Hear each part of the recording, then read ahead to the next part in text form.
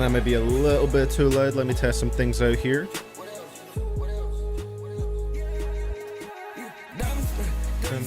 Damn it. Hey.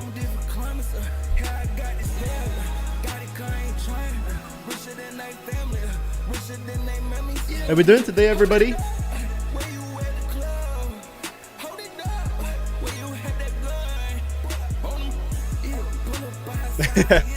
Ash saying this is the only song I like from this album. Yeah. You did well though, Ash. You did well with what you did, I will say.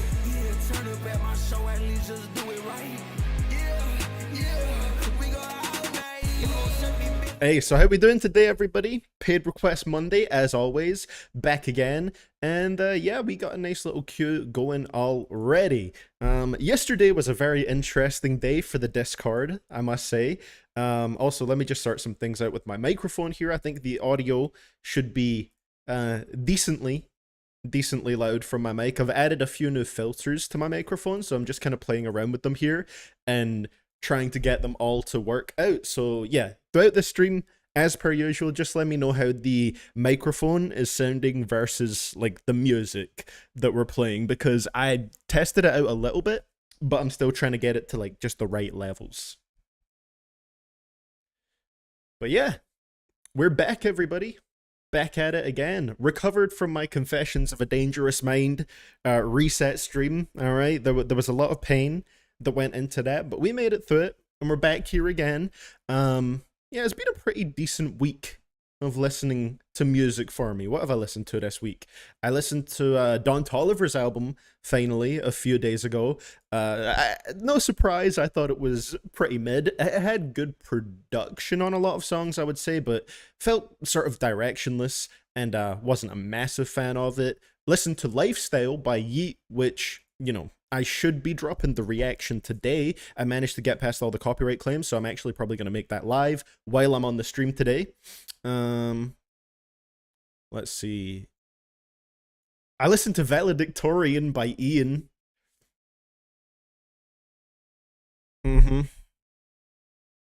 Yes, I did.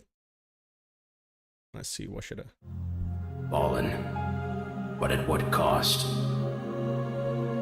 That sounded very loud to me. I don't know about you guys. So with that being said, hopefully we got a nice queue today. What would you give it for Ian's album? I rated that one on albumoftheyear.org. At the moment, all right, I'm sitting at a 1.5 out of 10.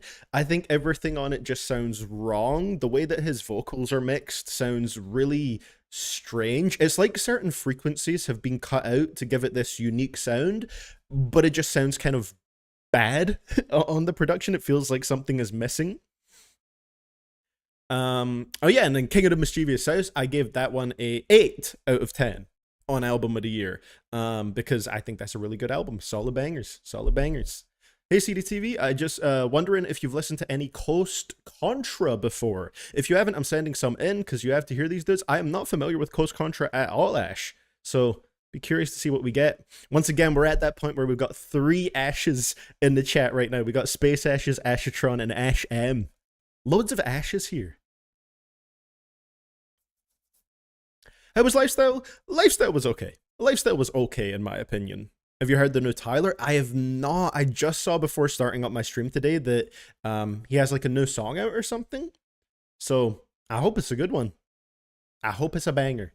With that being said, we got a few requests on the queue. At the moment, there's actually 2 album length requests in the queue, so that'll be fun to get around to those. But first, we are starting off with some metal. Will this be a scaring the CDTV request? We will find out, all right? We're getting very, very close to spooky season, so it's, well, we're technically in spooky season, but we're getting very close to Halloween, so it is definitely the right time for some scary requests. This is, of course, from Julius, my scary metal plug, for the most part. And Julius's message here is just metal. And then there is a Google Doc. I don't know if the song in the queue is the one that we're listening to. Let's see. I'm assuming it is. And then the Google Doc will just be a bit of a background on it. The version on streaming, the full song has an incredible rap verse. Oh, I can't wait to hear it. I can't wait to hear it. So, this is Kublai Khan TX Supreme Ruler. Julius is saying for this here, no slam today, just some normal hardcore beatdown. I'm not gonna lie, I was entertained by slam at the very least. These guys are from Texas, that'll be the TX. Like me, they know how to write some amazing caveman riffs, and the vocals are intelligible like 70% of the time. Kublai Khan has been in the hardcore scene for a while, hope I'm saying that right, it probably sounds funny in my accent, but he just dropped a new album and it rips. Today I am sending in the first 2 tracks of the project, Supreme Ruler and Darwinism. Both these tracks fuck hard, and I just do what the man says throughout Darwinism. Okay, so I'll look this up on Spotify so we can get those 2 tracks in a row. So, there's the new album, Exhibition of Prowess. Yeah, the first song is like 54 seconds, so a pretty quick listen, and the second one is about 2 minutes 38. Thank you for that one, DJags, much appreciated. Let's see what we get right here. Starting off with some metal. Just to approve. Oh, there's a few requests coming through right now, one from Ash M, and also one from Detoxify, so thank you for those requests as well. Alright, so let's get this playing. Let's see what we got right here. Oh yeah, Spotify back up on the screen, because that's what we're starting out with. When you depart this place, what do you hope to leave? Who's gonna carry your body? We'll have a look real quick. I assume, I feel like I know what it's about. Archive and Looney. This language translates to.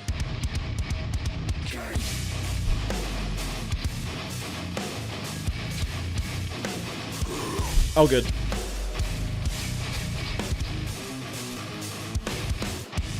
I'll start it out in a second, don't worry.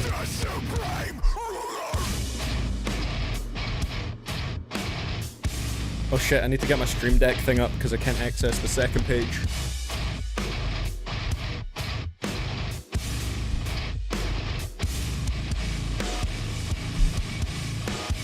We the best music! King! Okay, so a very short, quick intro. Honestly, not that bad because it had some pretty hard guitar riffs. The vocals were very sparing on this track, but then again, like I said, it's only under a minute long. Yeah, feels like, you know, I could see why you sent that in with the second track as well, because that's very much like a setup style of song to just introduce everything. And yeah, also let me know how the audio was on that one, just in terms of my microphone volume versus the music volume. If I need to turn the music up a bit, I feel like that maybe might be a thing. But yeah, the Supreme Ruler, Khan is king. That's what they said, and that was pretty much it. Yeah, I feel like there was a solid riff there, and yeah. Let me see. There we go. There we go. So, yeah, I would give that one, what would I give that?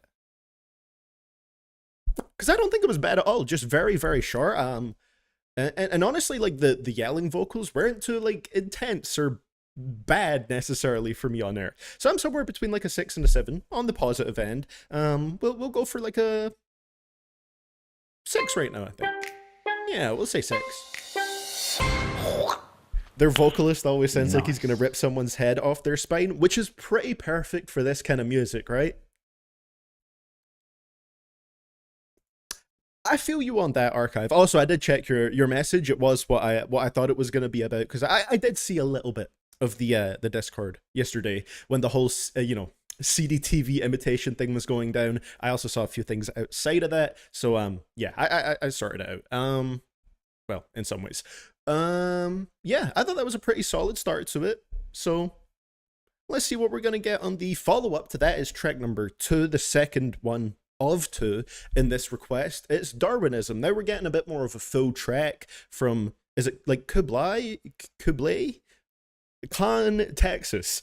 And yeah, we'll see if this is still pretty good for me, being a bit more lengthy. Hey. I thank you, Cold Stone Austin Steve.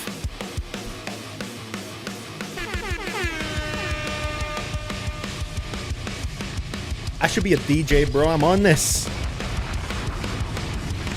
Motherfucker, back your fucking head! Okay, you know what? Again, I agree with the archive there saying I just don't know if metal will ever fully be my thing.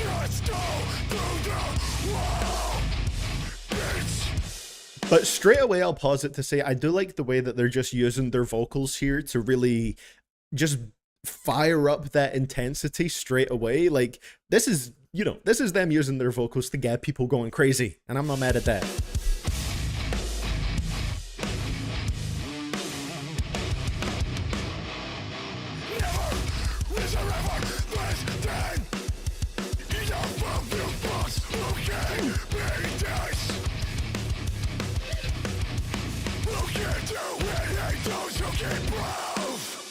Hardcore music like this is best enjoyed live in a close venue with people leaping off the stage directly onto each other's heads.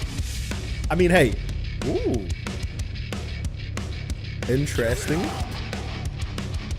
I can imagine if this is your kind of thing, like seeing it live would be absolutely insane. I would die in one of those concerts.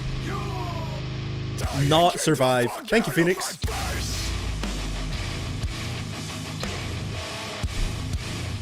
We the best music. Ooh. And thank you to Alex. Your request is about to come through here.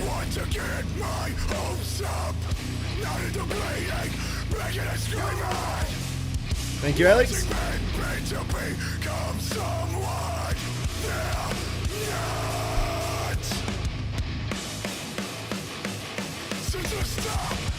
I like the drums on here.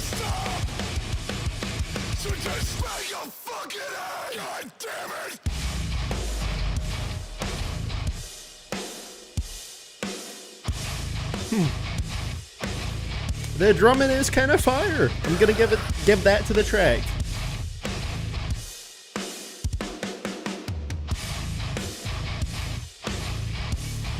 Like, that's pretty solidly put together, sorry.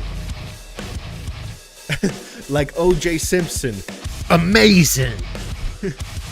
Don't know why I did that in a DJ Khaled voice more than a Kanye voice, but hey, you know, Khaled is a legend. So, yeah, this track right here was also actually pretty solid for me. Again, not going to be my favorite thing ever, but I feel like a lot of this was very well executed. There was a lot of energy to it. The vocalist here just kind of basically he feels like the hype man, you know, kind of picturing this under a sort of concert setting is basically like his job here is to get the crowd hyped as fucking thrashing around, right? And it would definitely do that with the first lines being, motherfucker, bang your fucking head. Put your skull through the wall. You know, that's a very sharp way to start it off and a very energetic way to start it off. I feel like the guitars were really solid on here. And I actually quite like the drums as well. I don't know how to describe specifically what it was that I liked about them, but just like the snare, and I think it was like the cymbals or something in there just sort of crashing together nice and steadily. It just gave the track this very nice energy to it, and I thought it went hard. I thought it went pretty hard. I wasn't mad at that at all. Again, even with it not necessarily being my favorite thing, I still enjoyed how it sounded, and didn't hate this one. You know, not my thing entirely, but I thought it was energetic and did what it needed to do. So this one I think I would also probably go for a 6. We'll go for a 6 again. It was solid. Hey, how's it going, Lamarcus? Thank you for the super chat right there. Nice. There's a lot of groove to hardcore. I think that's the right way to put it, Hunter. Yeah, it felt like there was a really nice swing to the drums that, yeah, just really gave the track some nice momentum. Thank you for sending that in, Julius. That was actually a pretty good experience. Didn't scare me too badly. You know, the vocals were more just loud and aggressive, but there was no squealing. And you already know how I feel about the squealing, so this was a better one for me for sure. There was a certain bounce to it. I agree. I'm not too mad at Kublai Khan, Texas. Even if I don't fully know how to say the first part of their name, I think they go hard, and that's all I need to know, okay? Hey, thank you for that one right there, Vincenzic. Much appreciated. Oh, that didn't show up in the queue, but that's all good. I will follow along with the tips when we get around to that. Hold on, there's just something I need to close here. Random programs opening up on my PC for no reason. I didn't ask Steam to open up there. It just did it by itself. So, Archive is saying here, later today or tomorrow, we're going to get a version of Fried with a completely redone beat, no chanting vocals. I'd be interested to hear that because Fried was essentially kind of like Carnival Part 2, right? So I'm interested to see how it sounds when it's maybe going less so in that direction. Maybe I'd like it more. Maybe not. I guess we'll find out. We'll find out. So the next request that we got right here, thank you for that one there, Julius, is from Space Ashes. All right. This is either going to be good music or funny bad music. All right. That's what I'm expecting when I see a Space Ashes request. It's called Black Hole. I don't know who it's by yet, but we're about to find out. That's the 303 channel logo, isn't it? Oh, I just noticed. Right. Okay. That's their logo because it's like 303. 303. That's why their logo is like that. That the hand shape makes a 303. That is somewhat clever. I'm not too mad at that. And I'll check Alex's tip message right before we hop into this one. I believe Space Ash's tip message for this song, by the way, is just the fire writing gif. Is it going to be the Gunna one? Yeah, it's the Gunna writing gif where the pen goes on fire. Honestly, such a genius music video shot. I'm not going to lie. So before we hop into it, we have Alex's first Google Doc right here. We're going to see how it goes. Okay, let's see. We have ran into some issues straight away. I need to request access to your Google Doc, Alex. So I've requested access. We'll play the song first, and then if you could accept that, I'll check the Google Doc right after this track. And then that should work. So let's see what we get here. This is Black Hole by 303. Do we have features? Oh, thank you, Harvey.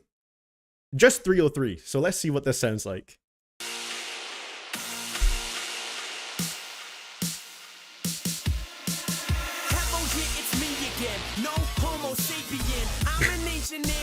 Sent to take your women. You could say we're winning more than Charlie Sheen is. And don't get mad at me because your girl was on my dick. Yeah, you know that we're rocking the computer, Stephen Hawking. And if that bitch hangs up on yeah, it worked now, so I'll check it right after, Alex. Thanks. I appreciate you giving me the access right there.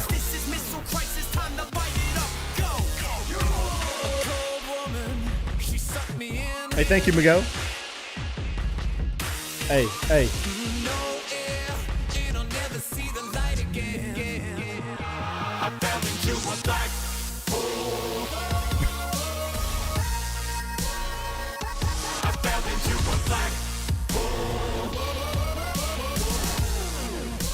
Hold on a second. What is that you're saying there, JDX a kid? CDTV makes my cheeks slightly jiggle on the bounce back of the stream reverb. No, did he? Excuse me? Isn't 303 Lonely Island if they were mainstream? Basically, yeah. You know what is weird? Right, again, I don't know how many of my audience will feel this, because I don't know how many of them listen to the men, but Tech9, I could see Tech9 doing a feature on a track like this, because he's worked on some goofy songs himself before. And I just feel like I could hear him on this, weirdly enough. And I think it's maybe because the hook has that, I don't know how to describe it, that sort of weird, dramatic, almost circusy sound to it that I feel like Tech would also have on one of his songs.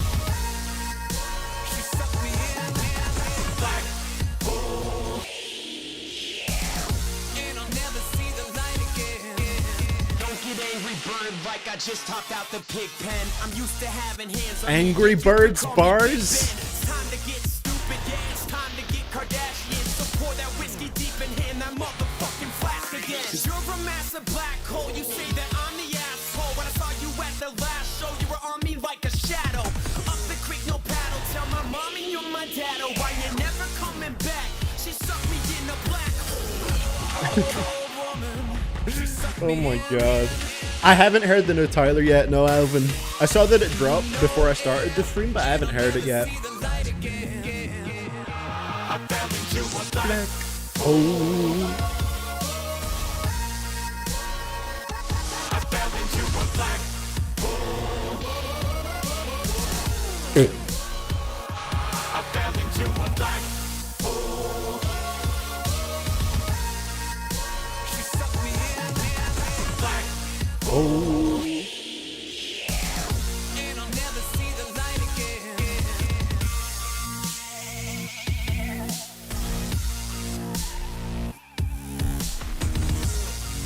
definitely a 303 song.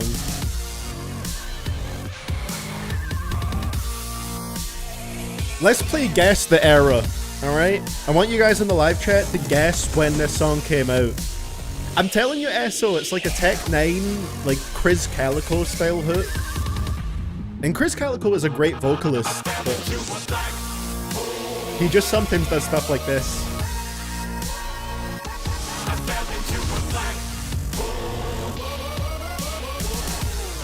Okay, not bad, not bad. One of you is spot on so far. Oh.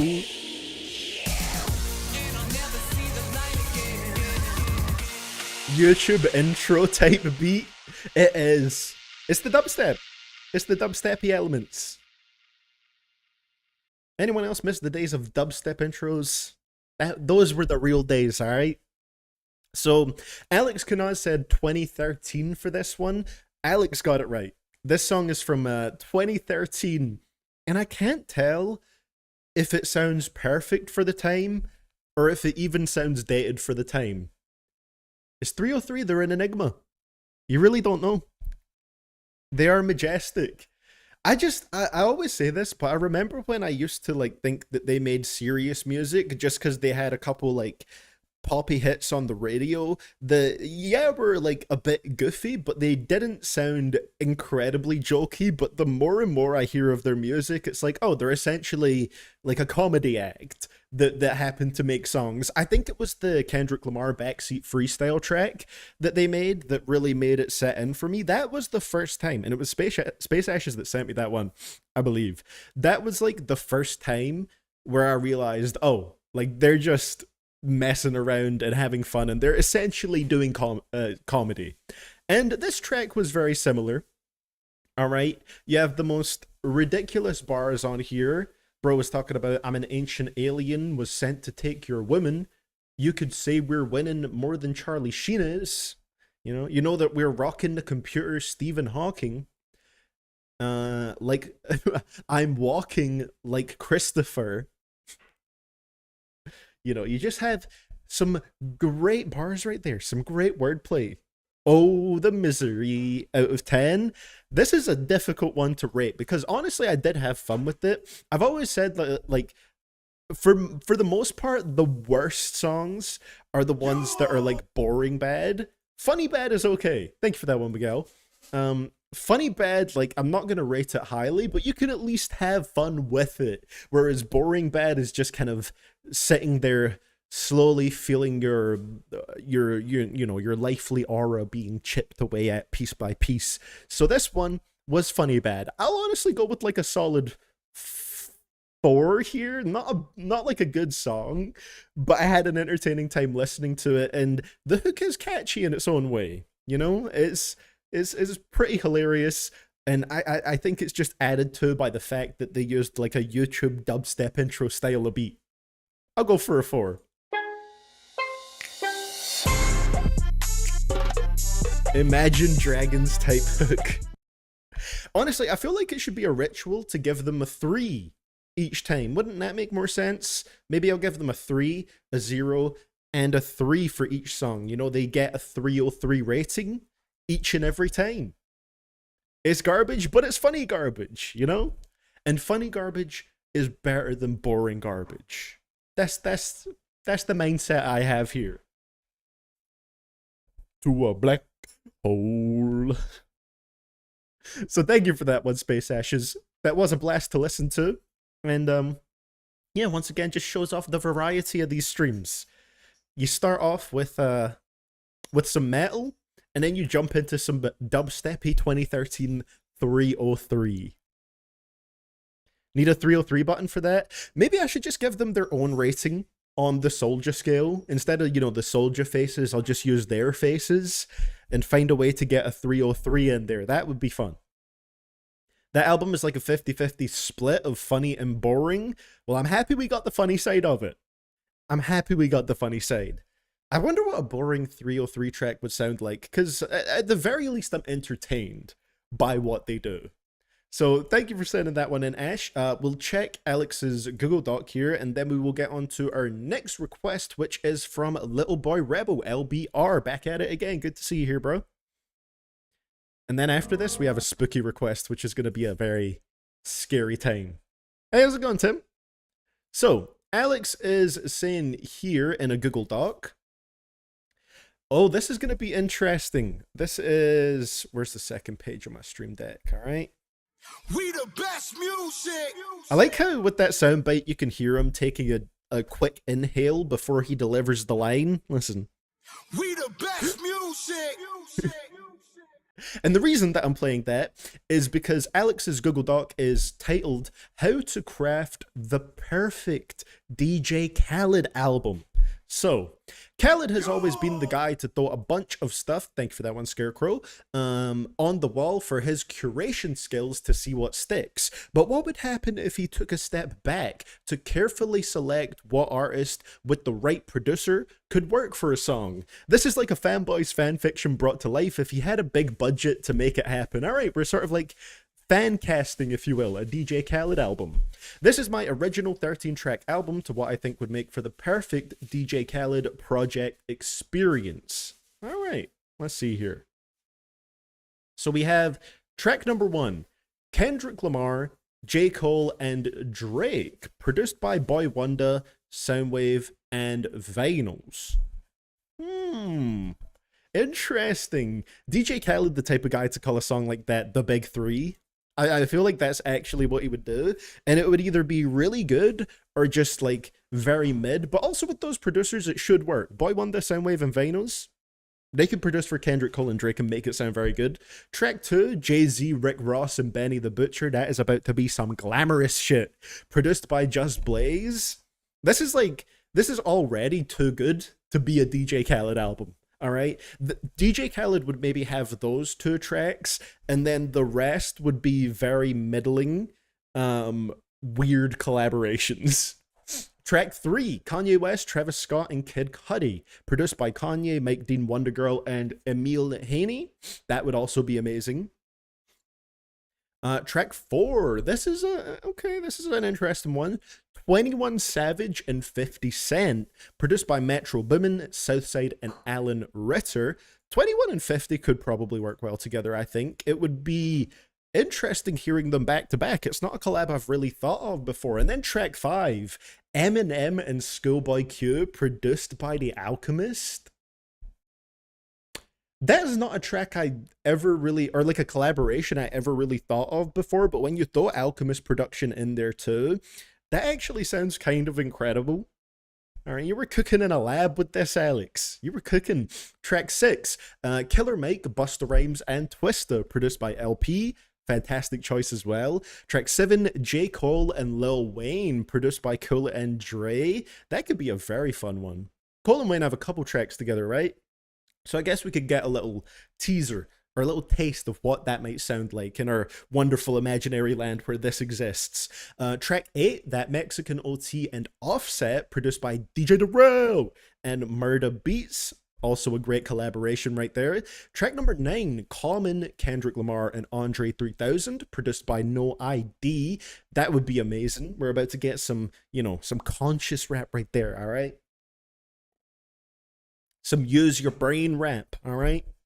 Track number 10, Jid and Anderson .Paak, produced by Big Crit. See, I don't know if I've heard too much of Big Crit's production work, but then again, I'm pretty sure he's produced a lot of his own tracks, so maybe I actually have, and I just haven't fully been aware of it, but I think that could absolutely work. Track 11, Westside Gun, Royce da 5'9", and Fabulous, produced by Conductor Williams. Yes, please. Track 12, Pusha T and T.I., produced by Pharrell. That would be a lot of fun. And then track 13, Frank Ocean and SZA, produced by James Blake and Tyler, the Creator. These are honestly fantastic collaborations, and I feel like this is just too good to ever be a DJ Khaled album. Like, if this happened, it would probably be the best thing he's ever put together, because all the collaborations make sense, all the production credits make sense for the artists that are on them, and even in terms of like track listing, I feel like that has a good steady flow to it. It feels like it, you know, it kind of shifts through different moods and vibes as it should. And then of course there is the bonus song, Diddy and R. Kelly, produced by Bangladesh.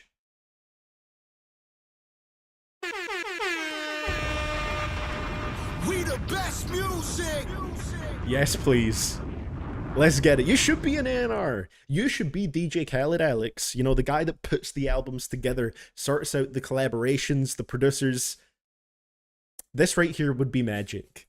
The first track would probably be the hardest to put together, considering the beef, but it would be a generational collaboration. Kendrick, J. Cole, and Drake. I think the chances of it happening are slim to none, but my God, would it be a moment.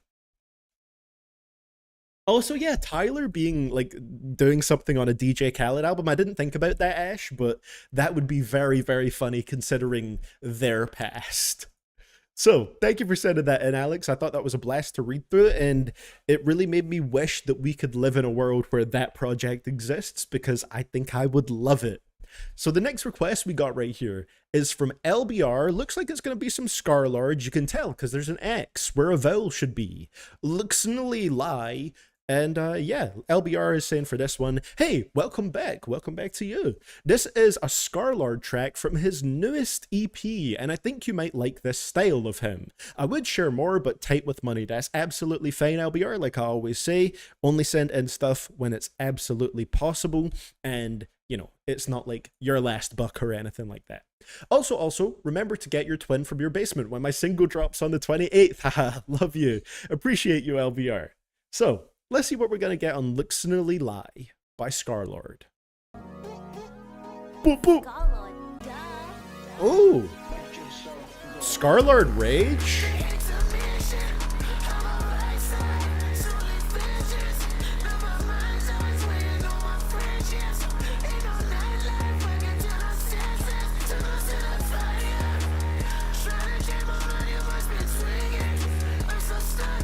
Now, I will say, my immediate reaction, I feel like you guys might already know what I'm going to compare this to. This is like a slightly outdated style of rage beats to me at the moment. This sounds like something that Trippie Redd would have on Trip at Night, which I feel like was one of the first sort of widely listened to rage projects.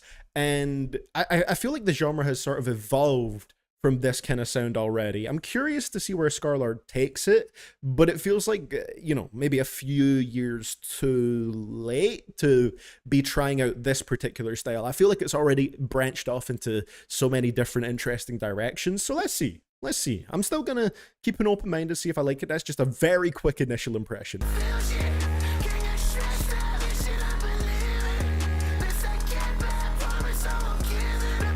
I found out that Scarlord formerly worked with Sandpepper. Oh my God. Yeah, he used to be in that sort of YouTube circle, I believe.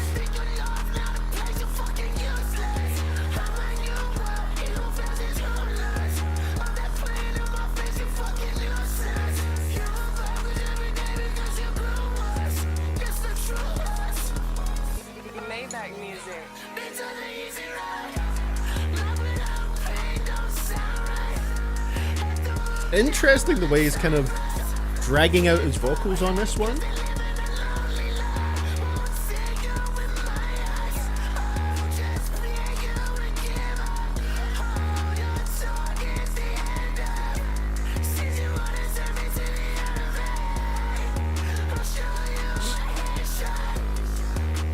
Ooh.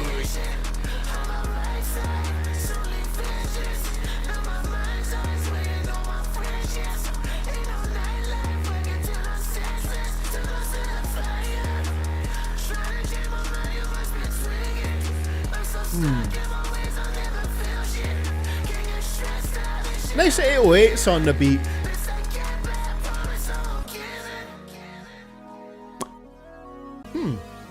So it's different. It's different to what you would usually hear from Scarlord, and it's one of the things that I do find interesting about his music is that he'll take his usual sort of screaming trap metal style and apply it to a bunch of different sounds. I think that is quite interesting about Scarlord. Like, he puts out a lot of music, but if you sort of dig into it and go through his different projects, he does try and apply his particular style to a bunch of different types of beats, which I do think is pretty cool. You know, I think it really started around, let's see, maybe his Acquired Taste album.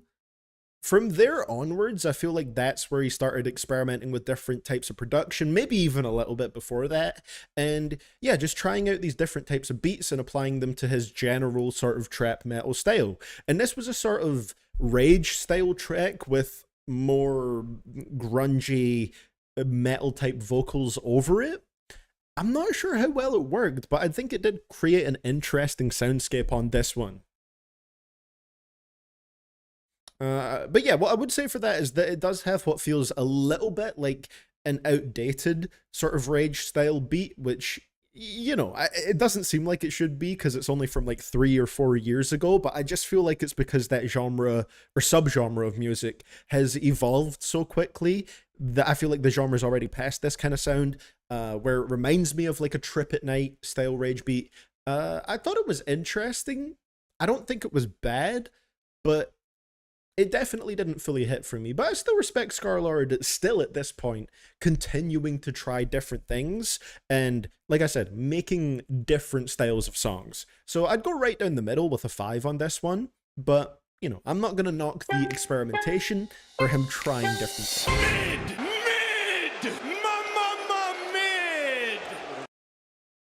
Wonder what Yeet would do with this beat. I think he would make a decent track with it, you know? I think Yeet would make a very passable song, but nothing too crazy personally.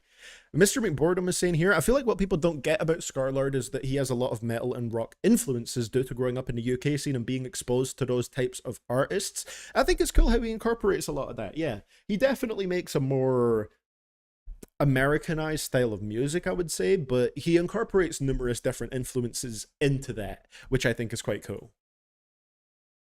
He's somewhat of a unique artist. I just feel like his music, I stopped keeping up with it because I feel like he drops a lot of music. I don't know if he's dropped too much lately, but there was sort of like that period in 2018, 2019 where he was just dropping all the time. Like maybe like 2-3 projects a year. And it started to just like, you know, push me away from keeping up with this stuff a little bit. But I can't knock it, you know? If you're like a big Scarlord fan, he's definitely keeping you fed, you know? He's keeping the music coming. I definitely like him more than, honestly, any of the Opium guys. That's fair. That's very fair. I mean, I think he's a solid artist, you know? He's definitely in his own lane, and he, like I said, experiments within it, which I think is pretty cool. Maybe I'll check out one of his more recent projects, just to see what's going on, you know? Just to see what's happening. So the next request we got right here, thank you for that one, by the way, LBR. This next one is from Alvin Spooky. It's more shoo-shoo. I feel like I'm about to experience anxiety and psychological torment in musical form. All right. Are you doing song requests? Indeed I am. Indeed I am. Song requests, album requests. All the rules to submit are down in the description below, Seth.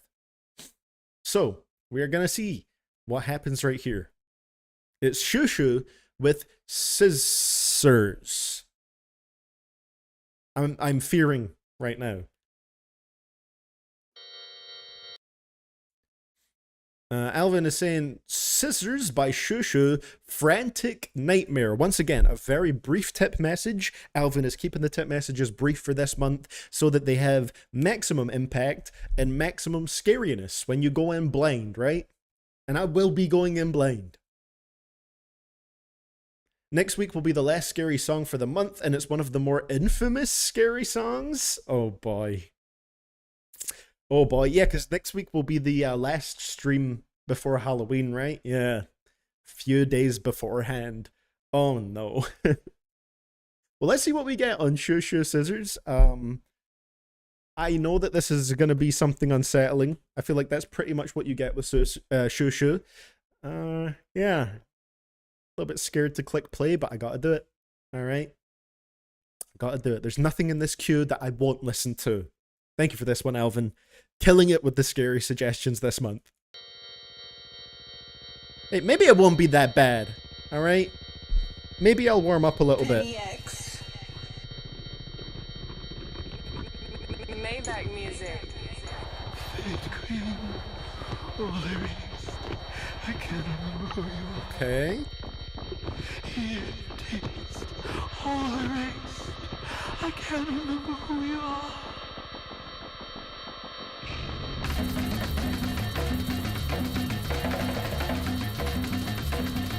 Hey, yo. Hey, hey, hey. I could hear a wild rap verse over this part of the instrumental. JPEG Mafia going off over this. It's Moon Hotel. It's Moon Hotel. Okay, there's cool elements to the beat right here. I like that bass right there. That kind of goes hard. Hey, thank you, Sassy. You joined at the right time. You are erased. Light a candle. Pull the handle. You are erased.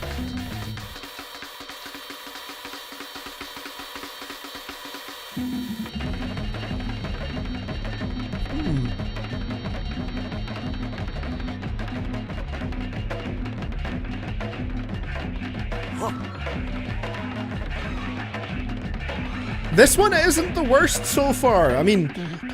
Doug, what's the solution for people like us?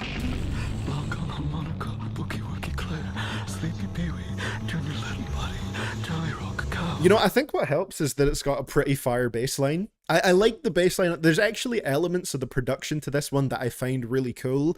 So that is helping me to be slightly less unsettled and terrified here, even with, you know, the clear, unsettling stuff that's being suggested with the subject matter and the overall atmosphere and just the delivery, which itself sounds very paranoid and terrified. There's still stuff here that I kind of like. Geisha Purple, Champion Kitty, light a candle. Pull the handle. You are erased. Light a candle. The music video looks weird as fuck too.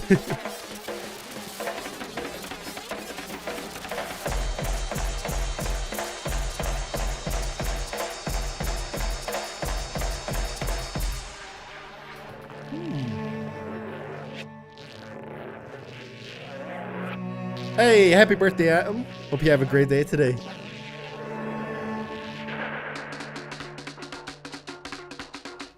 You would be twice as good if you were never on the track. Half for the trash and half for the hornets. It could be 4 times as good. Oh, this is from the Girl with the Basket of Fruit album. Just realizing that now. Gooseberry bush, a quarter for the gooseberry bark. It was the claret that made you dead. I think the most unsettling thing is that the vocals sound like pure despair.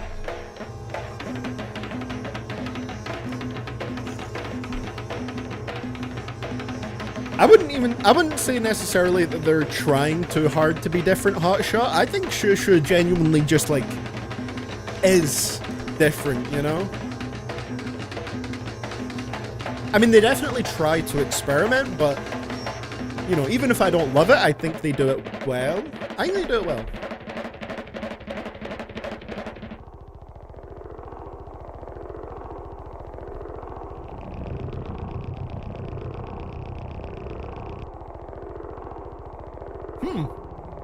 But honestly, maybe...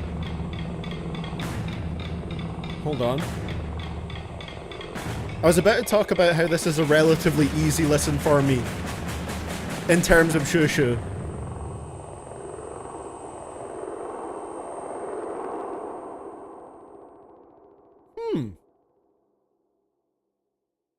On the better end for me personally, I would say, of Shushu stuff. Still unsettling, but there was stuff there that I enjoyed, and again, I think it was really well pulled off. Ash M said something in the chat that I think was quite an interesting perspective on it.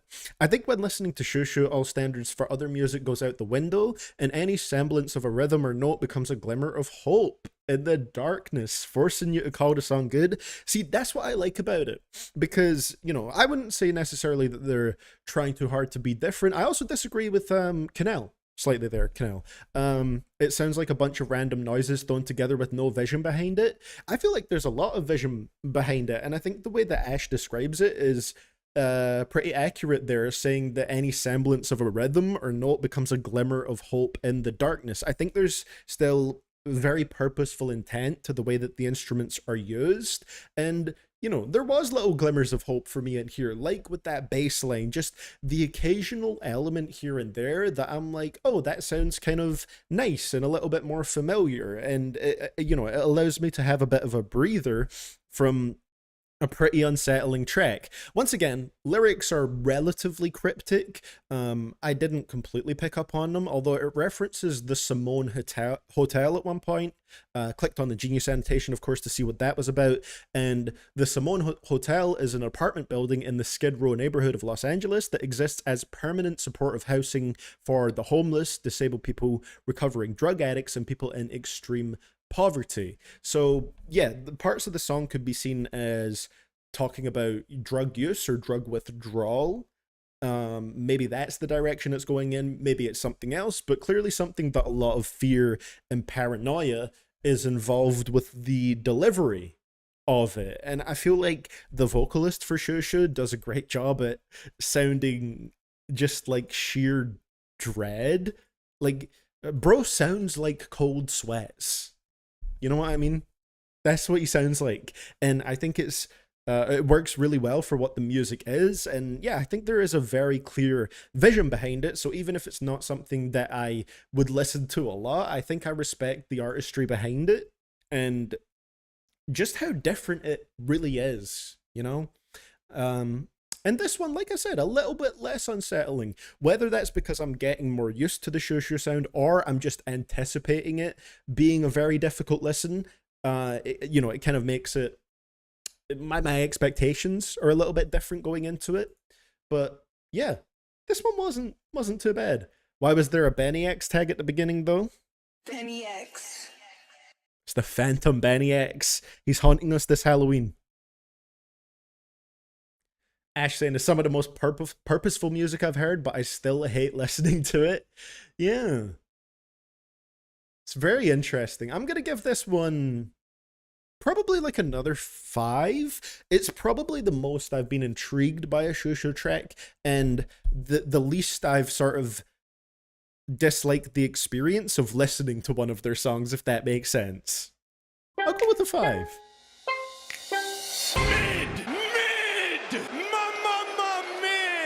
How crazy would it be though, Phoenix, if Benny X really did have a production credit on that track?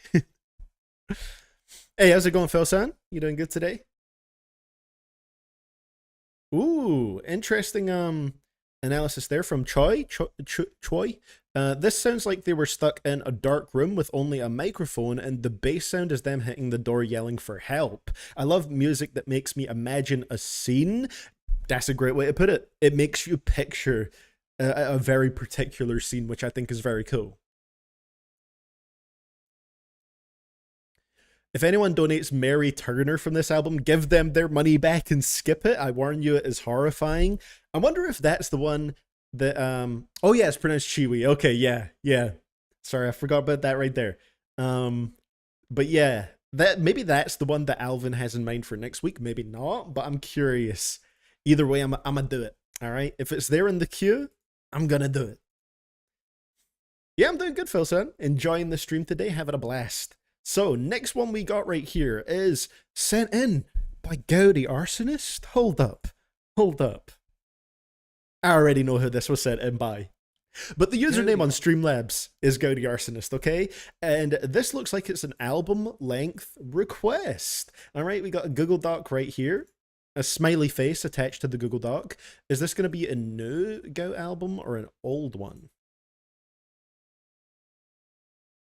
It's okay, Pooks. Thank you, Chewy.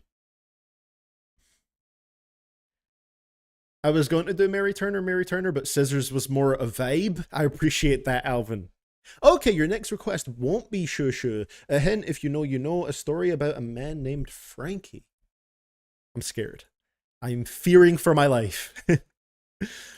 So, we got a YouTube playlist link here. Although, would it be better to listen to Spotify? That is the question.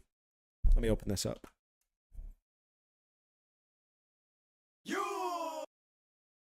Oh, message here from the X territory. Thank you for that one. I will check that in a second here. There's a Google Doc and also a number thing. Pick a number. A little number game.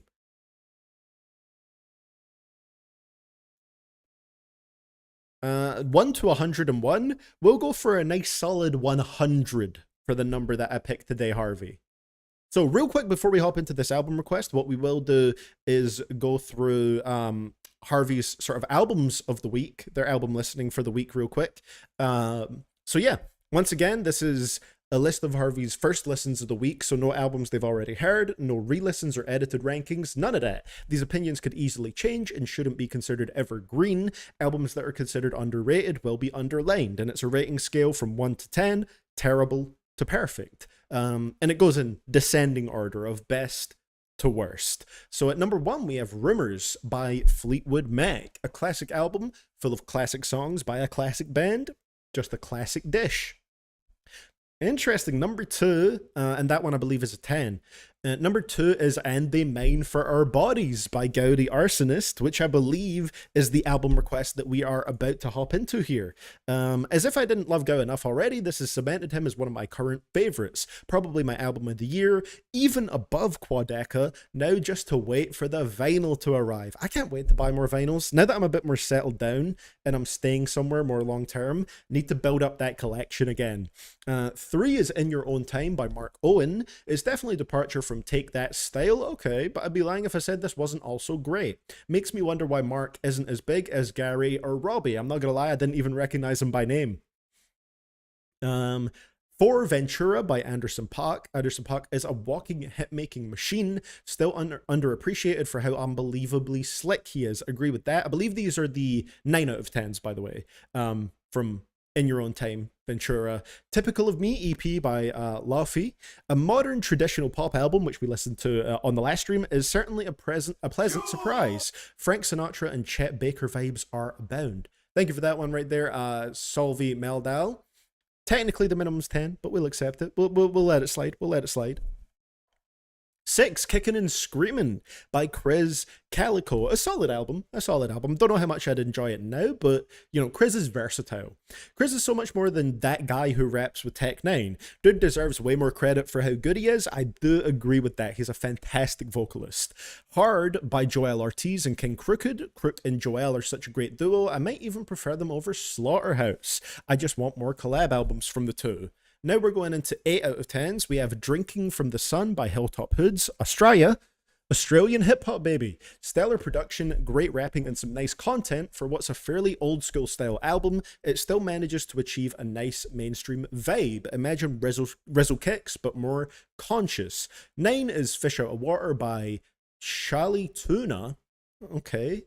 Tuna? Like the fish? It's official. I need to check out more Charlie Tuna. I always heard he was good, but this album only seems to get better as it goes on. You know what I will do? I think I'll do half of these, and then the next request, and then the other half, spread them out a little bit. And just to keep the music requests going as well. We got a lot of Google Docs now. 10 is Close to Home by H. Haven't heard that yet. Maybe I'm biased, but my homeland continues to shine with some dope artists. This gave me more appreciation for H. 11 is Saturation 3 by Brockhampton. Given that this is probably the weakest Saturation, for me, I think the first one is, but I don't know. It's do a re-listen for me. This is still an absolute banger of an album. Brockhampton hasn't missed yet. And then number 12 is You Know What I'm Saying by Danny Brown. A more fun album than Atrocity Exhibition, but some absolute slappers all throughout. Now that I'm more into Danny's music, I need to re-listen to You Know What I'm Saying, because I didn't like it on my first listen personally. But that was in 2019. I'd be curious to see how I feel about it now.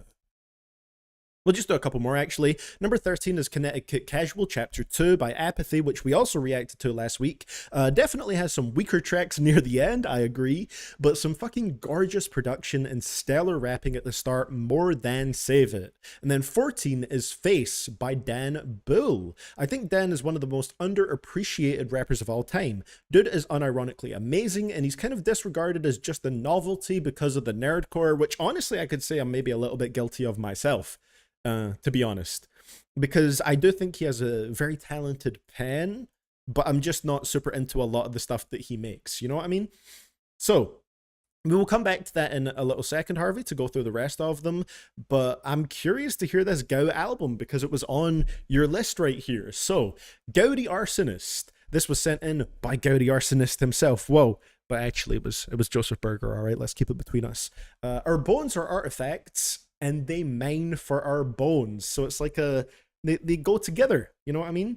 Hey CDTV, I sadly won't be here for this reaction. I'm about to hop on a plane back home. Hey, have a safe flight. I can make you react to this last so I can see it live, but I'd rather you do it earlier so that more people are able to hear this album and spread it around. Hey, that's very kind of you, Joseph. Shout out to Gao and shout out to the artist support right there.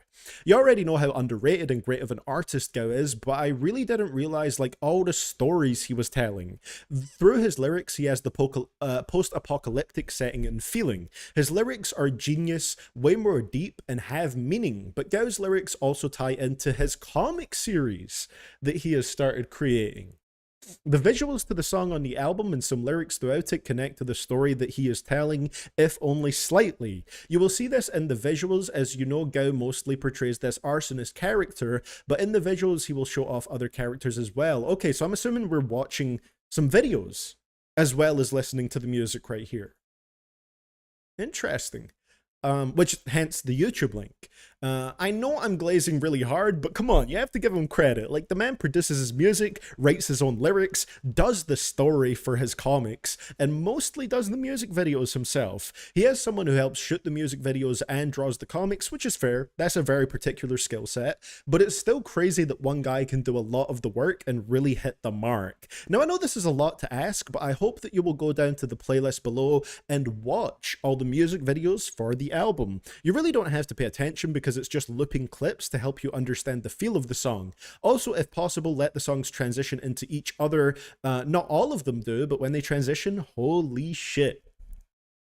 And read into the lyrics, give your takes on it, yada yada, reactor type of thing. This is a really great album and I really want to hear your thoughts on it. Also, I am begging that YouTube does not block this stream because I do not want to wait weeks to see your reaction to this. I will try and send the VOD as soon as I can if it does get blocked, Joseph. I'm catching up on them right now. In case the stream gets blocked, I'd like to leave scores here so that I can generally see your thoughts. I know this is a lot to ask, but I would appreciate it if you did. But if it's too much, I understand. Either way, thank you for reading, and I hope you enjoy it. I'm not too mad at that at all. Now, I don't know if Joseph wants me to have the music videos on the screen, but if they're looping visuals, what I might do, thank you for that one MVI, is just show the start of the music videos, if that makes sense, like the sort of first loop, and then bring myself back to full screen, just so you can get like the setting, if that makes sense, kind of set the tone. So yeah, I'm happy to do all of that. I'll try to remember to do all of that, Joseph, and yeah, I will let a couple of them transition, but then probably pause just to kind of give my thoughts, if that makes sense. I hope that's okay. So let's get into it. Track number 1 on And They Mine for Our Bodies. It is Gao the Arsonist with Perusia. Perusia? Very interesting. Let me just make sure that I've got the screen set up correctly to kind of pick up everything here. Hang on. Got to mess around with my camera. Okay, that I think you guys can tell that is slightly off. There we go. Okay, so this... Oh, hold on. Then, of course, I've got to be, you know, here. So this is just to kind of set the tone for the album. I'll show some of this and then kind of, you know, pull myself back to the full screen just to set the tone. How long is the album? I believe it's like 14 tracks. I'll double check on that in a second for you, Alex. I'm just going to get up a notes page so I can write down my favorites and least favorites from the album. go. Album to faves, least faves. There we go. All right, let's get it going. Perosia, Gaudy Arsonist. Very excited to hear this. Let's go. Thank you for sending this one in, Joseph. Oh, and I can see you're still in the chat at the moment. Hell yeah. I don't know if you're able to watch the whole thing, but thank you for sending this in. Also, let me know if that idea works good for you, Joseph. Like, I'll put the sort of first loop of the music video on the screen and then put myself full screen again, just in case there's any, you know, copyright-ish issues. Copyright-adjacent issues. Ooh.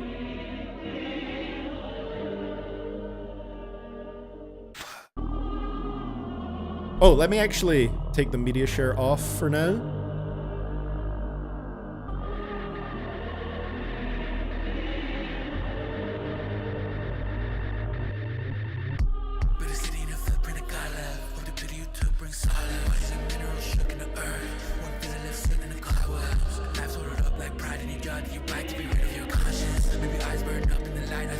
That video looks so sick.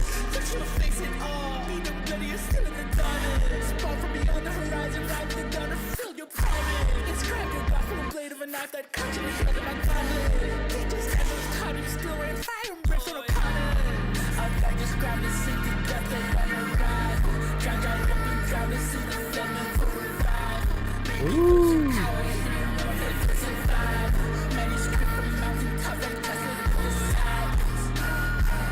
Wow.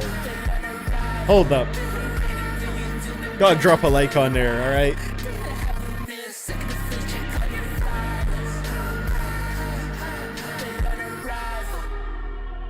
Ooh.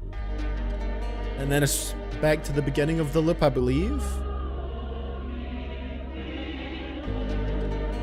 You know what? Maybe I'll just leave the full visuals on the screen. I don't think there should be a copyright issue.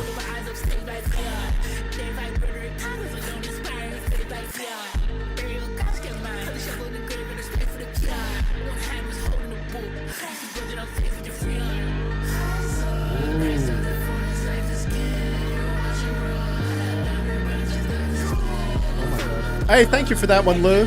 Can't read the message against the backdrop there, but I appreciate that. Thank you.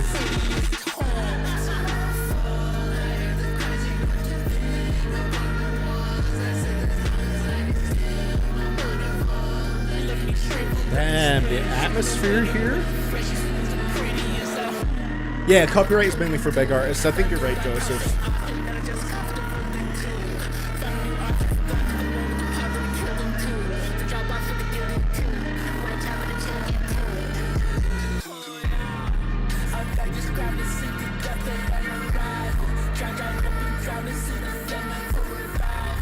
Would it make more sense for me to be like here?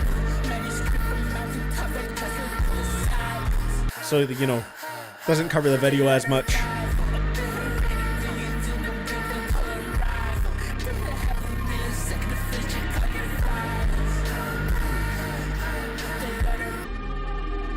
Man. How's it going, Owl?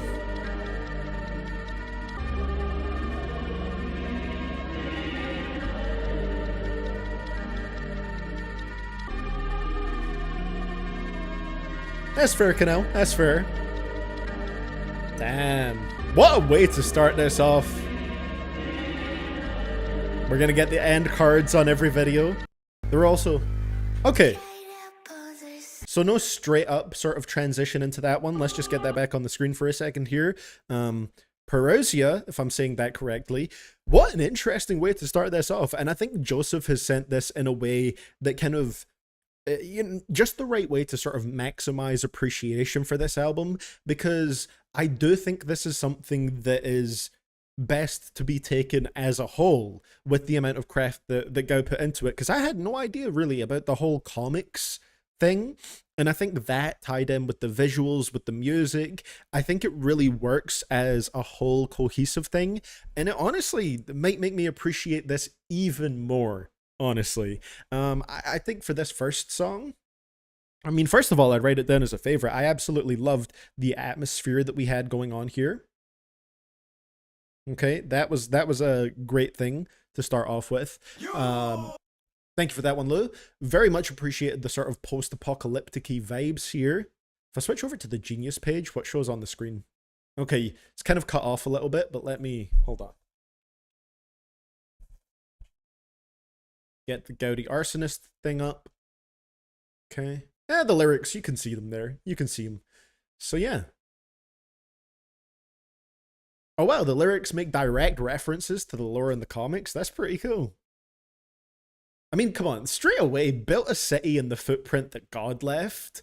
Hope the pity you took brings solace, bodies and minerals shook in the earth. Like, straight away painting a visual. Like I said, I've described Gao's music as being very post-apocalyptic sounding, not only with the actual, you know, instruments and the mixing of everything, the way that it sounds, the textures to it, but in the actual lyrics, there's a lot of post-apocalyptic themes, and you get that instantly from the first line right here. I mean, that's just amazing scene setting. I think that's some great stuff right here. Yeah, I have heard Lifestyle Kills. The reaction for it will actually be going live today. While I am on this stream, I'm going to put my reaction video out. Yeah, great stuff here. What a great start. So let's go back here. I'm going to give this one... probably an 8 to start with. I think it's really great from an artistic perspective. Just really well put together. Soldier's rating scale is overlapping me a little bit, but I think that was a brilliant way to start off. That's good. Yeah. Really good start. Let me also hop into Google Doc here. Let's see. Yeah. So I've got my ratings that I can put here. Joseph did see the first reaction, but... Oh no, can I not edit it? Okay, I can't edit the ratings, I don't think, but... Oh, I need to request edit access. Oh yeah, I just realized the abbreviation of his name is GTA, Gaudi Arsonist. But yeah, that first one would get an 8. I sent the request. I'm gonna get crushed from the soldier head? Excuse me, Looney? What did you mean by that? So let's go to track number 2. This one is called Horseshoe. And yeah, it's 14 songs on this one. Just double checked on that.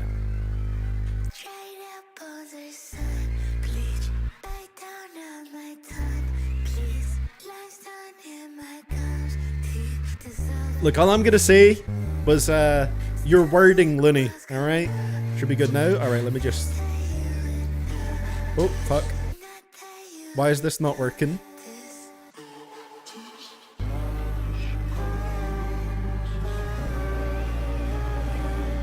There we go. All right, now we're at it.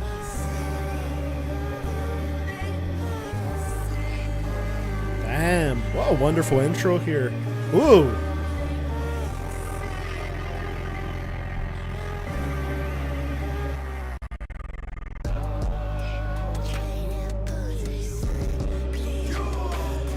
I thank you, Yoshi. Much appreciated.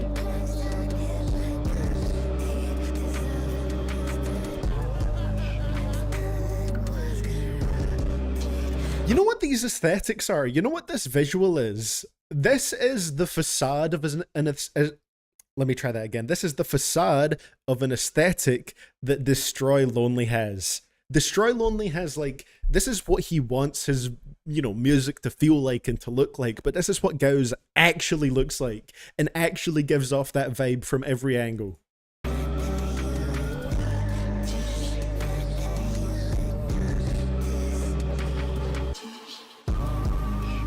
Because it actually fits his music here, you know what I mean?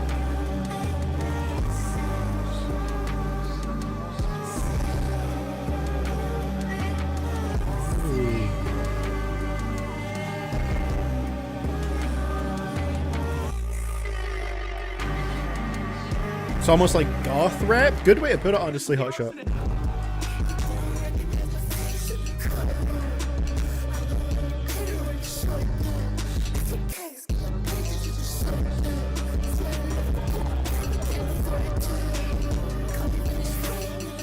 Watching this with the visuals is such a great experience. It actually adds to the songs, if you ask me.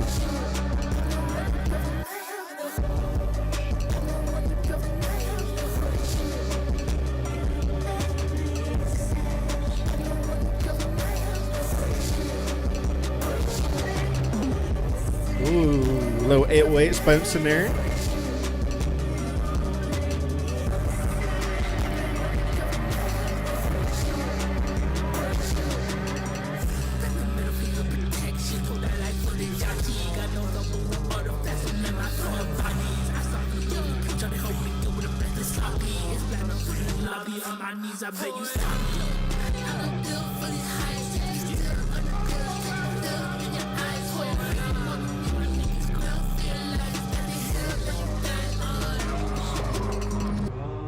Jeez. Bro, I'm writing this down as another favorite already.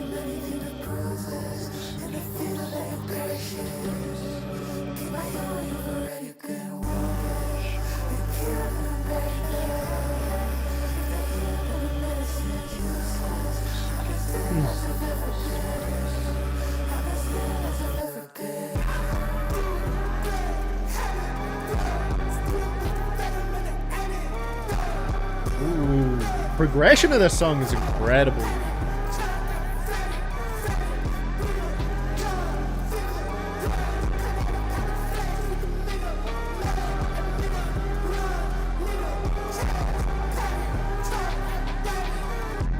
I hope that happens, Joseph. I really do. Because from the first two tracks, we're getting there.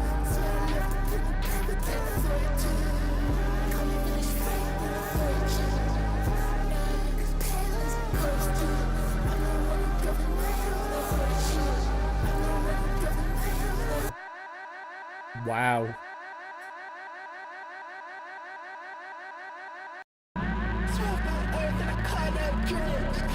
Okay, you could hear the transition there with the sound at the end, the wah, wah, wah, wah, wah, wah, wah, wah, and then that continues on into Trench Foot. So what I'll do is I'll let them run just like for a small second there, Joseph, just to see the transition for myself, if that makes sense. It's another 8. Horseshoe is another great track. We have another 8 out of 10 on here.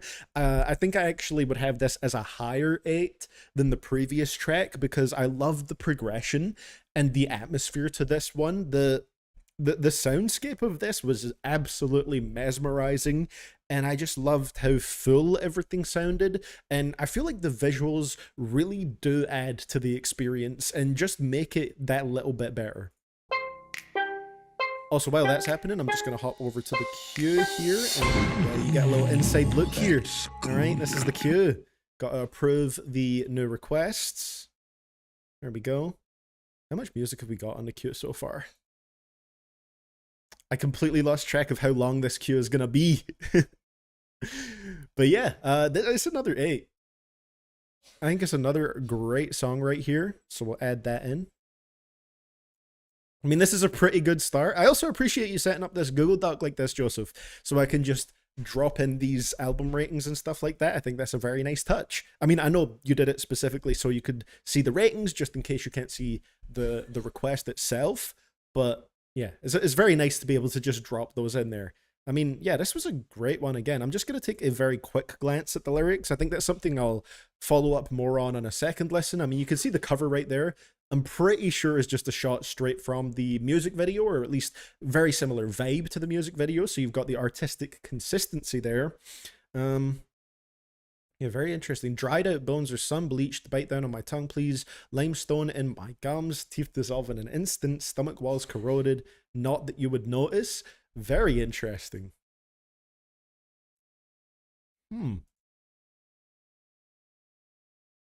Yeah, queue is still open at the moment, for sure. Might close it soon, because we have a lot on here, but wow, this has been a great experience from the first 2 tracks. I'm loving this.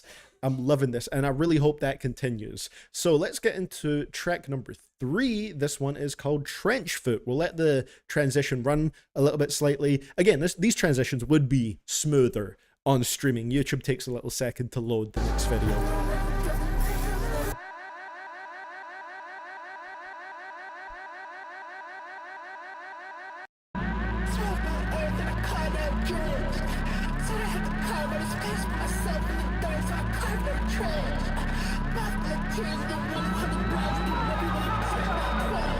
I can see your messages now, Harvey, for what it's worth. Not sure why they weren't shown before.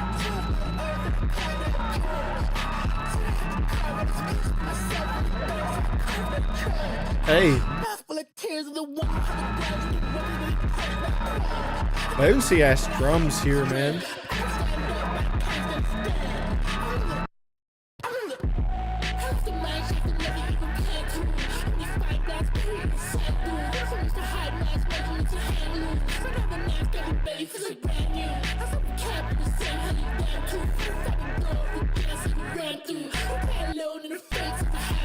Where was this even filmed? Curious, because he's a UK artist, so I want to know specifically where this was filmed.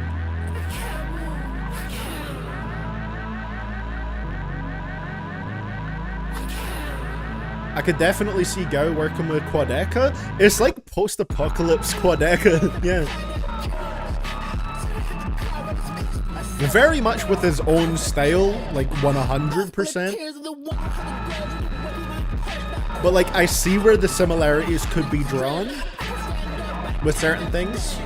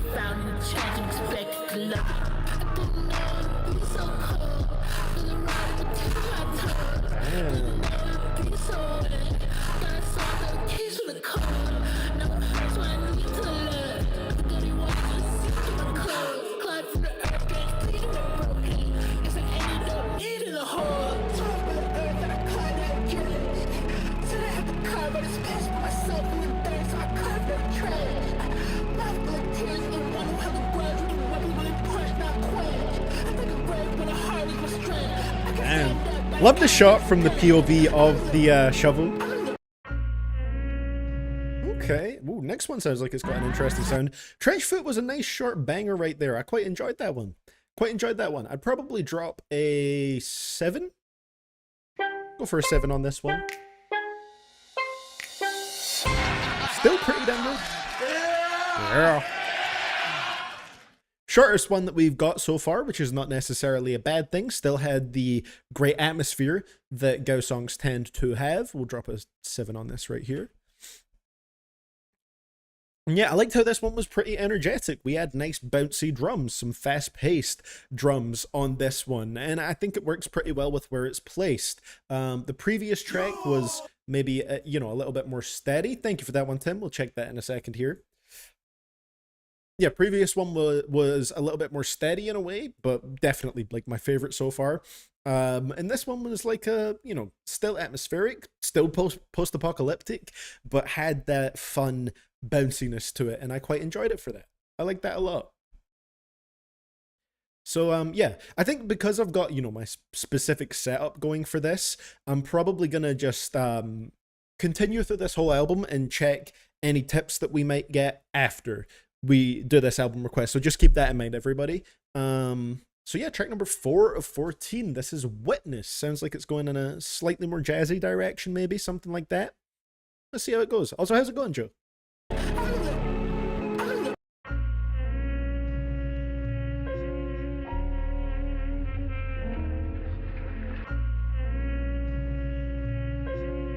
Ooh, got a bit of a noir thing going on.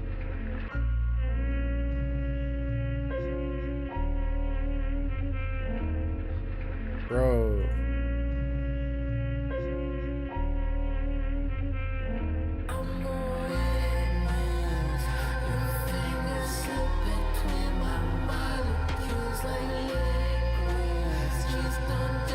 It's like bro's the Invisible Man.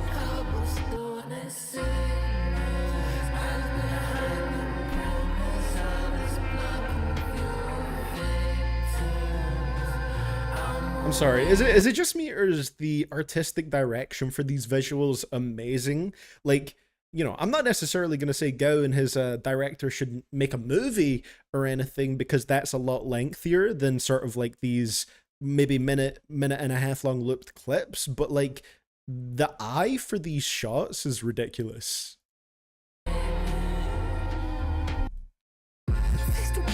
And honestly, who knows? He probably has the skill set to make a movie.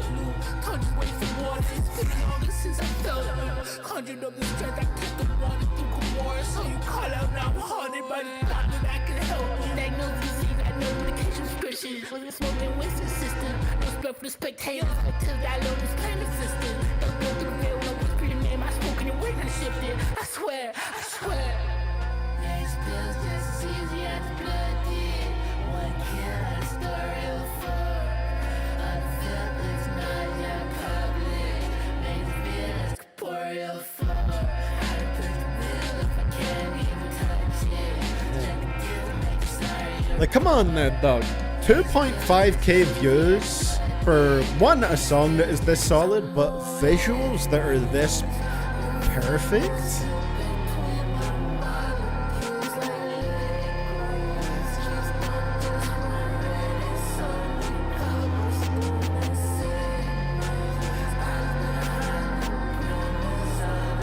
The lighting of these shots is wonderful.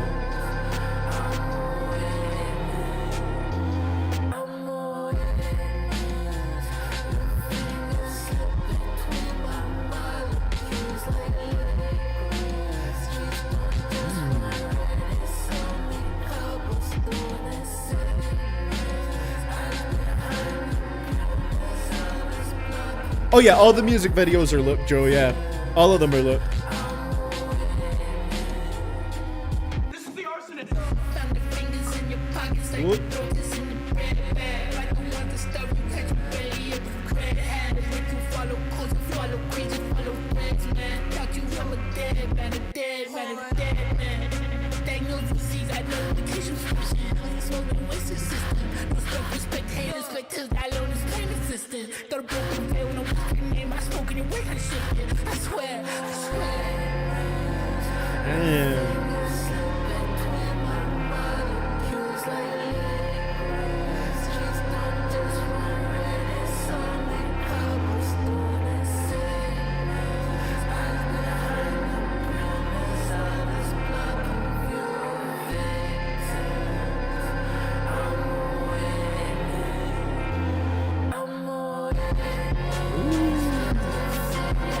You got all the chopping between the shots here. How's it going, Super Devil? Perfect for spooky season indeed.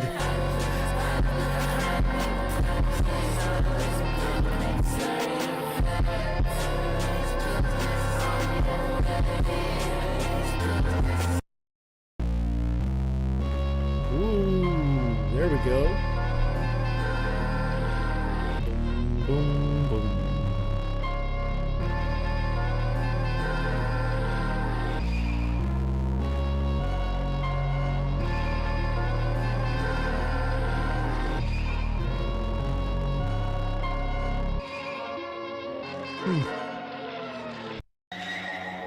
And that goes into Gunslinger. Okay, interesting. Yeah, Witness was another really nice one. Really nice one.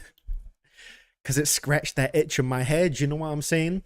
But yeah, I thought this was great right here. This one had a little bit more of a noir vibe to the sound of it. You know, we had some horns in there that sounded very old school, and the visuals match with that pretty well. This looks like some, I don't know, some 20s detective shit right here. And that's definitely England. I can tell from how downtrodden that street looks. This was 100% filmed in England. And yeah, I thought it was great. It was really well put together. I'm interested to see, because all these videos so far, the 4 of them, have had a very particular vibe, but this one visually was quite a bit different. It felt like it was a different character compared to the previous songs, so I wonder if that, you know, plays into the fact that this ties into comics and a comic series. I wonder if it's portraying different characters from that. Be curious to see. So this one was Witness, which is, yeah, track 4.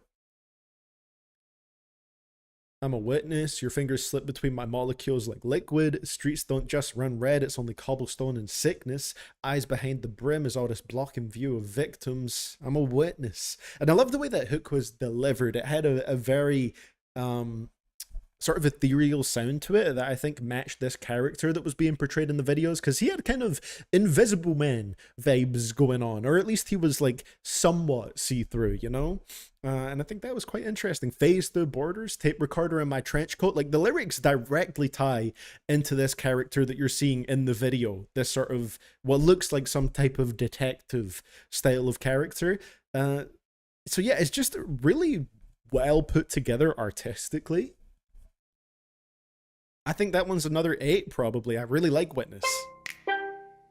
And yeah, it's interesting because my ratings for this also factor in the music videos as well. Now that I know how sort of tied in they are to everything, and this is more of a holistically artistic project from Gao, I think that just adds further onto it. Witness, I'd probably say that's another favorite.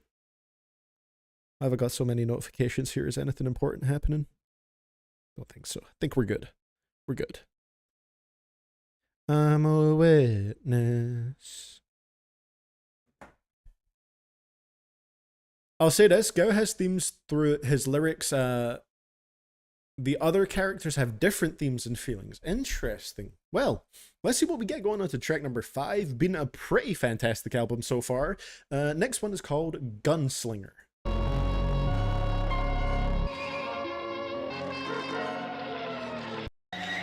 Do I fuck with Oddwin? I've only heard the SpongeBob music, sadly. None of his own tracks. Hey, thank you for that anonymous one right there.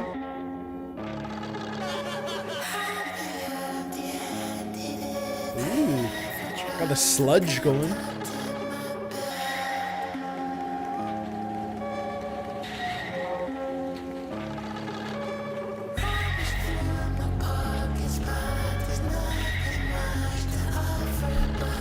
Oh my god, the bass line there.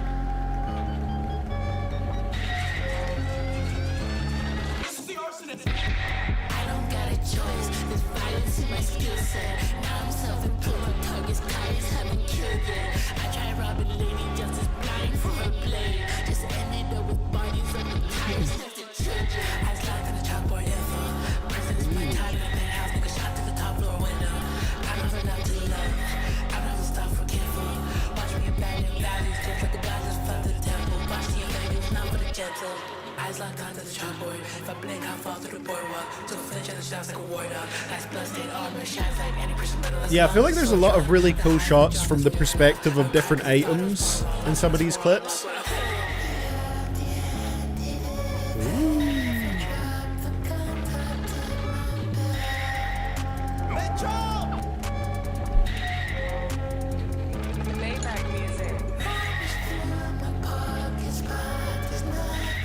Yeah, I love the slight sort of rock elements to this one.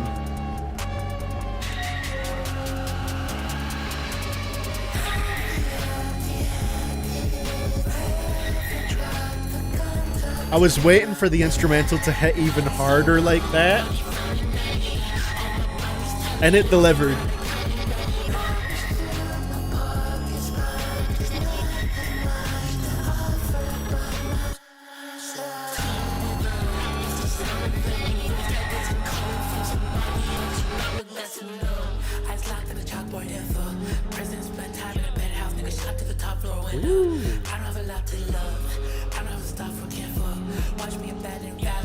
Some low pianos in there. Very loungy sounding pianos.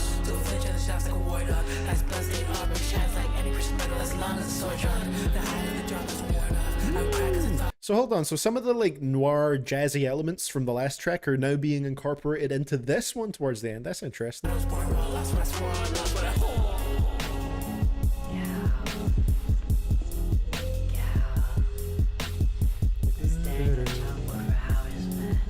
Obligatory like. Sludge is an important factor in the comics. It's a key factor for Gao's powers. Interesting.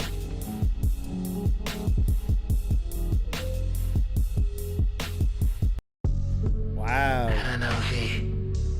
Interesting. Then it goes into shark fin, which from the length and the subtitles being included feels like it might be a little bit of a skit. But real quick about Gunslinger, I thought this one was great. I love the slightly more rock elements that this one seemed to incorporate into the instrumental, with the bass line, what just added some great energy to the track. And I was really hoping that was going to build up into a nice solid drop that would feel impactful, and thankfully that is exactly what it did, especially towards the second half of the track.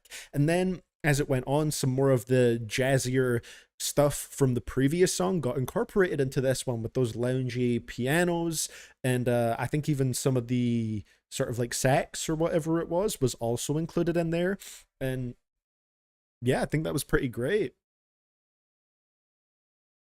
Okay, so the next track is a skit, so you can let it run into the next one, which Insomnia is my favorite track. Okay, hell yeah.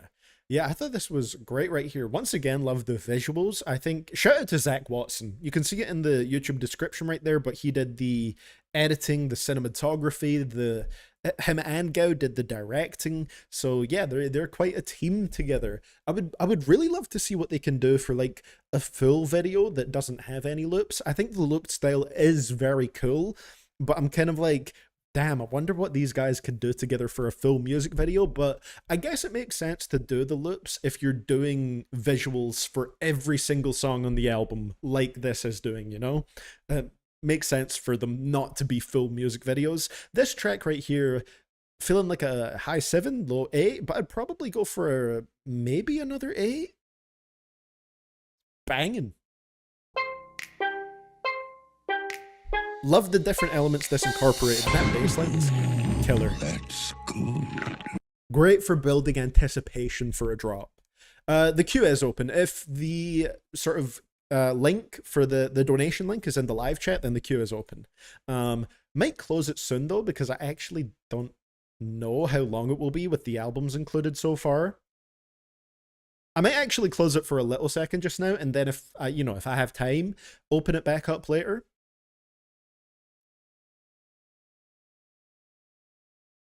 Just want to make sure I'm not going into the wee hours of the night. Probably wait for maybe one more request, or I'll close it, after the next song or so. So this one, give it another 8. Oh yeah, I forgot to put down my rating for Witness. Did I give Witness an 8? I think I gave it an 8. Look at the consistency here so far. Come on, bro. Looks like Shark Fin is also the only skit, so it doesn't have a rating out of 10. That makes sense. Painkiller by Judas Priest.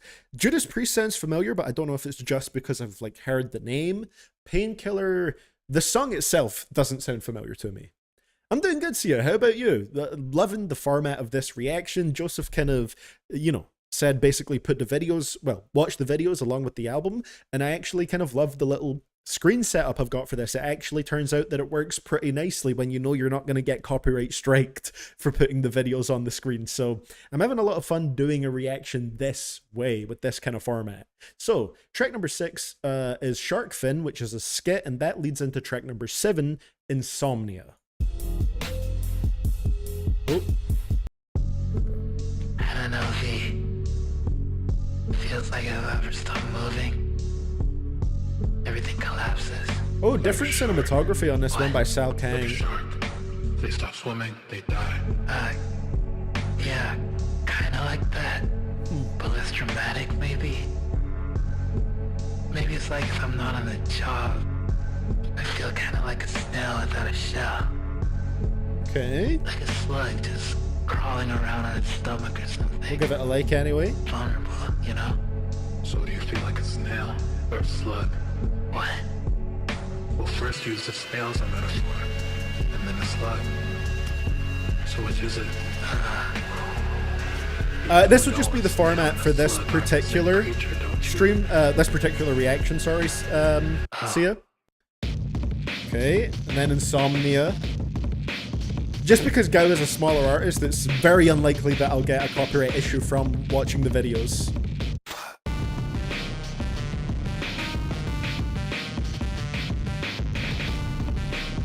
Ooh.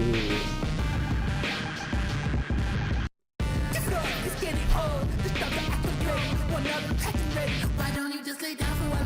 My natural end. I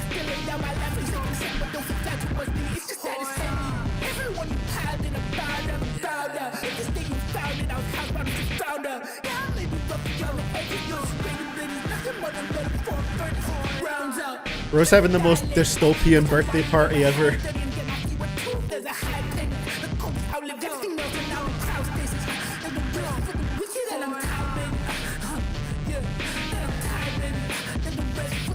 It can happen, Sia, with certain music videos. They're actually really bad for copyright strikes sometimes.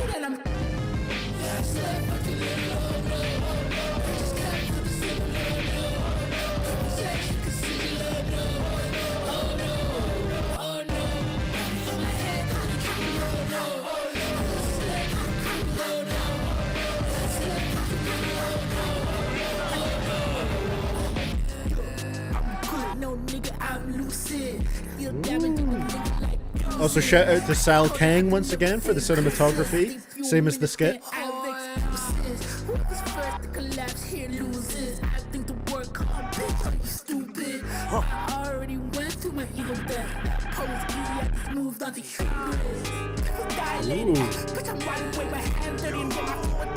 Hey, thank you, Yoshi. Much appreciated. Very horror-tinged stings there.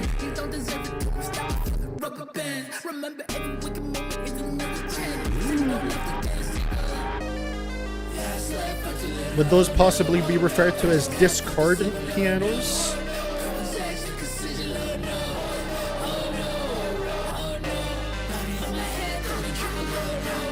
Yeah, that's what we're saying, Sia. Like, underrated here, right?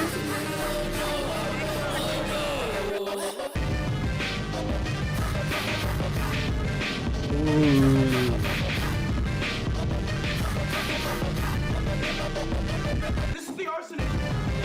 Love the "this is the arsonist" tag. Wonder what that comes from. I don't know if it's a clip from something or an original recording. Damn. Okay, there we go. Probably close the queue right there, and then I'll open it up a little bit later if there's still some time for more requests to come in. But damn, we have a fucking great queue today, to be honest. Let me just close it for a little bit. Thank you to everybody who sent stuff in today. I just know we have another album. I believe actually an album right after this is back-to-back albums. And then, yeah, I will open this up later if I have more time for it, which I actually think I will. But, you know, just to be sure. So, let me start that out real quick. That song's great, bro. The atmosphere and everything. Oh, you're getting a sneak peek of the dashboard. Look at this. This is where it all happens. This is how you can ensure I'll never miss a super chat, right? They stay here for me. Let me just remove this.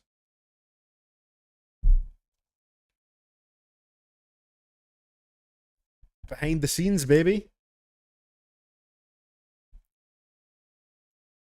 Queue closed for now. Potentially not a permanent queue close. Just closed for now.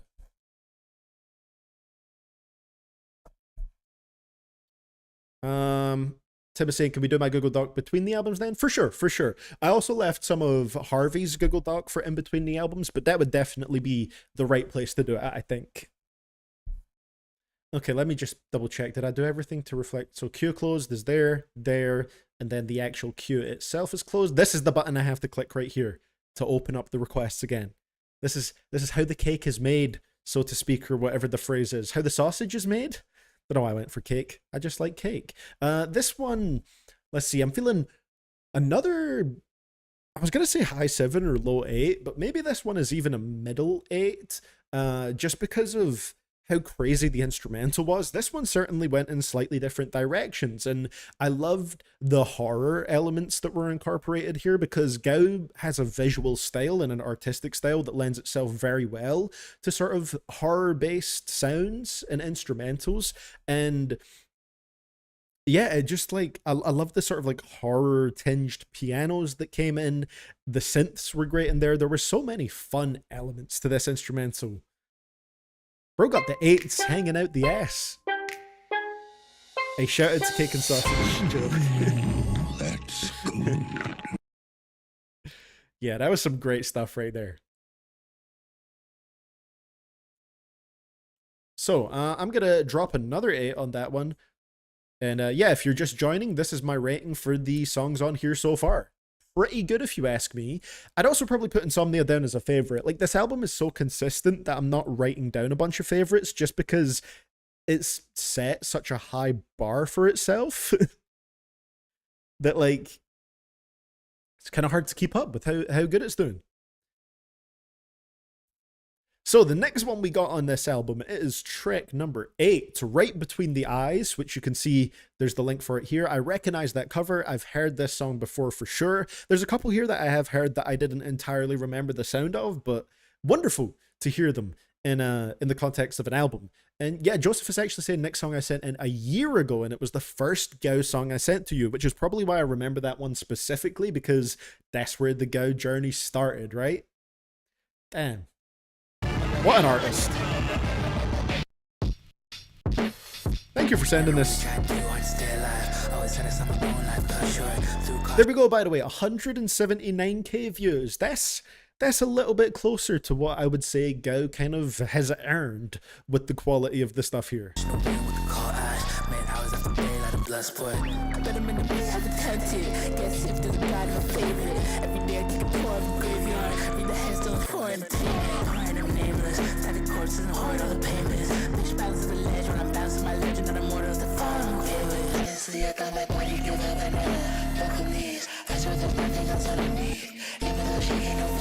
I wonder why it was this song that got a little bit bigger. I mean, it's a really good track, but I wonder what it was about this one specifically.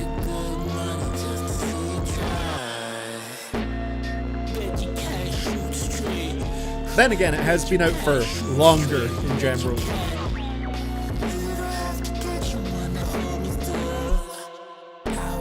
The sludge verse is expanding. Interesting, got a link tree down there.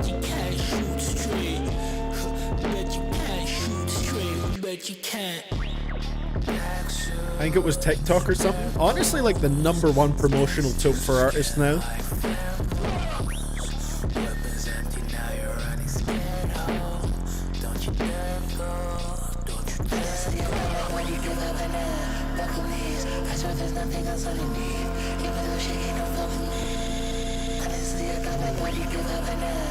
I feel like there's a little bit more clarity in the vocals on this track, which I quite like. While still feeling very atmospheric.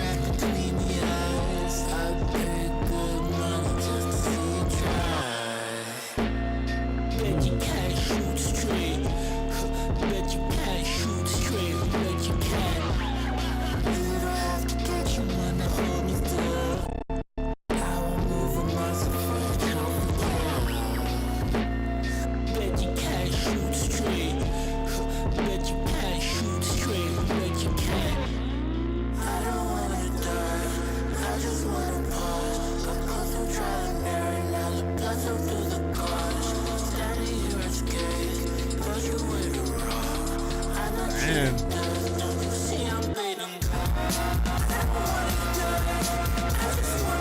Ooh, and the drums.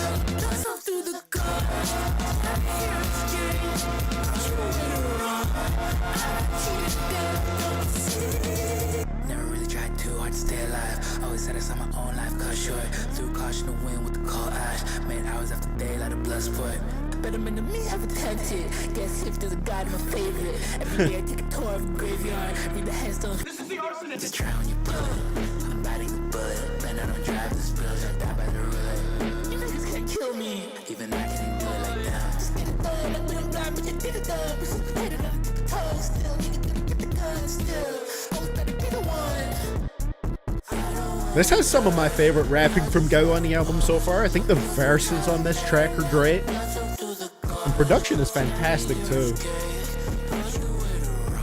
Hey, I will look it up in a second, Neon. Vote in the bracket indeed. Shout out to the Discord, alright? We got brackets on there. It's really fun. Go join up. There was chaos in the Discord last night, and it was beautiful. Yeah, oh wait, was there a transition? Let me just double check. Oh my god, next one is going to be hard as hell. Right Between the Eyes is another favorite. This one is Ooh, I don't know if this is like my downright favorite so far. I really need to re-listen to sort of distinguish what my sort of favorite of favorites is here. But this one is probably up there from like a middle to high A. I feel like this is one of the ones that has just stuck the most. I think the hook is really great here, has a nice stickiness to it. I think the verses are probably some of my favorite verses on this album, and the production had a lot of little switches and elements that changed up throughout it to keep it extremely engaging. The intensity of the drums during that one segment, you know the segment I'm talking about, that was super clean. The synths there were great. I just love what Gao is doing. Such a defined artist. Another 8. That's good. Beautiful stuff right here. So let me drop that 8 in here right between the eyes. Damn. This is a good ass album. Honestly, like up to this point, I hope it stays consistent, and I'm assuming it will. Up to this point, it is one of my favorite albums I've heard so far this year.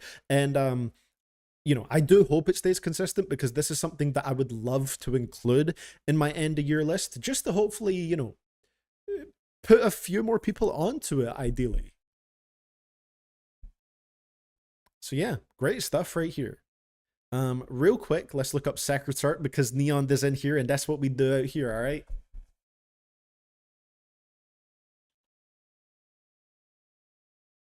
You guys can actually see it today. This is what Neon asked me to look up every time in the streams. Look at that.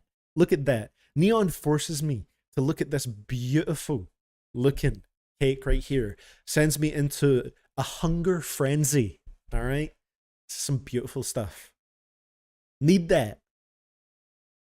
Need that right there. Thank you for that one, Neon. So yeah, right between the eyes is another great one. I think, yeah, the vocals from this one really stick, and I guess it really did just blow up from TikTok. But like, not only that, it's a great song in itself, and you know, I'm very happy that this one has done better. Yeah, because I think the songs on here deserve more attention and deserve more love, because you know, I've said it before, but even more so now, it's like every single new thing I see from Gao just makes me feel more and more like he's an extremely complete artist. What is on the link tree? Does he have like his comics there? Visuals, merch, maybe? Sludge tapes, Gao Essentials. Comics! Sludge Bath Comics. Interesting. Wow. Wait, is it free? Oh. Oh, you don't even have to buy it. It's just online? So these are the comics that tie into Gao the Arsonist's music. You can just find them for free online. That's so sick. Damn, I may have to go through this. He's got the smiley face toast. Bro wants juice. Wow. Damn, this is really cool. I'm gonna need to go through this. Oh, show in Glasgow in May. Fun. What a guy. What an artist. Secretary, better flavor than key lime pie. Hey, I love me some key lime pie, alright? That is some delicious stuff. Thank you for the super chat right there, Neon. So next track is track number 9, Unorthodox, featuring Not Nevi. Just do it. What an artist, bruh. What a lad, I agree, Chewy. Just please. Ooh. More visuals by Sao Kang. Sorry, my method on orthodox before it's watching me breathe. Could do the red tape to the box, I'll leave it all according to the street. I'm caught up in drawing a quarter, nigga, I'm bored of my teeth. Wasn't even paying no water, now for boredom, I'm free, already I'm free. I'm free. Look at my face, just going on born and all the dogs. Watch your folks, convictions, dodge your trick, in the ports and dog. And the air back is smoke, but the second I wore them back, I tore it up. Now I can't afford to let it slip. We the best music. My vision was meant to be tunnel. Go for the third and first in the funnel. If it get worse, watch what he succumb to. All of the shit that I come from. All of the shit that I came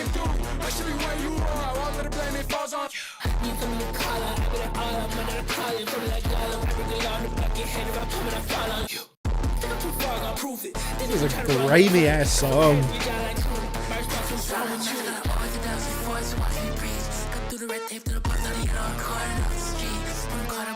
Yeah, Gao and Quadeca needs to happen in some way. I know he's a UK artist, Sia. I don't know where from specifically, or I can't remember where from specifically. Double check.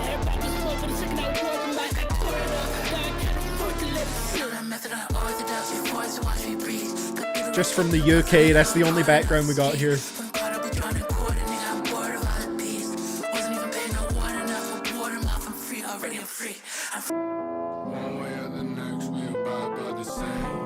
Damn.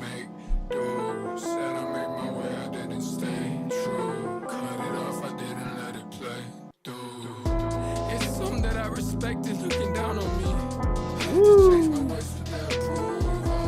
I'm walking all alone down the Cutter Street. I'm blending with the rest and I lose hope. I feel more trapped than ever before. They said I hit the hollers, hit me and I'll perform. Beating down the beaten path, can't look back like 10 and 2. Straight off from the pack and pick a fight with those is for. Oh my god. You already know, I'm dropping a like on every video, bro. And then that goes into Tooth Jar, which the name looks familiar. Pretty sure I've heard that one. Back to the visuals from Zach Watson for that one. Damn, so this was a song of two halves right here. That extremely hard first part and then softened up for, I believe, the feature. Not Nevi, I think, had the second verse. I'm not too sure. But yeah, I thought that was really well put together. I was honestly thinking a 7 at the start of this track. I enjoyed it, maybe just not on the exact same level as some of the other stuff on here. And then when it switched up into that second half, I was like, nah, it's another 8. It's got to be another 8. Guy was killing it here, bro. Wow. That's good. It was also just immensely hard, that first part. Ridiculous. Shit went silly blood. We'll give that another 8. The consistency right here. Come on now. Amazing. Let's see, have I got any good sound effects for when something is great? Well, this one works. That's that real music, man. Come back home. That is that real music indeed. Thank you, Lobi. God. This is crazy. There's one thing I'm wondering. Do you guys think that Gao maybe would have been a little bit bigger during the sort of 2018, 2019 SoundCloud rap era? Because this sound is still pretty fresh, if you ask me, especially with the way Gao does it. I think it's very fresh and relevant, but I feel like it would be even more of a popular thing in the sort of 2018, 2019 era if he was making this music back then. I think, you know, that's the era when people like XXXTentacion were very popular and people liked a lot of, you know, distortion and grittiness and graininess to the sound of the rap music back then. I could see this kind of, you know, working very, very well back then. Obviously, it takes some time to build up to making music like this because he's been making music for a little while and you don't just start off at this level. But I do wonder what would happen if this same project dropped back then. But yeah, he should absolutely be popping off because this shit is fantastic. Track number 10 on here, like I said, Tooth Jar. Believe I've heard this one before. Let's give it another listen.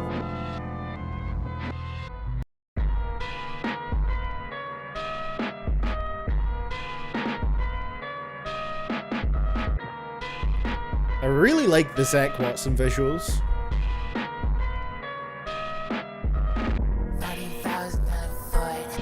Oh shit, face reveal. I feel like that's the first time I've actually seen Gao's face.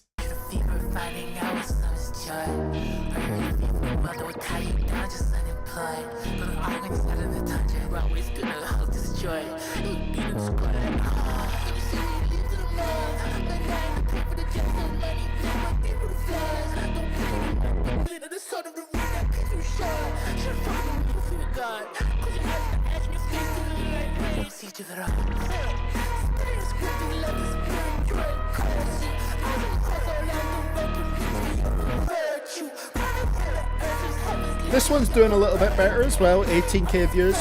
To be fair, the other ones haven't been out for that long.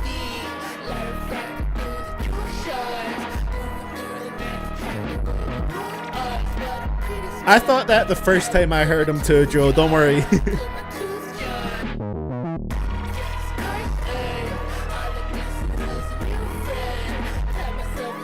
Woo.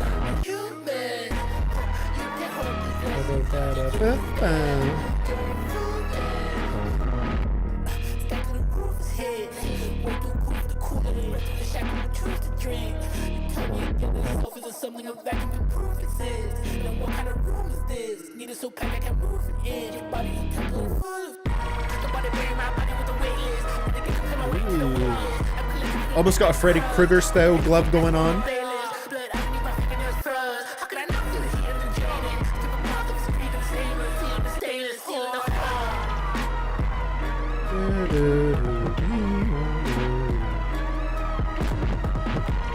The UK accent, it comes through every now and then to me, Joe, but it's definitely not the most clear initially.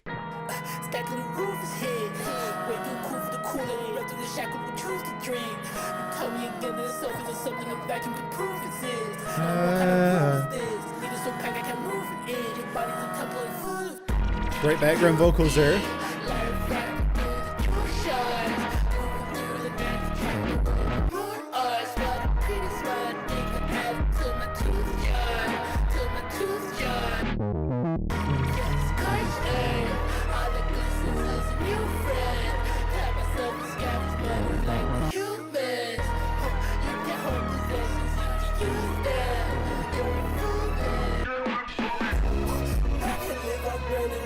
Ooh, got the slowdown going.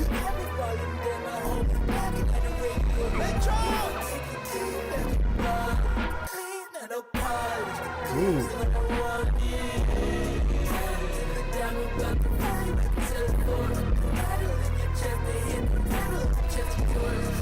Again, master of making an atmosphere.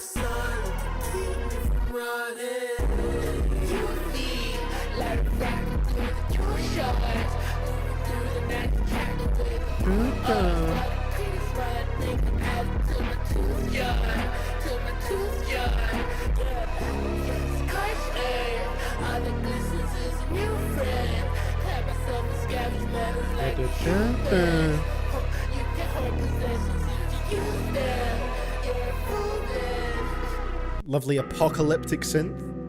I guess that kind of bridges into the next track a little bit.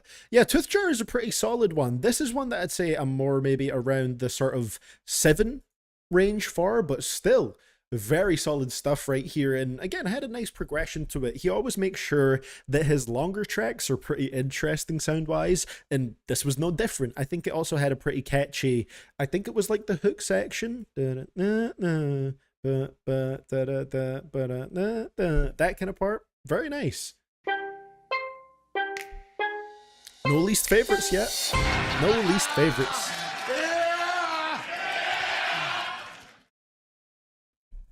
Love that right there. God, he is a consistent bloke, isn't he? 7 out of 10 right there. Yeah, but still a really solid track.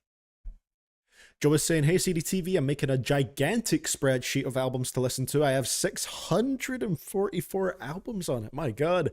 And I still have over 600 artists, not albums, to add. Any obscure underground rappers you think I should add?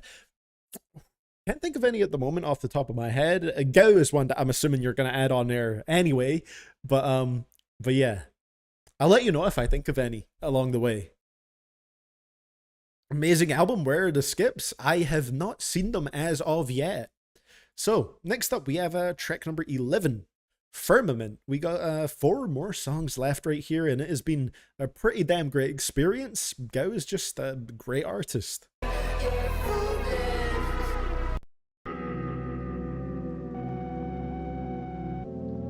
More Zach Watson visuals. Oh, interesting. I wonder if this line in the YouTube description there is relevant to the lore and the characters being portrayed here. Only just noticed that now. I watched some videos, but that here too. I'm gonna buy my Christmas post. This album is And They Mine for Our Bodies. See ya.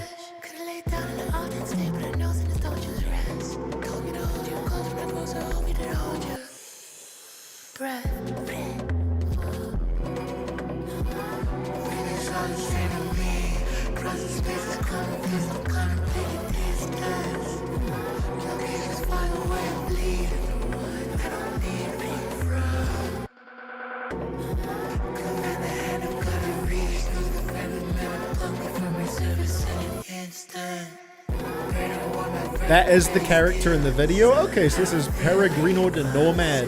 Only lays his burdens down in borrowed homes. Nice.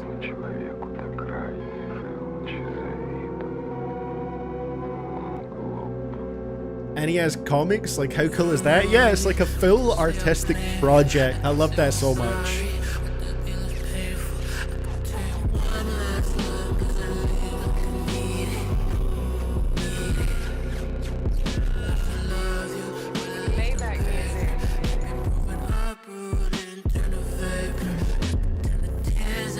Oh really, the background spoken word was in Russian? Hell yeah, Russia shout out.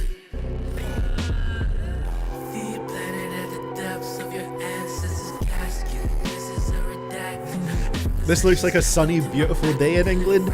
Yeah, that's about the peak of the weather right here. The UK has some of the most saddest beaches you will ever see in your life.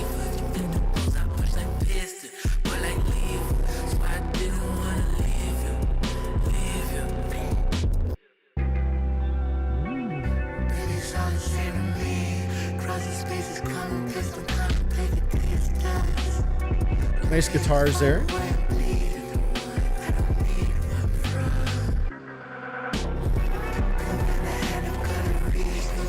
So I will say this is probably my least favorite on the album so far, but it still does a very good job at setting an atmosphere. Just one of the slower ones, you know? Maybe don't love the vocals as much on here, but it's still a solid song. Well made.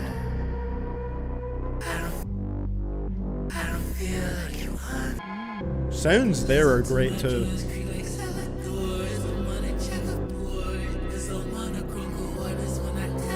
Another one that's slightly more popular from the album, so I can always give it points for that.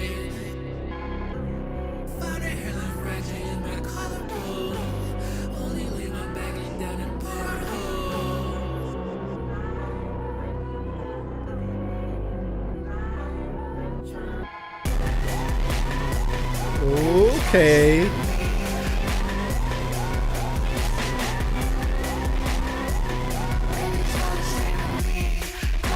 Bruh, fuck you, Go. I was trying to say this was my least favorite, and then you drop this hard-ass segment in here. This is the arsonist.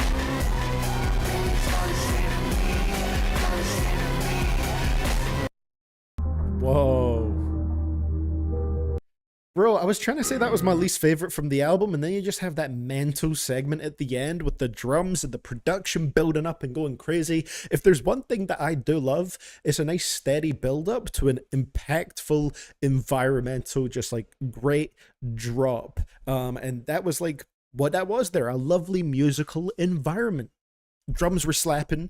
There was sort of like a siren sound in there, I think, that just, you know, a siren can always make everything sound more hype. It's a very urgent sound, and it definitely added into the sort of urgency of that section right there.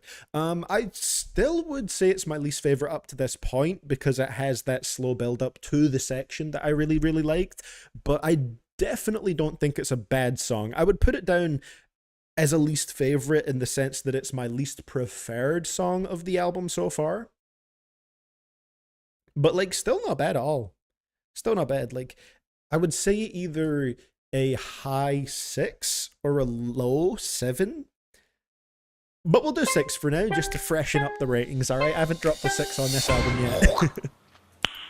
Nice. But yeah, even still, more listens might become a low 7, to be honest. Just on this, you know, this is a sort of first album listen reaction right here. So 6 for that, but still not bad.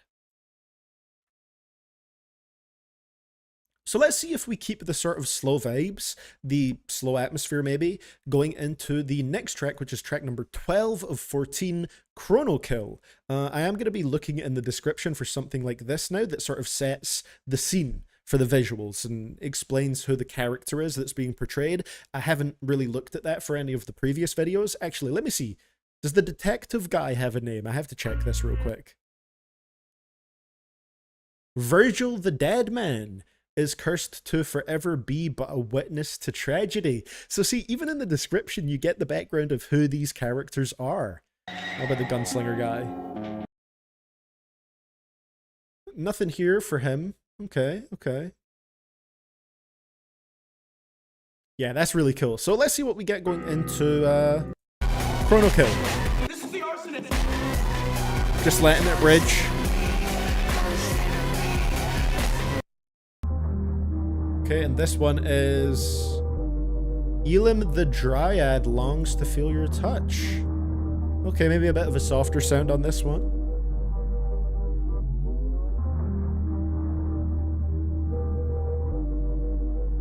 What a wonderful experience. This has basically been a visual album, the way we've listened to it, and I think it's been quite unique in that way.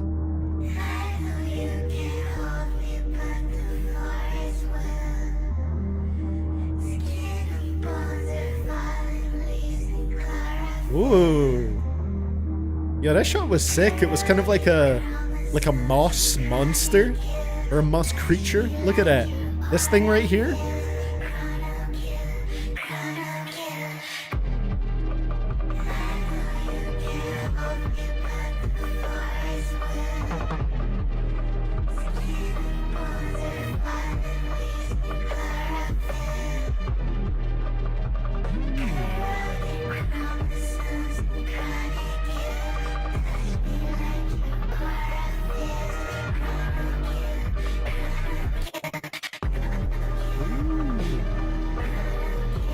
So this character here almost has a little bit more of a youthful sound, I guess. Also just feels like the little sound in your subconscious. It's the best way I can describe it.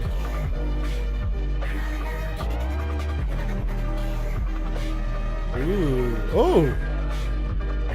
The exploding headshot? Oh my god. Bro's head turned into smoke.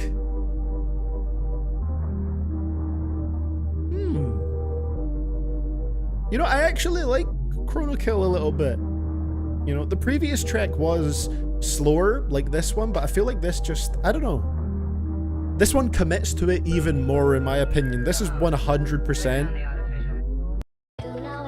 Yeah. Oh, next one sounds interesting. Yeah, Chrono Kill just committed to being this sort of slow interlude style song, and for me that honestly works a little bit better than Firmament, which still has the elements of the more exciting tracks mixed in there, whereas I feel like Chrono Kill really commits to it and fully goes in this just sort of weird direction. I like the vocals on here and the specific sound that they had to them. It sounded like somebody's subconscious talking to them in a way, with that ethereal sound to the vocals, the specific way that they were pulled off, and the sort of almost childish sound to them. I thought that was quite interesting. And once again, the visuals were really great. I loved, where is it? The grass monster thing that we have here. It's very interesting. You know, at the very least, this looks like quite a scared character, the way, you know, he's latching on to this grassy creature here. That one I'd probably give it like a 7, a nice steady listen. Not my favorite, but I enjoyed it. I think it still had a cool soundscape to it. Chrono Kill, Chrono Kill. What an artist, bro. I'm kind of sad that we're coming towards the end of this. There's 2 songs left. There's 2 songs left right now. I'm going to drop a 7 on that in my ratings right here. And I'm very curious to see if any of this changes when I come back through for a second listen, because I need to come back through for a second listen to make sure that it's one that would probably qualify for my end of year list, the best albums of the year, but it certainly could do that. Well, for some reason, this reminded me that you thought Piss on Your Grave was an underrated song from the album it's on, Rodeo. Yeah, I still think that. I still think that's a great track. I love the energy of it. Then again, I haven't listened to it in a while, but I think I would still feel the same. I think I would.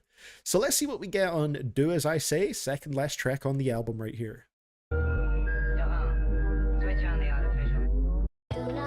So darkly gorgeous, yeah. Sao Kang again. No character background here. Sample-based sound. Penny X. Wake up, filthy. Just do what I say. I could never do as I could. Bitch, I know you can to my face. Like who knows why I choose what I choose. Not all water that's purified safe. Drinking booze, the suicide too. I promise you that not a human I hate more than a one after pressing. Just do what I say.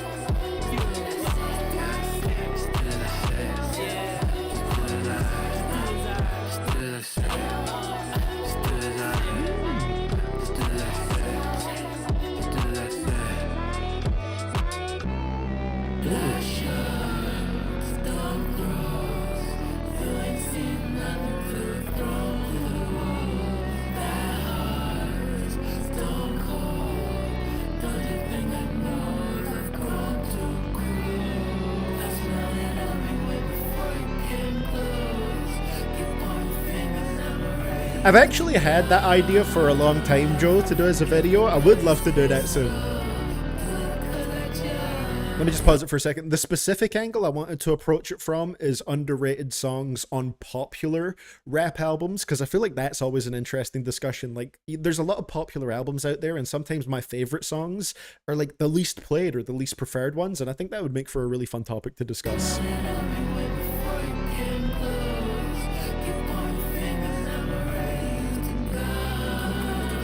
Wait, no way! Elim, the character from the last song, is the Moss Monster! No way! Oh, that's so sick!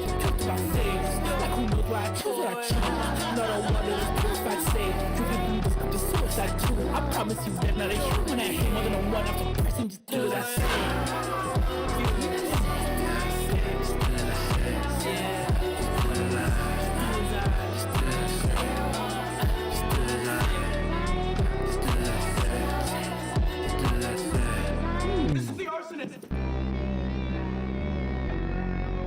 Love how the screen always cuts to black for the "This is the Arsonist" tag. Usually because the music is cut out for that part. Just makes sense for the editing.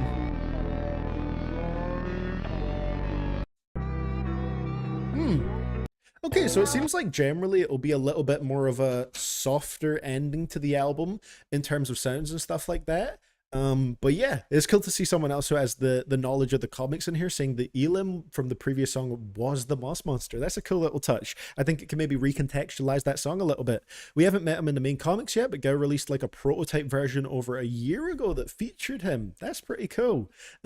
Joseph was also saying that this one is the most different of any Gao song, and I do agree with that. It almost felt a little bit strange seeing a video that has these kind of gritty, grimy visuals, and by Gao standards, this song has a little bit of a cleaner sound to it with the sample-based production, but I still think he pulled it off very well from a rapping perspective. I'm going to need to give that one a second listen later on to see if I really feel like the sound of the song matches the visuals and the album as a whole, but I like the song taken on its own. I just need more listens to see how it really, fits into the album. It's still pretty consistent with the style. It's just taking it in a different direction and almost like polishing it up slightly. Still would give it a 7 though. I think it's really cool and it's nice to see him do different things. Wasn't expecting a song that sounded quite like that in here. That's another yeah. So, let's move on to... Well, actually, let me update it in the Google Doc first. It's a 7 for Do As I Say. And then we're going to get onto the final track on this album. This has been a great experience, great part of the stream right here. And yeah, we're going to get onto track number 14 of 14, the final one on And They Mine for Our Bodies by Gao the Arsonist. This one is called Phantasm. Cinematography by Sao Kang once again. I guess his world is called the Sludgeverse, as it says here, enter the Sludgeverse. Ooh, bringing back the sludge for this video. Drop another like, of course. Even playing into the lyrics. The sludge verse is what I call my toilet.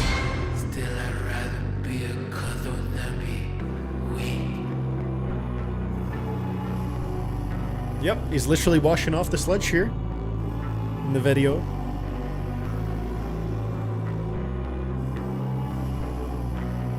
No matter what, I think the visual that I'll most associate with Gout is the gas mask.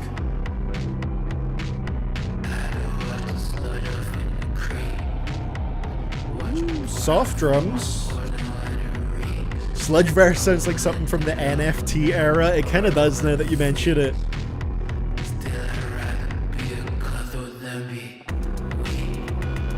Ooh.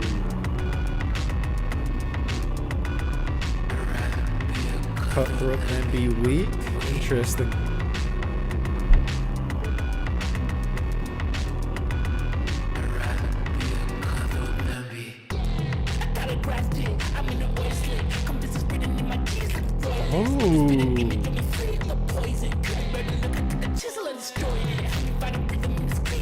Wow, this beat is great.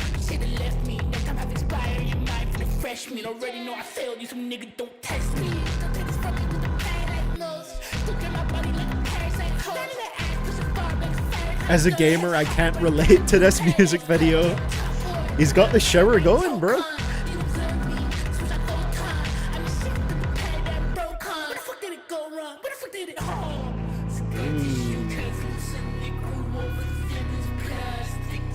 Okay, so the gas mask character is named Gouge. Interesting. I think this has one of the coolest beats on the album.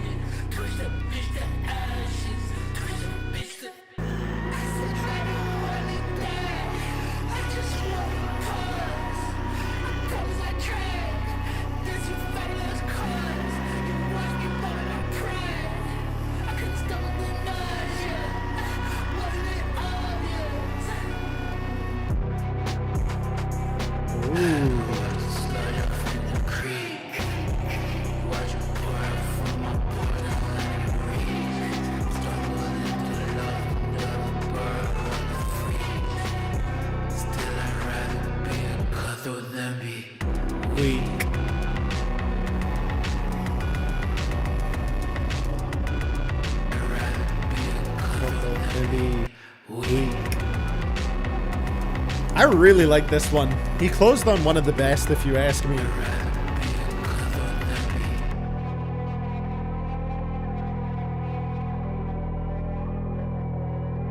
Yeah, I mean, I love a lot of this from a visual perspective too. It's all looped, but it fits the song so well. And I love the different characters too. That was one of the best ones to end the album with, if you ask me. Phantasm was one that still very much fit the post-apocalyptic vibes. Was a little bit more chill, but I think it had very interesting production once again. The drums in here were amazing. I loved a lot of the melodies in the instrumental here too. This is one that I'd give this one another 8, and I'd put that down as a favorite. I thought the visuals were really cool too. We came back to this gas mask character, who I now know is named Gao. Yeah. It's another favorite. I thought Phantasm was great. And one, there's quite a few on here. I'd be interested to dive more into the lyrics. But yeah, this one was very interesting. Had to wash the sludge off in the creek. Watch it pour out from my pores now, and it reeks. Stumbled into love and dug a burrow with the freaks. Still, I'd rather be a cutthroat than be weak. Yeah, that's very hard. I thought that was great. CDTV hands out 8s to Gao like Fantano does to Denzel. Hey, tell me they're not deserved right here. Okay, I thought this was a very great experience. Like, this was the first time I've done something like this for a reaction, first of all, just doing this sort of visual album. sort of reaction where we're watching all the visuals along with listening to the music, and I think that was probably the best way to do this, because it adds so much context to everything and shows off all the characters. The visual style really helps set the tone for all of these songs. Yeah, cannot be mad at this at all. Hey look, it's me, full screen again, back at it. Where did I usually have my camera? I extend it out a little bit like that. There we go. Yeah, that was pretty great. So if I had to give the album a rating overall out of 10, I mean, if you average down the ratings that I gave to this, it's got to be somewhere between like a 7 and an 8, and it's probably an 8. I'd need to re-listen to know for sure, because I wonder if it's an album, you know, I think the music on here is really damn good. I do wonder, there's a little bit in my mind that's wondering, does it hold up as well as just an album, just an audio experience, versus the experience of, you know, the audio visual experience, also watching the videos? But I mean, I think right now I've got to go for an 8. I think considering the videos and the visuals and the world building is relevant to this album in particular. So I'm going to go for an 8 overall, I think.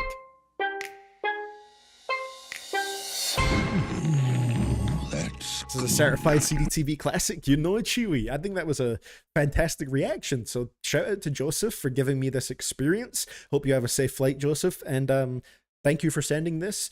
Even though you have a flight coming up, you might actually be on it right now. Yeah, that was a wonderful experience. Let me just bring everything back up on the screen that should be here. Wow. Wow. I honestly can't wait to listen to it as an album and, you know, get purely the audio perspective, because my focus was definitely split here. I would say it helped that the visuals were looped, so I didn't have to focus on them too strongly. It was probably like 70% the music, 30% the visuals, maybe even a little bit more weighted towards me focusing on the music rather than the visuals, but they definitely helped for scene setting and atmosphere setting, and understanding the different characters gave an extra layer of context to everything that I think is pretty important for something like this. So yeah, thank you for sending this in right here.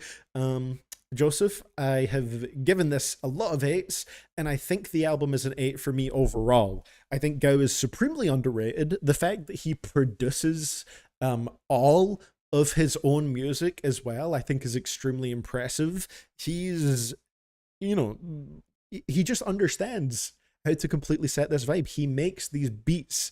He obviously writes the lyrics, he raps the words, and he plays a role in directing all of his videos as well, even edits a bunch of them. A very complete, well-rounded artist, and the fact that this ties into a comic book series as well, I think is absolutely fascinating.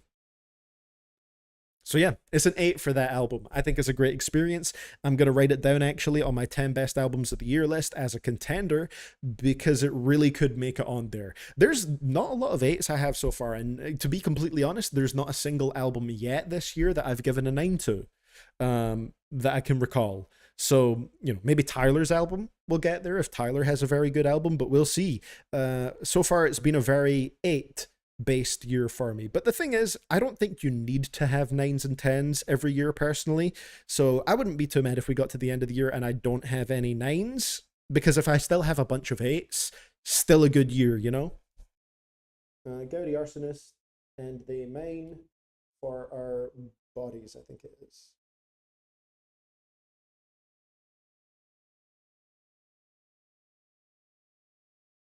Yeah, just writing that one down as a contender for my end of year list, because this could absolutely make it there.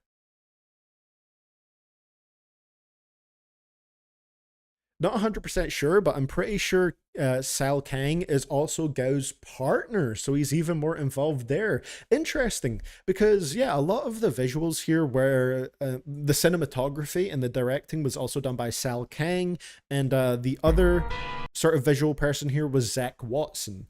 And I think they did a great job with the cinematography and helping out with the visuals and making everything look as amazing as it did. Great stuff right here. Hoping for Vanisher to drop this year. That would be amazing, Neon. I would love that. Very interested to see what direction that goes in. So, yeah. We are going to get the next request loaded up. I'm going to go through the Google Docs before we hop into our next request, so don't worry about that.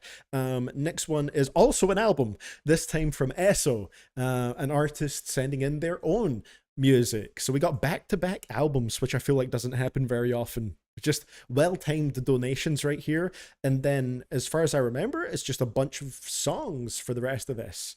Maybe some playlists in there too, but for the most part, shorter requests. And like I said, if we have time at the end, I will happily open up the queue because, you know, why not? We're having a blast today. So, yeah, quick bathroom break first though, because your man has been sitting here for 2.5 hours without a bathroom break, which is, you know, that's pretty solid timing for me. What will I play while I'm away here? We'll have a little break from Gao, which was great music, don't get me wrong. And I'll play you probably some, let's see. Gonna play you some tracks from the most recent Baldy James project, which I really like. Across the Tracks with Conductor Williams. There's a lot of really good stuff here. So, 300. Yeah, that's a banger right there. I'll play that one for you. And then we'll just do an old switcheroo, which is actually one of the names of the songs from that album. And I'm going to add a Yeet song after this, just so that if I'm not back by then, you guys can get a little bit of tonal whiplash. From the most recent project, of course. I might actually put out the reaction to that while I'm on my bathroom break here, because that is going out today. My reaction to Yeet's album. I mean, hey, Detoxify, that's how these streams work, you know? Sometimes there's albums in the queue, but after the next album, your request is 1, 2, 3, 4 songs away. So yeah, sometimes you gotta wait a bit, unfortunately.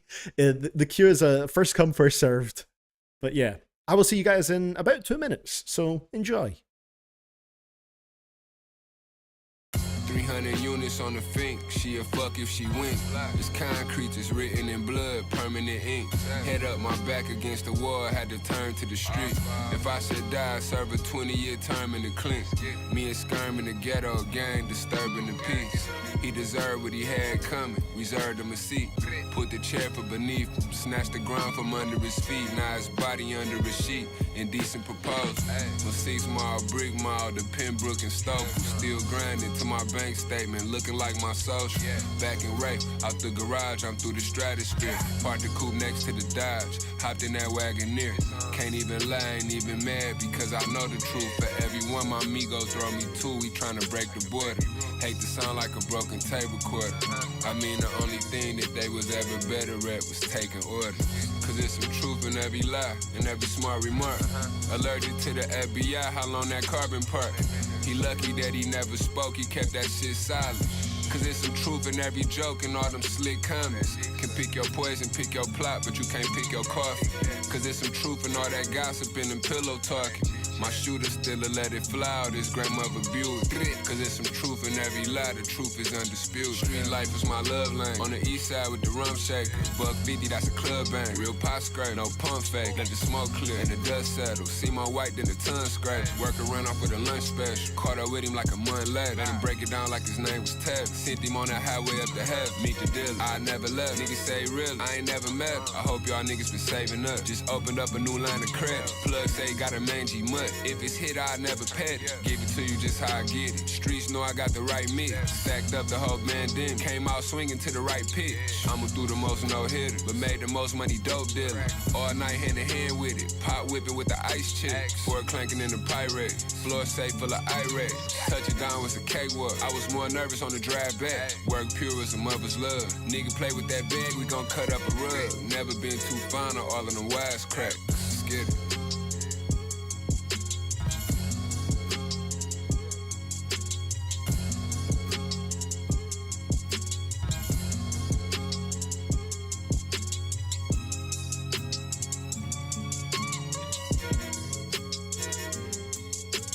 Damn, conductor, where'd you find this?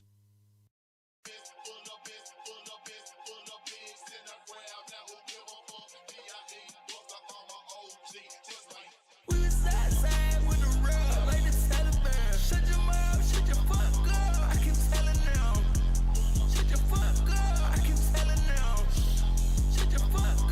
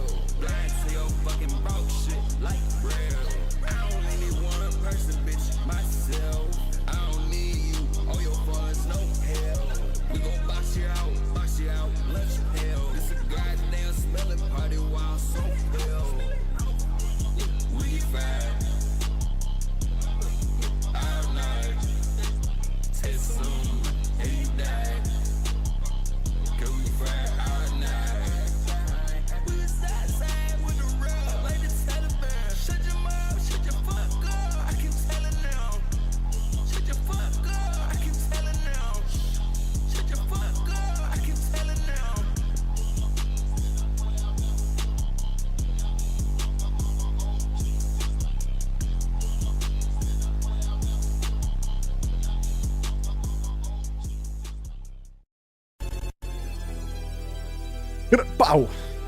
Sorry if that was a bit of a jump scare. Yeah.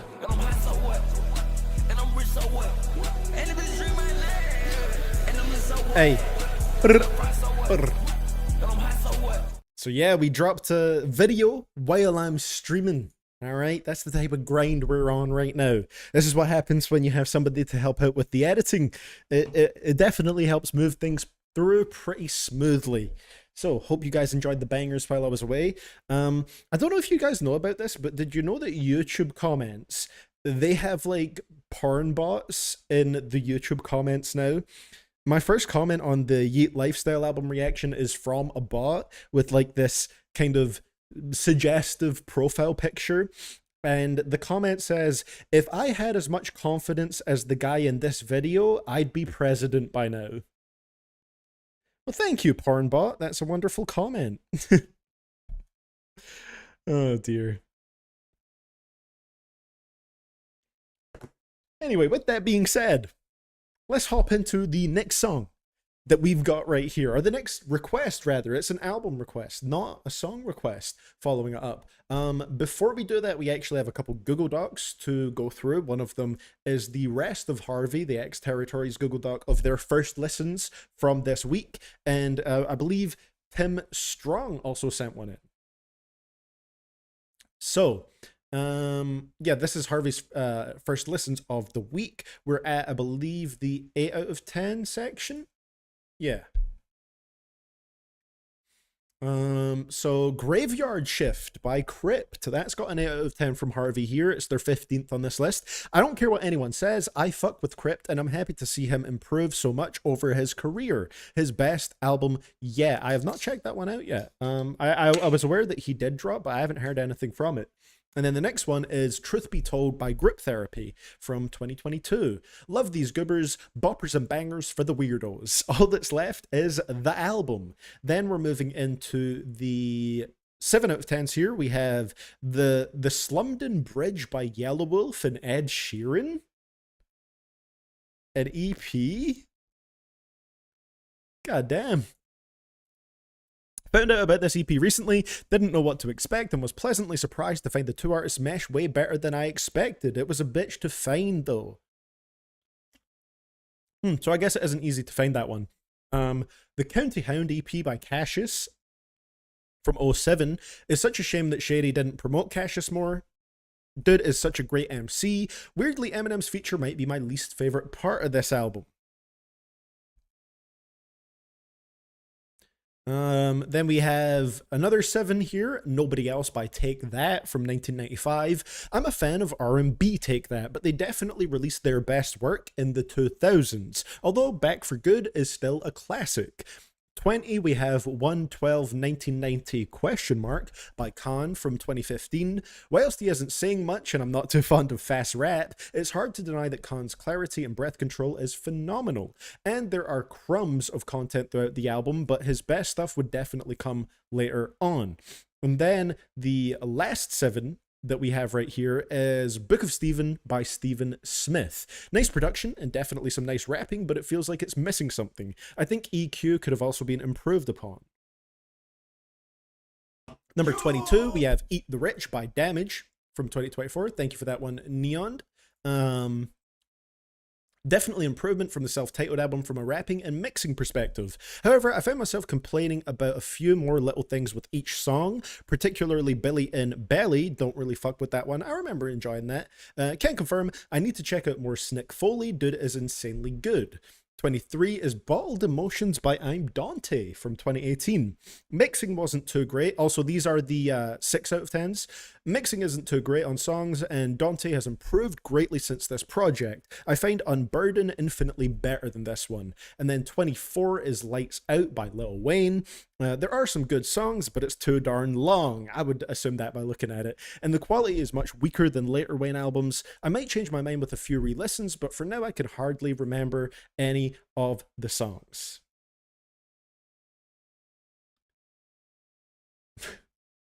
What is Rob Z saying here about sending every Fantano 0 into the stream? What is that in relation to? Have you listened to Noid yet? I have not. And then I believe we also got a Google Doc from Tim Strong. So let's see what we got on this one. Let's see. And then we'll get into our album right here. Where's the Tim Strong message? Hold on, I've lost it. There we go. As promised on the Confessions of a Dangerous Mind torture stream, here's a little doc I put together with 5 recommendations from my home country's rap scene. Enjoy. Okay, so I'm trying to think. We might go through this throughout the album, maybe, because I'm trying to mix it well with going through the requests, just because there's a lot of people waiting for their songs to be played as well. I need to find a better way to balance out the Google Docs, all right? Because I do appreciate them, but I have to try and figure out how to sort of mix it together. There is 5 songs, it's just more so the word count, you know? But yeah, we have 5 Russian rap song recommendations from Tim Strong. Hello, CDTV and chat. For those who don't know, I am in fact half Russian. Dad is from Canada, mum is from Russia, and I grew up in Russia, so I was exposed to plenty of Russian rap at all times. Therefore, here are, like the title says, 5 Russian rap songs that I really enjoy in no particular order. Let's get into it. All right, let's see. We'll do... first song we have here is an artist called Oxymoron with 3 X's, The Story of Alisher. I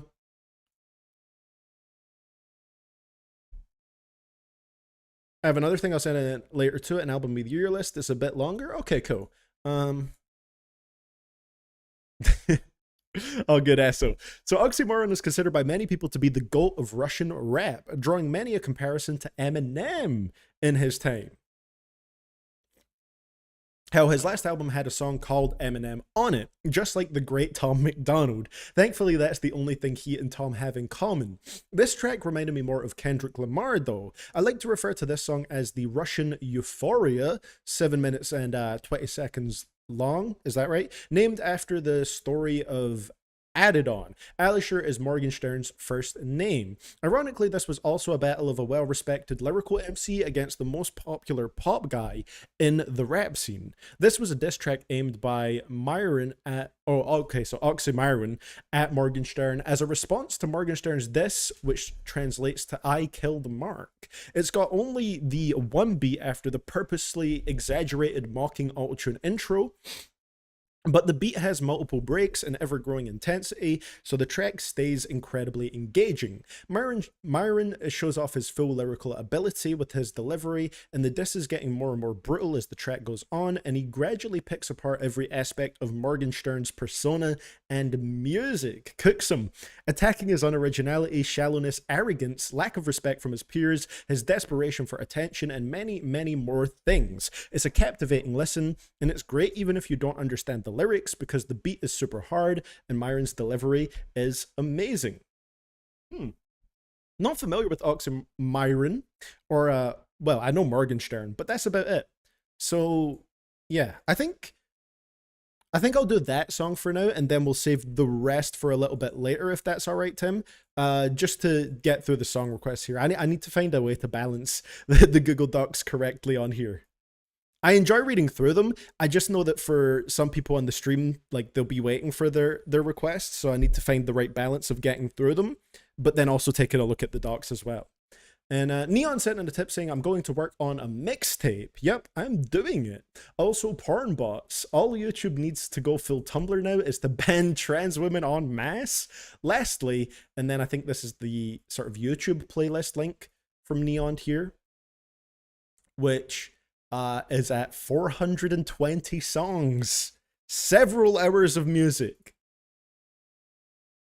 Damn. That's insane. I believe I also got a tip from Lou at some point. Lou saying, if you ever need the lyrics, I can give you all the lyrics. Okay, so this is when we get around to a request that Lou sent later on as well. Okay, cool.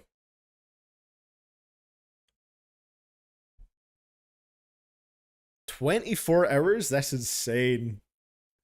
Oh my god. Miron is the pronunciation. Okay, Miron. Oxymiron. That makes more sense. So the next request we got here, like I said, it's the second album, 2 albums in a row. This one was sent in by Esso. And Esso was saying this is not the YouTube link, all right? We're not listening to the Tekken 4 soundtrack.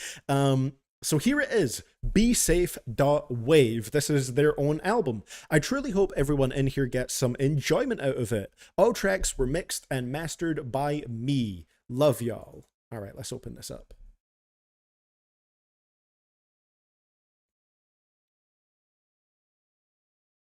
Okay, so we got 14 songs. Album length is about 34 minutes.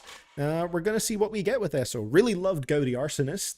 So let's see what we get from some homegrown talent right here, all right? Esso is in the streams all the time, and we're going to see how their album turns out right here.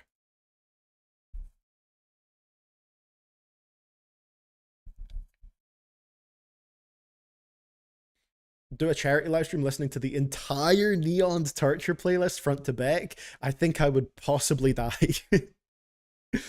I might die. So, track number 1 that we have right here is called In Love Wave. Let's see what Esso has for us today. I'll get up a notes page, write down the favorites and least favorites as we go along here.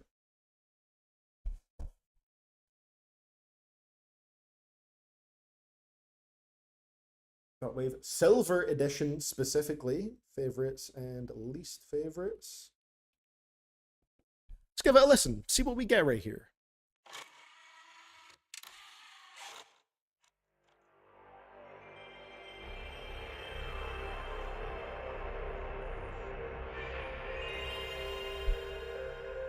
Okay, cool atmosphere being set so far, fits with the video gaming cover.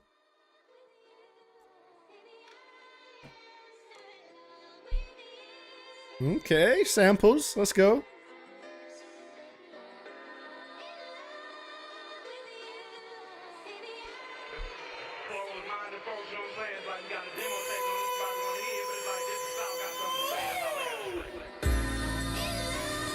Okay, bro, hype this hell. We the best music. We're killing for hard stop transitions. The ink spilling more. Different cores, eat rap courses. Lord willing or will placement in existence. This mad villain war depresses, de-stress the mess. So we press. We get to save less and break more. Machine girl, the sewer slut. We in the break core. Canceled another record to record different content. I'm content to suffer failure to access. Steve Stout mastering, gaining addresses. At best, heading towards none labels progress. It's a wonderful beat. Big fella, what's up? You hear that new Kurt Franklin? Nah. Turn it up. Go! Hey.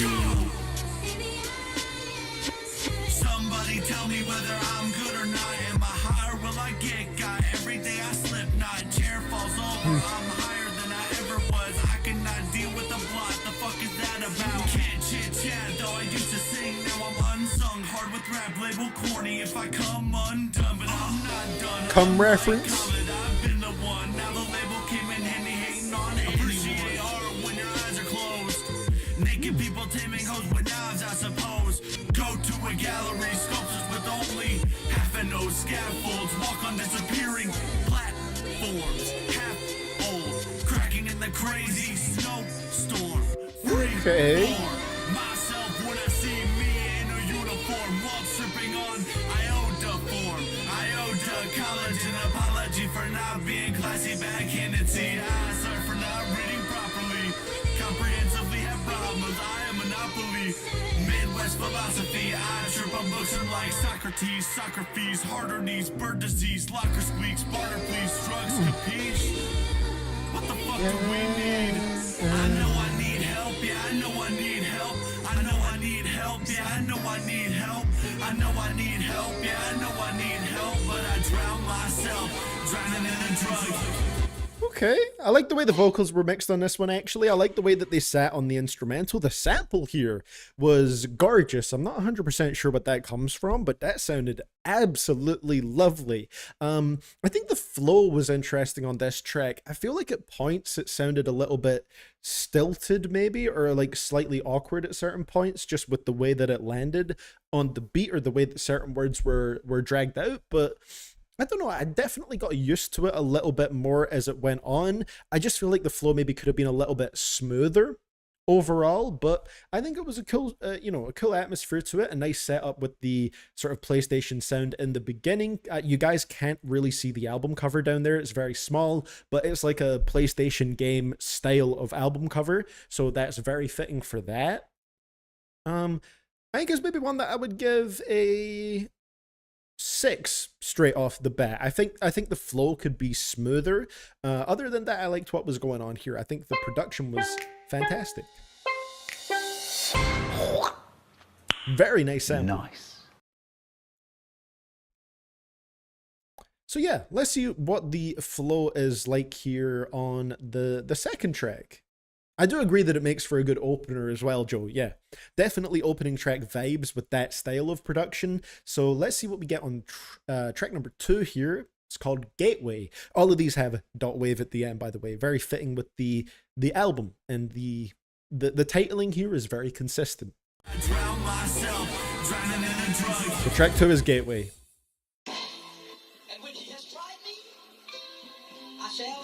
Wonder if we're going to get a very sample-based sound here. It's a cool touch, not going to lie. We love consistency out here, Vincenzic.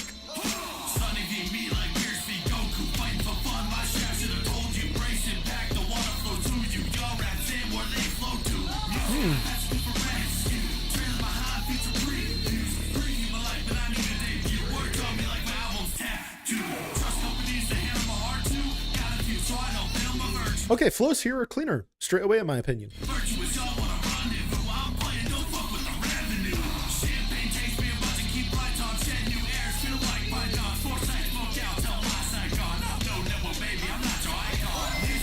Ooh, nice.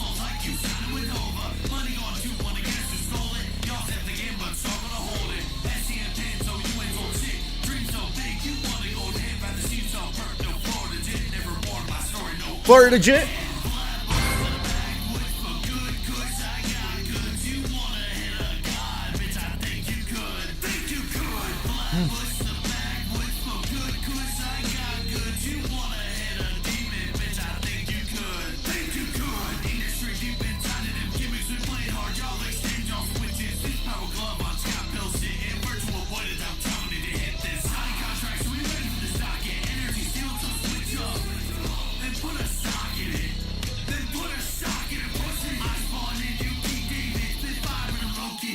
Interesting. He said the opener was the oldest recording session, so that's why he sounds less confident. Okay.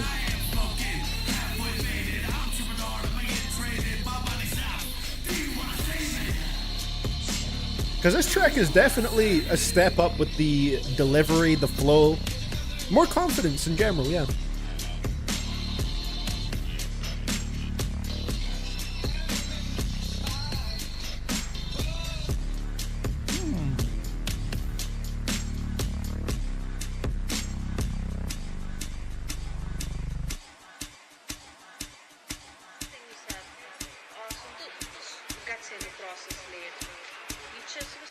Damn. Okay, yeah, that was a pretty solid track right there, and definitely I think a step up from the intro. I believe we still had sort of sample-based production on this one, which I think will be a bit of a theme throughout the album, which I absolutely do not mind. In fact, that's a very good thing. I love sample-based production. The one here was great. The instrumental was more of a slapper right here, and I think you can just see a big difference in the confidence between the first track and this one right here. The flow was smoother. Even the actual way the SO's voice was coming out there was a bit more confident. If the previous one I would say was like a low 6, this one I would say is a bit more of like a high 6, possibly bridging into a 7, like somewhere around, right on that verge, maybe 6.8, 6.9. I think this was a better track than the opener. I enjoyed this one. I liked it. Nice. Lot of energy to this one. Very nice energy. And we will write it down as a potential favorite at the moment because, you know, I have no expectations set going into this. So, or well, very limited expectation set going into this, I should say. So I don't know what the peak could be for me. So I'll write it down as a potential favorite. But we'll see where the rest of it goes. You know, I think this one was a step up from the first. So next one we got right here is track number 3, Legal Disclaimer. .wave. I also forgot to check Genius if the lyrics were on there. Love note to the unfinished business I plugged in. Ethernet takeover, so the game I snuck in. I'm a high key the way I trace to get the puck in. Earn it year by year, but I ain't saying fuck it. Got insane pain, I'm no Teddy Perkins, bitch. Snap life rap takes away, I'm certain of it. 8 years right, and I ain't seen a curtain yet. Death by degrees, these drugs ready and set. Heard these pussies squatting kids wanna start dissing. No follow ass, had his ego really start wincing. Maybe I ain't no mind, got you in between switching. Better prove your worth as you hear the Lord willing. Out on sunny days, think the money print. You ain't saying shit, so tell me what you bringing. Pity parties. Interesting mix of sounds here. I'm not sure yet if it works together or if they clash more so.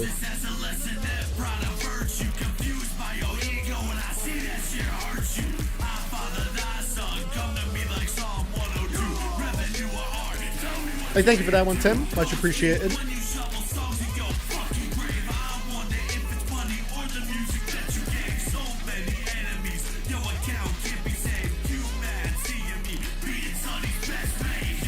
Bit of like chipmunk style sampling here almost.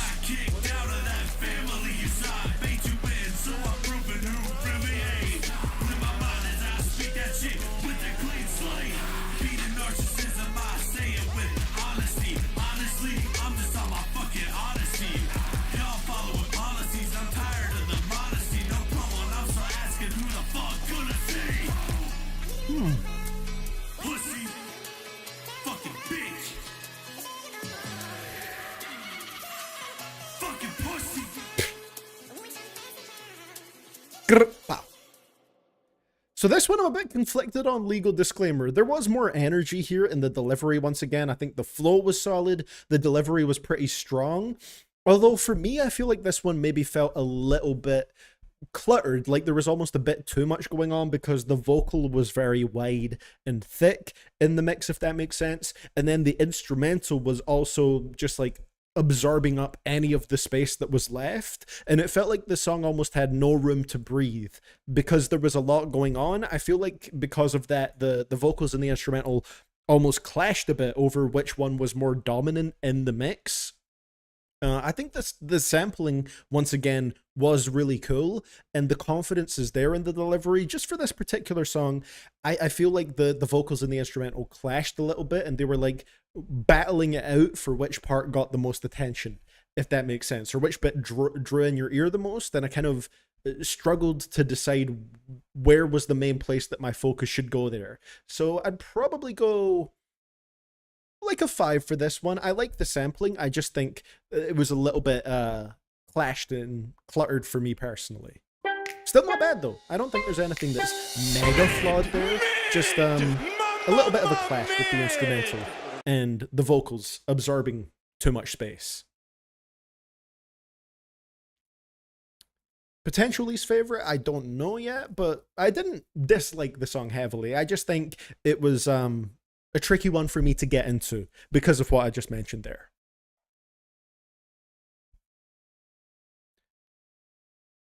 So, yeah, let's see what we get on the next one. Next one is super short, about a minute long. There is a lot of, it's generally just a shorter project, one that I think if you listen to start to finish with no pauses, it would be a pretty rapid listen, you know, bridging between each track pretty quickly. So I do think this is structured well so far in terms of the songs. Nothing overstays its welcome. That's what I was trying to say there. Nothing overstays its welcome.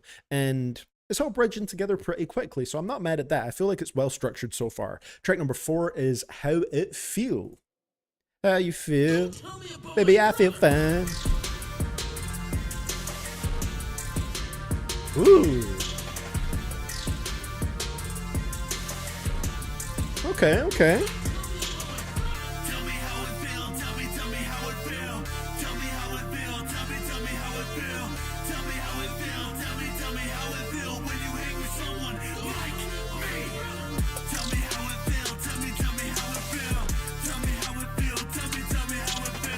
Okay, a bit more raw in this one.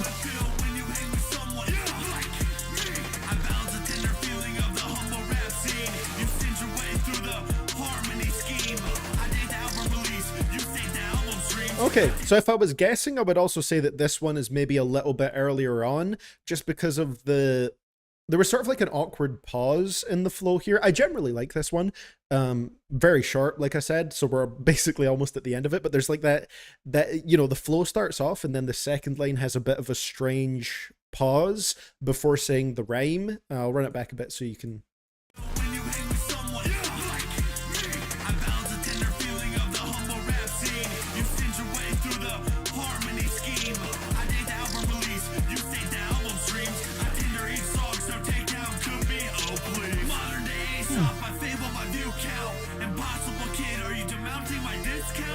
Aesop Rock bars.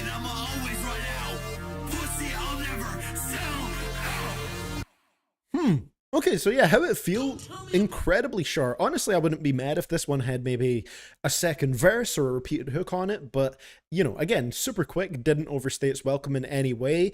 I think this one started off solid. I like the intensity at the start. I think you do pretty well at those sort of steady, intense, aggressive deliveries. I think those work really well. I like the way that the verse started off, but then in the second line it did have that sort of what I would describe as a little bit of an awkward pause before delivering the rhyme and then continuing on again. But it's a song that was so quick and short and energetic that it didn't necessarily outstay its welcome, but I also wouldn't have been mad at that one being longer. I think as it is, maybe go for a little bit of a between a 5 and a 6 here. You know, nothing here has been horrible, definitely. There's just, I would say it's a work in progress. There's stuff that could be improved on here, but I think there's a solid foundation as well. So for this one, I'm gonna go for a 6. I definitely wouldn't mind listening to that one again, especially with how short it is. That one just flies by. Nice. Oh wow, so the next one is even older than that previous one, so it'll be interesting to see how that goes. But I think that's the last old one until the final track. Well, let's see what we get on the next one. It is track number 5, Charles Bukowski Drinks Like Me, .wave. Let's go. Yeah. The beat style is cool. 14, 10. I'm biggie when I saw the party to these rap dawns. I'm with it, I wanna be a lottery, each first a con. Ready to die, overdose, brain bush by brawn. Hall of Fame, I'm drawn to control, but not if I'm gone. That the humble rap, that song should've gone in. I'm in the crypto futuristic rap shit, I'm on it. But this Mac lethal feeding cash got a pawn it. That the none of Is rap that... hell is hot where I spawned it. We got the death to mumble rap references in here. I do rap shit till I'm big rich. Got PF paychecks clocked in. Be a big cinch with this shit is dialed up. You track a win. I like the Yo Brooklyn sample. Got more drive than y'all trying to get your clutch up. Tires on the road to success. I'm a son ya. Some of you drive with delivery. I thought I hung ya. Full cases with trophies like the Grammys know me. So we confident I'm saving my last point like Kobe. So I get free throws. The artist, I like to posy. 24 plus 8, man, quit being nosy. Took a few months off, now I'm coming for blood. Next one might be after the album, Tim, just so I can maintain the flow of it and keep it fresh in my mind for the review purposes. I got that mental maturity, that mental purity. That you haven't heard of me, that lacking insecurity. That flying off the balcony, that mental clarity. The rarity, the God, the fighting authority. I've been having conversations with the concept. Whoa.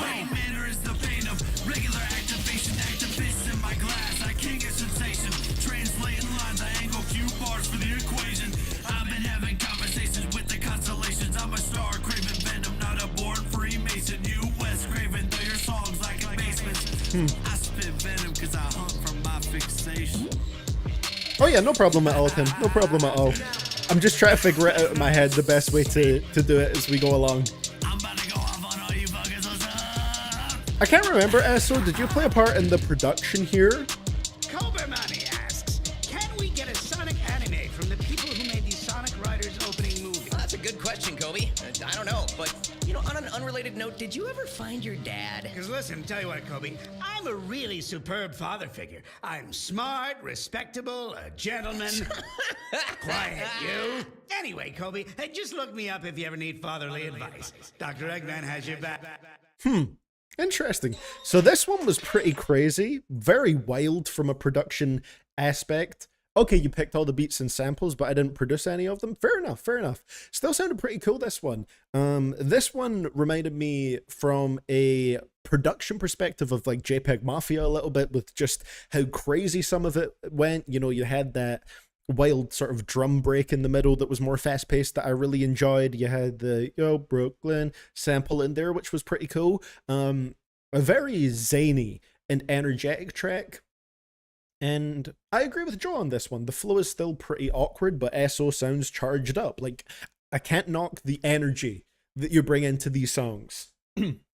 You definitely do it pretty well. It sounds like you're charged up and excited in there while you're recording these tracks. This one in particular, yeah, I do think the flow maybe sounds a little bit awkward, and I'm not sure if it completely stuck the landing with the more wilder experimental sound of it, but I also thought it was pretty wild from an instrumental perspective. This one, I'm kind of stuck between a 5 and a 6 again for this, because like I said, there's clearly potential here. I just think there's definitely flaws to it as well. And like you said, this song was a little bit earlier on, before you'd fully kind of got the delivery and flows down in a way. So maybe go like very high 5, possibly like low 6 as well. Mid! Mid!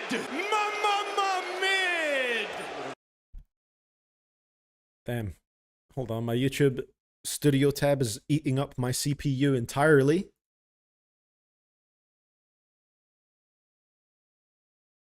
So, yeah, but still not a bad song. You know, there's nothing here that I would say is bad so far. I think it's, there's definitely potential here. How long is this album? 14 songs. The next one is track number 6. In terms of like minutes length, it's 34 minutes. So next track is track number 6, Father's Day .wave. Ooh.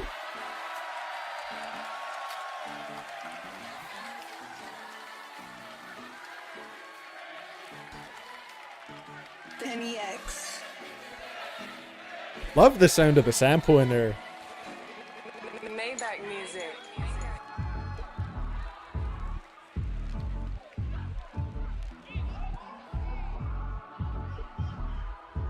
Okay, I like the build up. Oh yeah, this could be fun. I'm in a vaporwave, it's a vaporwave. All new webs, new paper saves. Sonic adventure, faker games. Changing a 2-week raid lane. I'm mage, fucking dictator rain. In a coupe. Let me pause it for a second. I do appreciate you putting a lot of your personal interests into the lyrics as well. I think that just adds character to them. You making references to certain stuff. A lot of it obviously is video game based, which I think fits in with the overall presentation of the project. Yeah, just put some personality in there with all the different references you're making. I like that. And fly kites and fight nights and light brights, he hype sights and white nights goes fight right then fight right. Need to bring back a spite bite. He just to have it quite right. Short memory can't type bites. Official shit, no Dwight Blight. Ain't crashing the party, I ain't like Cardi. Been safe on my time, my shit just started. Gaining energy, catching me fading on enemies, jamming our shit. Been all my symmetry, that's on my enemies, out of my plate. Gotta say handily, why'd you talk? Don't you have dignity? Don't you have empathy? Don't you have sympathy? Why'd you talking? I'm what you'll never be. Why'd you talking? You ain't ahead of me. Why'd you talking? Ain't even close to me. Why'd you talk? You don't even know me. Clearly I'm grown me. Cloud a phony. Look like you end up faking it, Brody. I just be puffing my stogies. I just be puffing my stogies. Okay, solid flows on this one.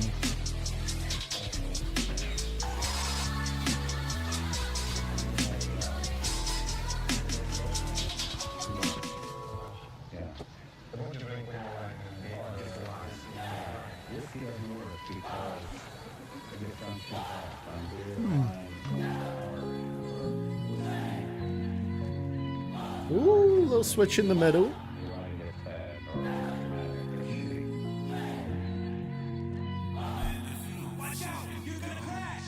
Accelerate, accelerators going vertical with nitrox. Hot boxers, riffing Diora. Better than Fora. Pussy in Bora Bora. Mr. Fox killing crocs with oak eggs in that beatbox. No startled MC. MC's heart and egos. He knows. No. Okay, pretty nice. More sworn to swords, no chain link. No charts on what you said. Silvers are twink. Stuck YT sponsor. It's a rate of villainy. Spilling ink like her chilling of the MLB. Willing Sphinx to kill in the old BC. While I keep it where the aliens be. HOV be spraying low key. I never stole heat. I only stole beats. No Christopher. Two birds, one stone. That Mad Lib is known to throw. Cakes known to hose. I'm known for Minecrafting. With my hats and I raise hatchlings. It's baffling. I tell jokes. Man, no one is laughing. Man, no one is laughing. Okay, nice closer to that. Nice last couplet to close it out a little bit. I like that. This was a pretty interesting track. We had two different halves on here. The first beat had that amazing sample and just went extremely hard. Second half was a little bit more toned down, which I thought was pretty cool. I found what his voice reminds me of. He reminds me of Ethan from Sidemen with that thick ass voice. Definitely has a very thick voice on here. And yeah, I think it worked pretty well on this particular track. This, I would say, has been one of the better ones so far. First of all, you had two different halves. A beat switch is always fun, except for the times when it isn't. In this particular case, I think it was pretty fun. First half was nice and energetic. The flows definitely felt a little bit more polished. Yeah, and again, I do like you putting certain references and stuff in the lyrics, which adds personality to it, and the second half felt like it was a little bit more personal and going in a little bit more of an emotional direction, which I also appreciate that. This one is maybe closer towards like a middle or high 6, I think. Again, could use a little bit of polish, but I still think it's pretty cool. Nice. Good stuff. Good stuff. Maybe we'll put it down as a favorite, actually. Father's Day.wave. With the exclamation mark. Can't forget the exclamation mark. I always type down these songs in my notes the exact same way that they're written down, alright? I'm staying accurate to the album, respecting the artistic vision.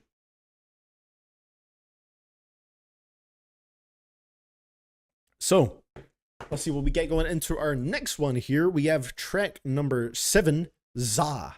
Let's go. Halfway point of the album. Ooh. Pretty solid ear for beats so far, I would say, too. Grr. Bow. You said as soon as I was 16 I could drive the car.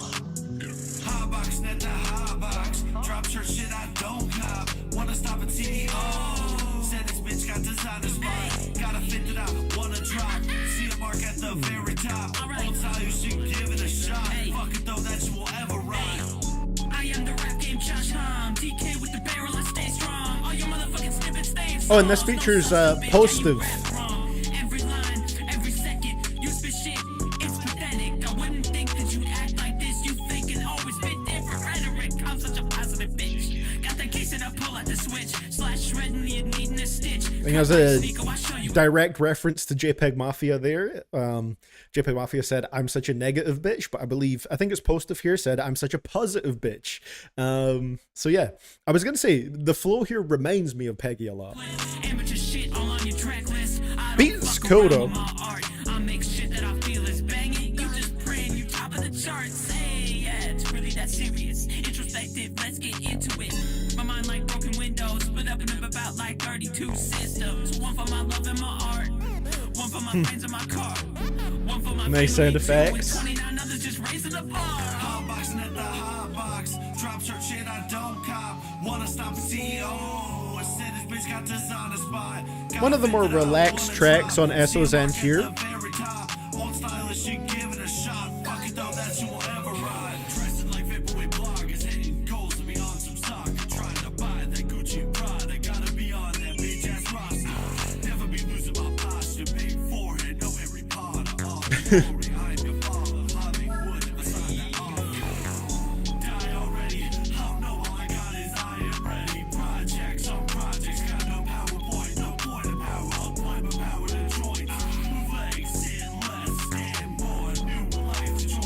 Okay. Ooh. Little slowdown at the end.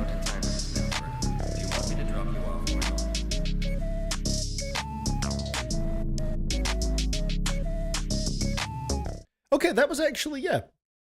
Another one of the better ones so far for me. I think having a feature on here helped freshen things up a little bit.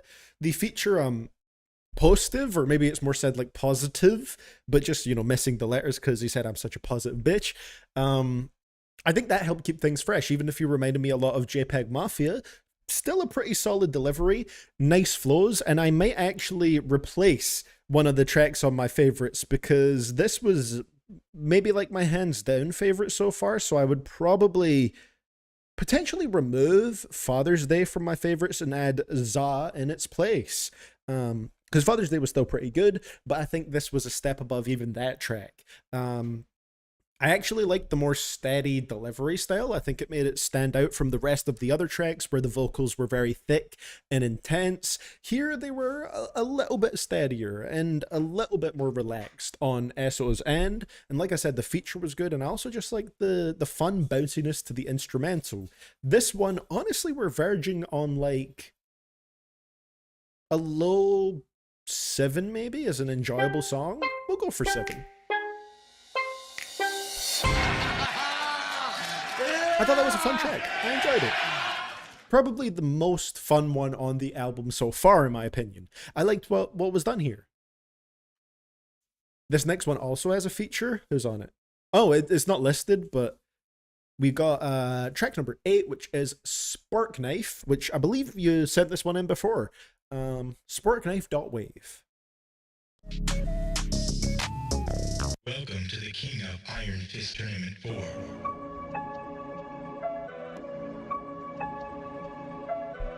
Dun, dun. Oh, did you mean for one of the later tracks, Esso, and not this one? Keep the work unlocked the way I pay pockets. I'm majorly a G key and souls busy locking. The flow killer, but I know you wanna mock shit. I lost how I get locked into my locksmith. Hating on my shit makes me strive harder, y'all. Never get content cause it's a hard to fall. No Hollywood, I ain't picking up your phone call. I like the weed and shots I be putting on my walls. Nah, we on that fuck you, pay me a little rusty, man. I say fuck Wolf Haley. Marshall so yelling, fuck you Haley. When I be screaming, fuck y'all play me. My camp got love, but it's competition shit. Drop a trash album, no proposition, bitch. Opposition. Don't claim different like you a musician. Don't claim new like you gain commission. TikTok on some NPC, man, it's NBC. We need our MVP, our last dance with NFTs, cryptocurrency, fucking currency. Currently, they hate LGB while we sing our ABCs. Think you tough when you threat a lawsuit and suit you. Defamation. None of the beats have been bad so far. I agree with that, so yeah, good beat selection. You ain't driving me crazy on your pussy commute. Jim Rat snitching, let me know what you do. Water down threats, pussy don't dilute. There's some beats that I think could maybe be altered a little bit, but not majorly.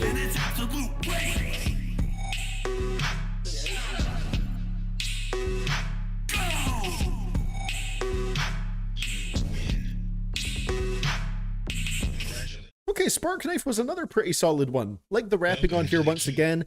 It's a beat that had a nice sound to it, and 8 tracks in, I honestly don't feel like we've listened to a crazy amount of music, so it's flowing together pretty nicely. I generally mean that in a positive way. What I really mean is 8 tracks in, we've pretty much, flown past a lot of the songs here very nicely. This one I'd give like another 6. This is a pretty solid project for something that's meant to be more of just like a fun project and not really a super well crafted album. I think it's a relatively decent listen where there's definitely some potential that I don't think is fully realized on here, but you can see that potential in here, which I think is pretty good. So, let's see what we get going into the next one right here. This is track number 9 on the project, I believe. Let me just double check on that. Surrender. Let's go. Congratulations. It feels like a very quick listen so far. A quick 30 minutes. Bound to.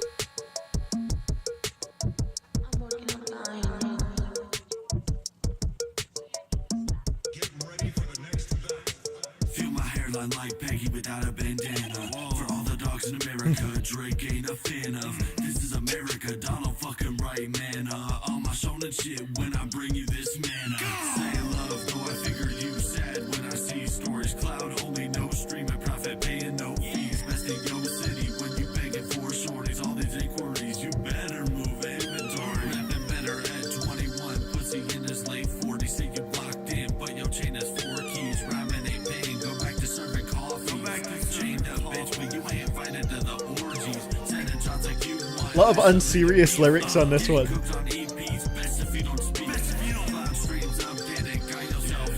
I appreciate the soulful samples in here. Live like sopranos, italianos.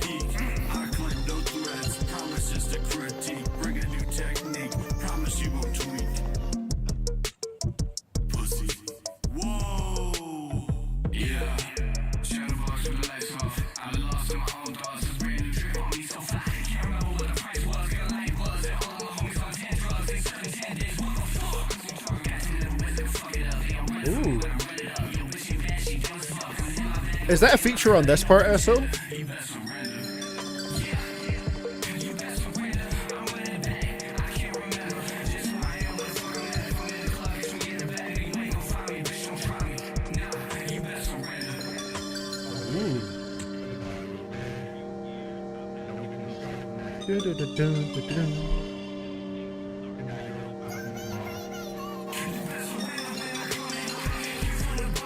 His name is Sunny? Alright, Sunny was cool on here.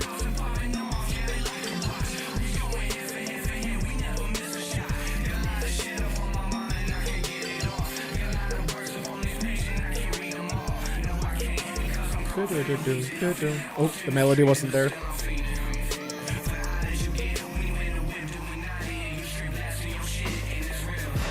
Ooh. I like the tracks with the features. I think that helps balance everything out really nicely.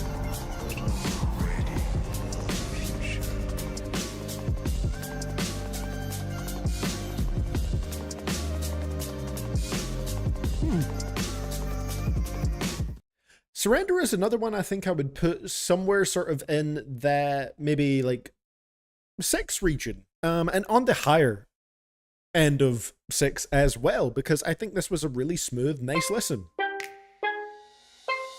Shout out to Sonny the Rapper. I think that was a solid feature right there. And like I said, I'm quite liking the songs with features on here because I think they just help to balance things out a little bit more and just add an extra element to these songs that keeps them very fresh and fun. I think they're relatively well placed throughout the album, more so towards the second half. I think they might all be in the second half, but it's nice, you know, after getting used to ESO's style, to then also get something in the mix that freshens things up a little bit. I think Surrender had great production once again. I think there's a lot of really cool beats on here. ESO was really nice on here. I think that was just a solid track all around.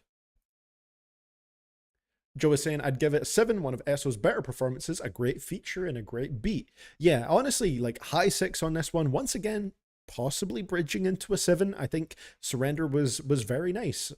Like I said, for a 34-minute, 14-song project, it's like a very quick 34 minutes. Like I said, one of the albums that I listened to for the first time this week was Ian's Valedictorian, right? The deluxe version of that is 24 minutes long. That was the longest 24 minutes of my life. That was 24 minutes that honestly felt like 40, maybe even an hour. This so far has felt like we've maybe been here for about 10 minutes, and it's been a bit more than that, you know? So I think everything, there's enough variety and just enough general energy here, and everything is good enough to the point that it's a very quick 30 minutes. It's flowing very quickly. So, track number 10 here is We Dominifin. Nice little combining right there. We Dominifin. The worst rappers in the game on Ian will be happening one day, Mira, for sure. And probably sooner rather than later. But then again, it is me, so who knows.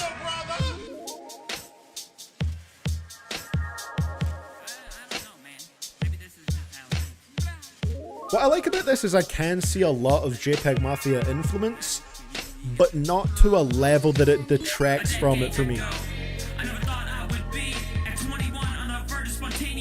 Oh yeah, and this one features Positive again.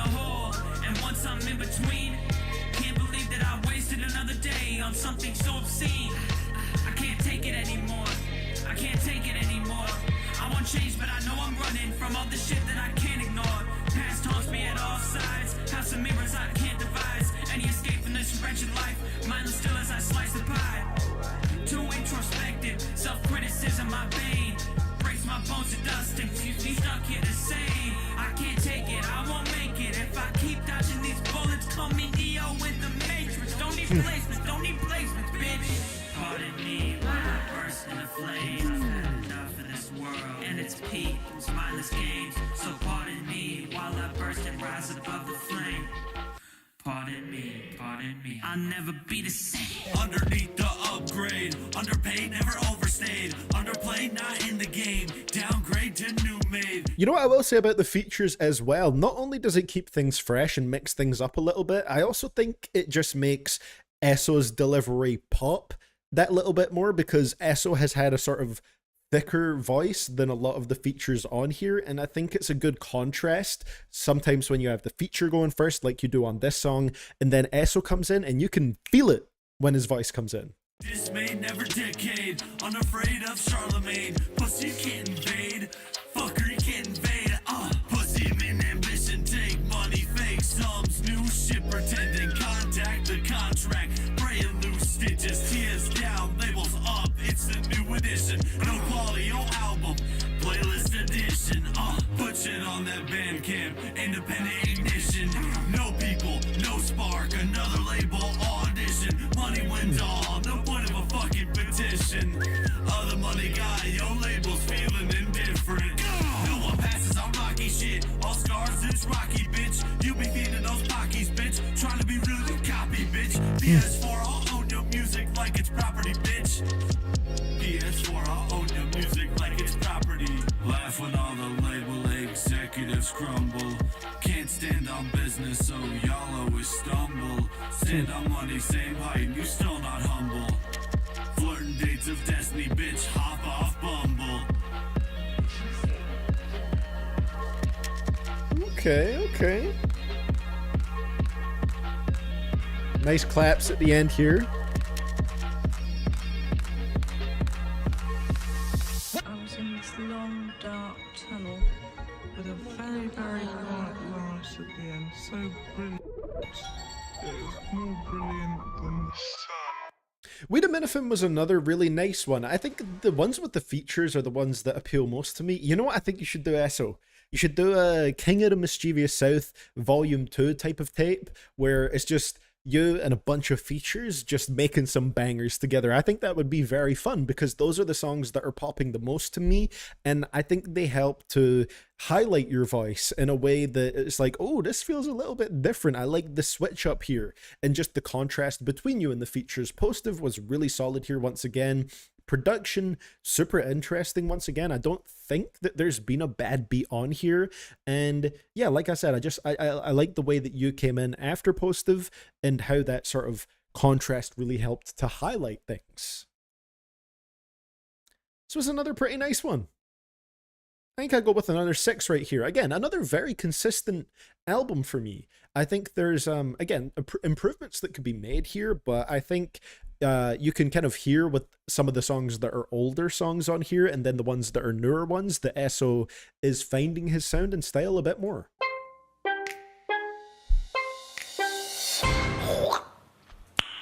Nice. And yeah, pretty consistent as well, Joe. Consistent aesthetic, relatively well crafted for something that I'm pretty sure Esso described earlier on in the chat as just like a fun sort of project, just kind of put together because why not? So track number 11. We've only got 4 left, and yeah, it's definitely been a very quick experience. Fireside 64.wave. You see 64, what do you immediately think of? Nintendo, baby. So I would assume that ties into the whole video game theming here. More brilliant than the sun.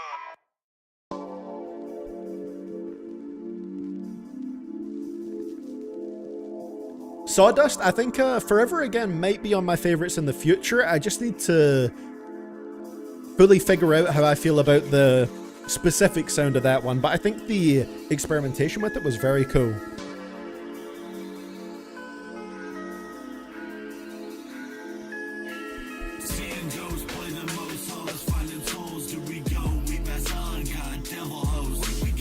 This is just a stoner anthem made when I was stoned? Okay, fair enough.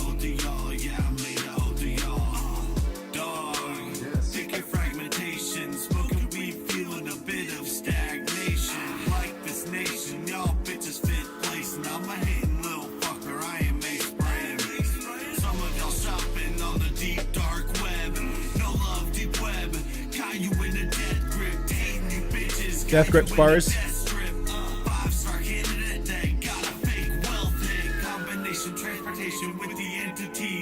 Checks ain't matching the fucking fatalities. Clicks hitting targets, shit is offending me. Kim showing off icy like he meant to be.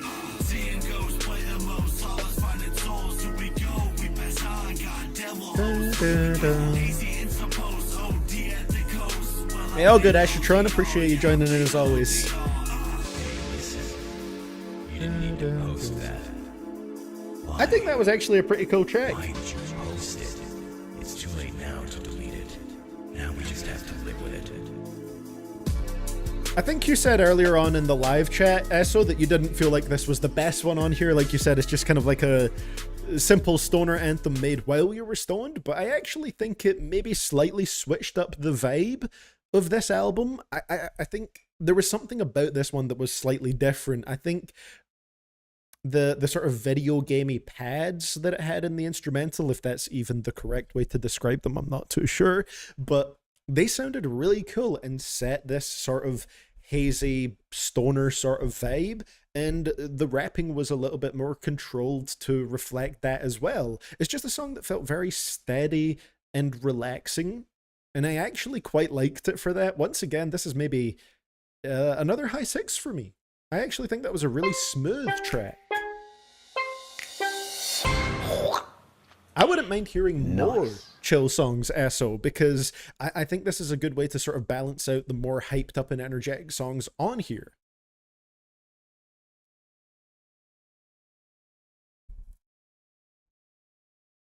Let's see. Totally look through in the next. You should be able to do them in the next couple hours, for sure, Tim, for sure.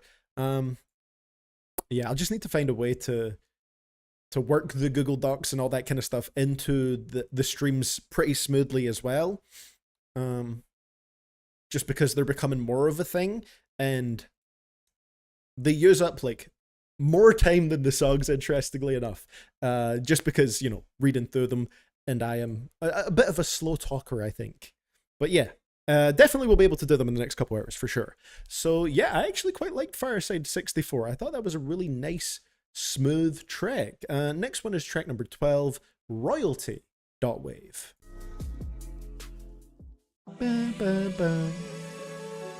Why don't you just watch the stream in 2 times speed?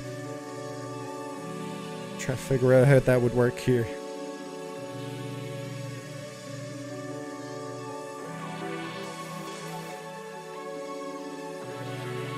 Oh, so it's gonna be another chiller one here.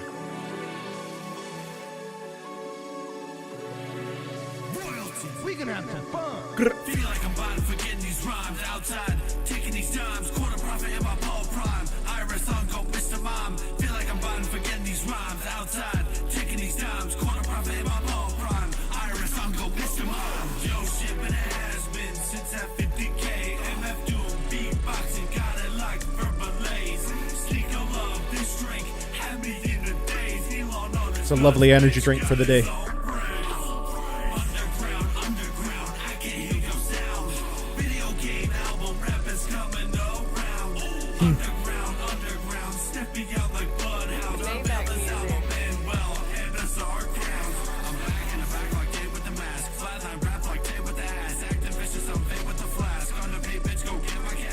Ooh.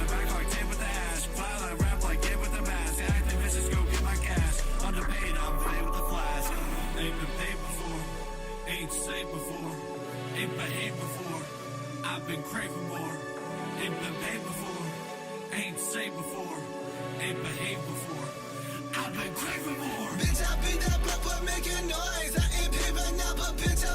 Oh, is that a feature on this one, SO?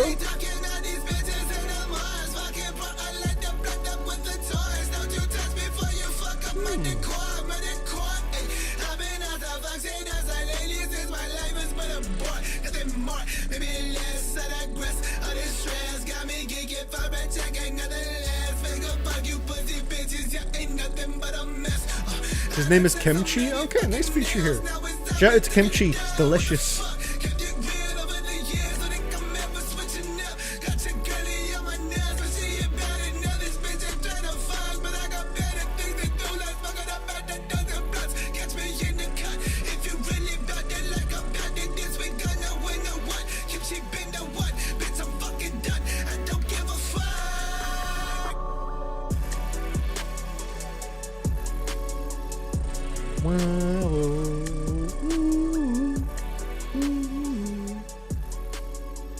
Another chill, vibey instrumental. Yeah, I actually am quite enjoying the songs that go for a little bit more of a laid back and relaxed sound. The energetic tracks were solid and again work relatively well with the thicker vocals from SO. That's how we've taken to describing them in this stream. But it's actually quite nice for these more relaxed songs as well. It's a nice little, I guess, contrast between the beats and the vocals. We had a feature here who had vocals that were very much in the sort of, I guess, like Ghost Main, Suicide Boys sort of lane, where it's, how do you describe it? Like a bit more of a high-pitched sort of delivery, but it worked pretty cool on this song right here. I would give that one, hey, it's very consistent so far. I'd give that one another 6. There's only so much range you have with a 1 to 10 scale, right? But all of these are like varied within the sort of 6 and 1 or 2 of them in the 7 region. You know what I mean? But the actual single numbers aren't all that varied, you know? But I think it's pretty consistently enjoyable. I actually enjoy this, to be honest. And the chill songs, I think it would be cool if you made more of these SO. Obviously, it's good to balance them out with the harder ones, the bangers, the more intensely soulful sample-based tracks. But these chill ones are also a very nice, smooth listen. So, track number 13 on BeSafe.wave, Phenomenological.wave. The track titles that blend different words together are also put together in a nice, catchy way, if you ask me.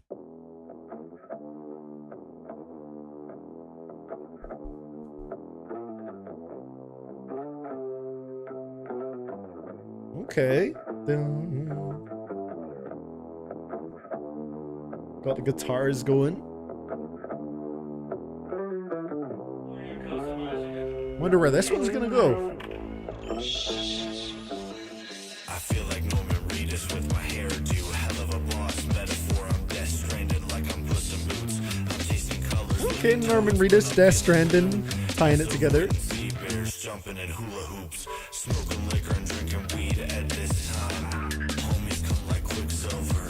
Speaking of Norman Reedus, I'll put that back a little bit just so I get the full bar there.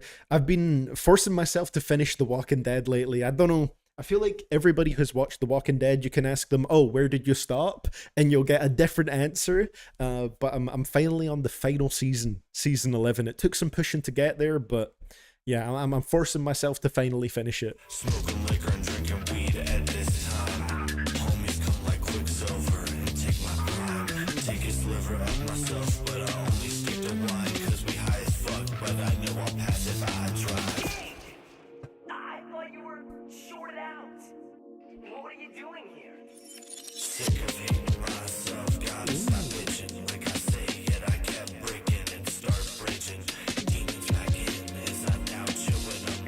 Snitching, earn stitching. My vocals never pitching. Did you finish The Walking Dead still?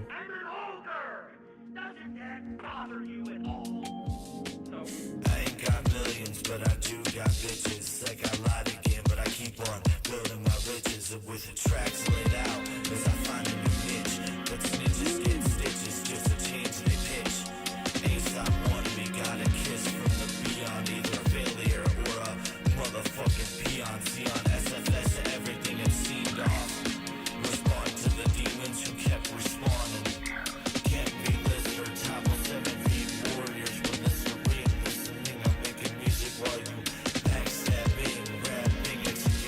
okay. A little bit of a stuttered flow at the end of this, if that makes sense, or a bit of a stilted flow, but still solid. It's steady again now.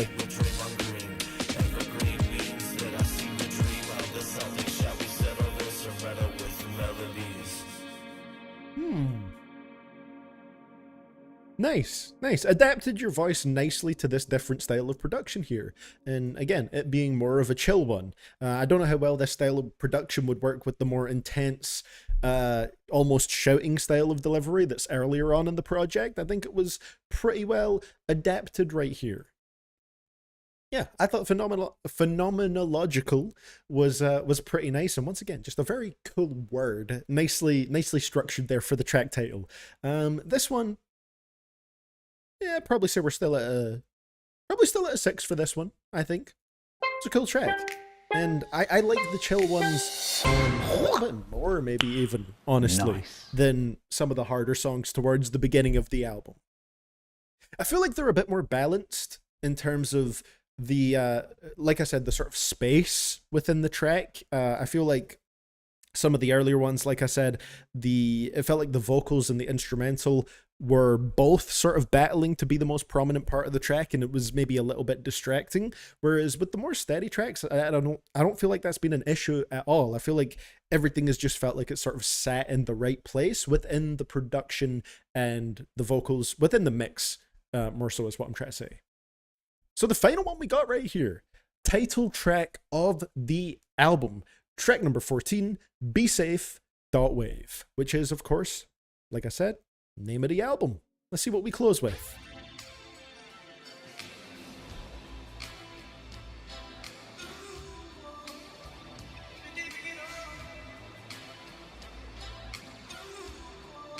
Okay, got some more soulful production right there. Yeah. I cracked a lens to amend the crack persona. Higher aim equates no pain, liar, you think, don't ya? Isolation be hitting like corona. The longer you feel, effervescent brings soma. Everything got better after leaving my household. SFS to drugging on that scarecrow, no brave or bold. Aware of the heat, bread never seemed cold. Orchestrating melodies, no bunny shit, fuck Leo. Got so much weight on my shoulders, I'll never press. Suspend away, pussy bitch, I'm slowly decompressing. Depression, oh, here you go again, stop the stress. Got confidence in me as I aim at your neck. Chronicling internals, man, I'm feeling bionic. I believe you said this one was a slightly earlier one. Right, Esso? Because I think you can hear one of the things that were one of the things that was a little bit of an issue earlier on, which is the not super steady flow. Like Joe was saying, there's not a super smooth cadence to it. With the way that the rhymes are hitting, I think. Still nice though. Great beat.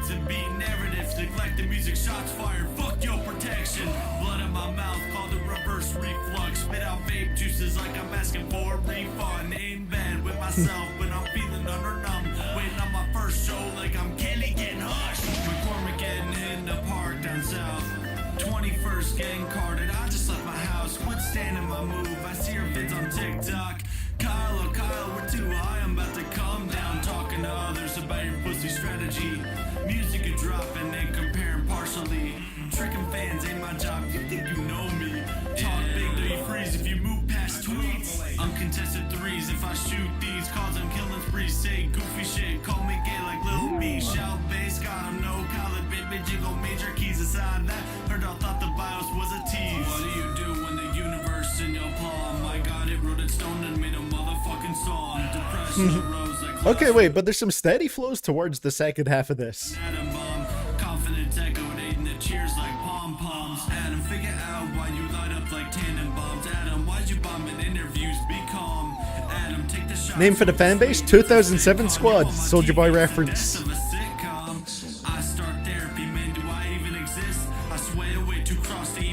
CDers, TVs. Shout out all my CDers. I'm gone 25 more. Okay, the flow got more steady actually as this one went on, I think. sea now. It means becoming like clear water. Right. Water can take any form, drifts without effort one moment, pounds down on a tour the very next. Maybe I get it. Damn, I love the beat on this one.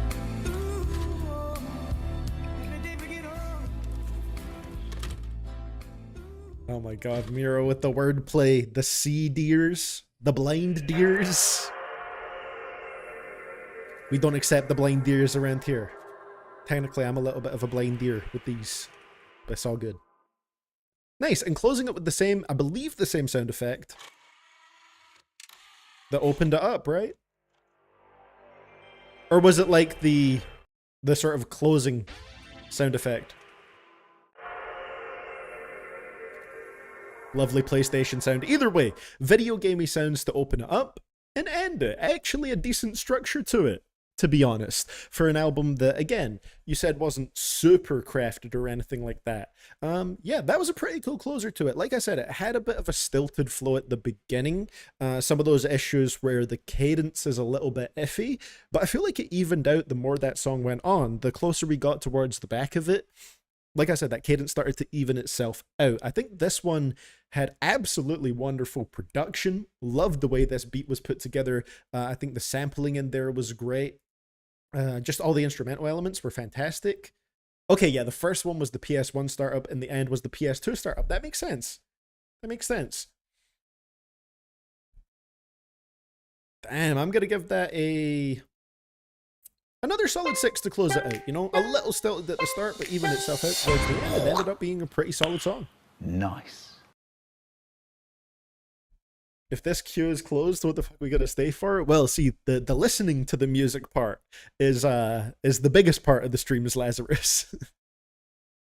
And the queue is closed because we have a lot to listen to.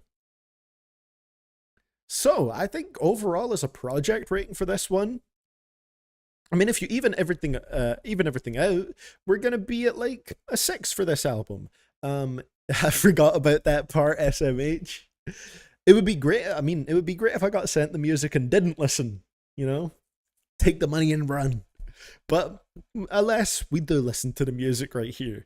So, I'm going to give that project as a whole, I would say a 6. Where exactly it sits on the spectrum of a 6, I'm not too sure. Nice. Maybe a little bit on the lower end, but there's so much potential here, and I think it's solid. A 6 is still a solid rating.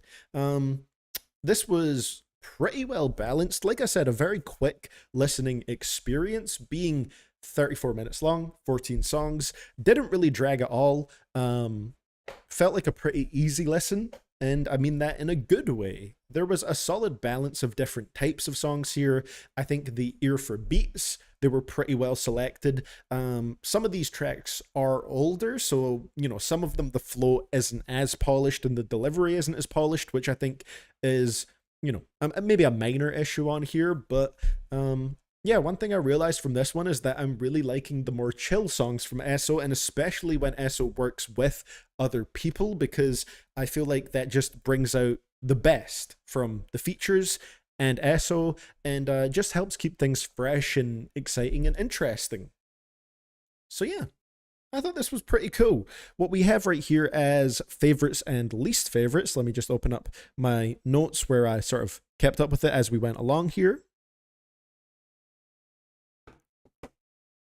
So favorites that I wrote down were Gateway and Za. I think I would also probably add, maybe honestly, Fireside 64 on there, which is interesting because, again, Esso kind of said that was, you know, one of the less good ones here, but I actually think it was a cool little change, and one that I think the relaxed vibe really helped. A little bit more simple, but that really made it work. And as for least favorites, I don't really think I have one.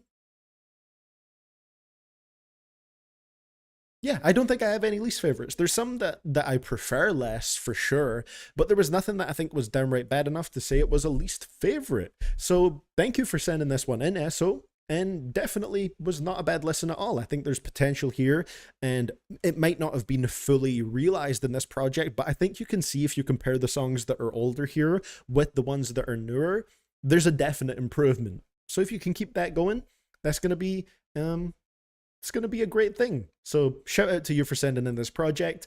I appreciate it, and it was a fun listen. Shout out to Esso. That's that real music, man. Come back home. Yes, sir.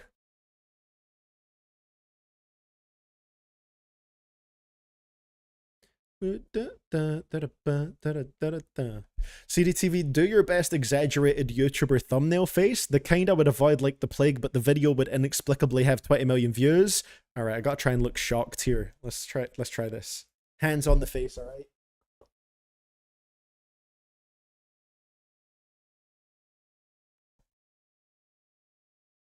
How were they? All right, I need to try a little bit more of that.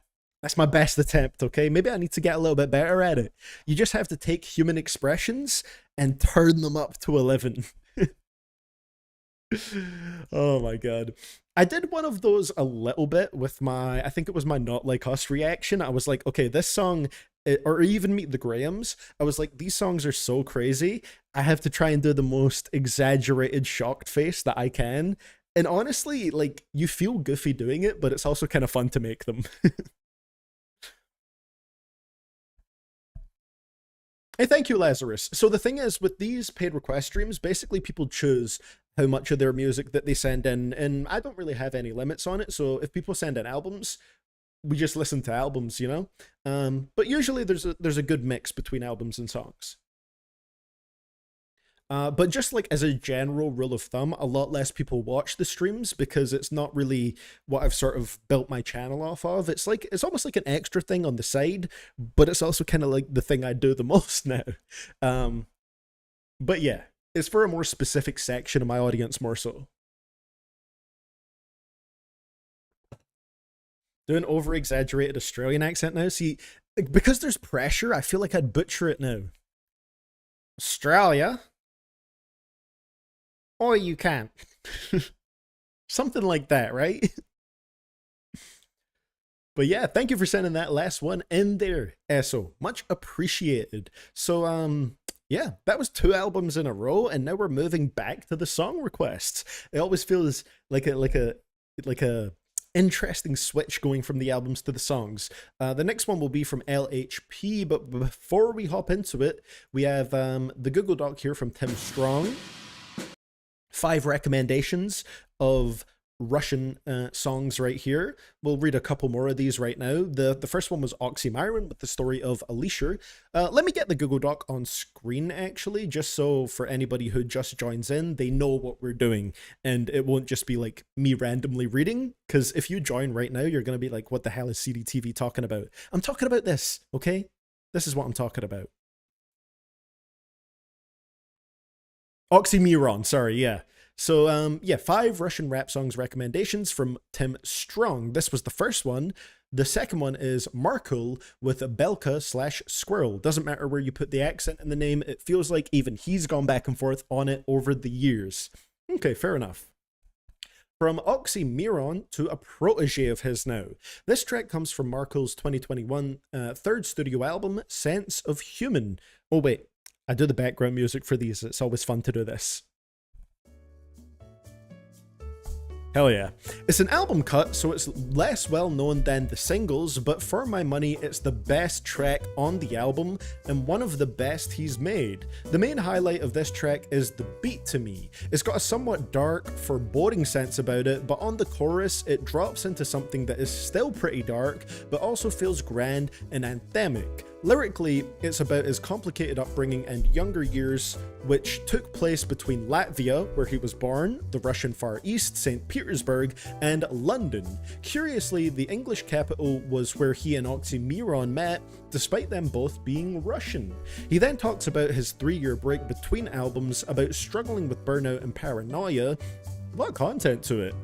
And a variety of other topics. The lyrics are really strong throughout the track, with the chorus carrying the message that eventually all of this ends, but as long as we're still here, you have to put in the work. Hey. The metaphor that gives the song its name comes there too. He says, while the wheel keeps turning, the squirrel will keep running inside of it. Markul has gone in a more pop direction in recent years. It was even already present on this album, so this may well have been one of his last great fully rap-focused tracks. It's a really solid track and a standout from his already pretty damn consistent discography for me. Hell yeah. Then we have Obladate with a Blind song. Oh, pronounced Obla Diet. Stressing the diet part. Obla Diet.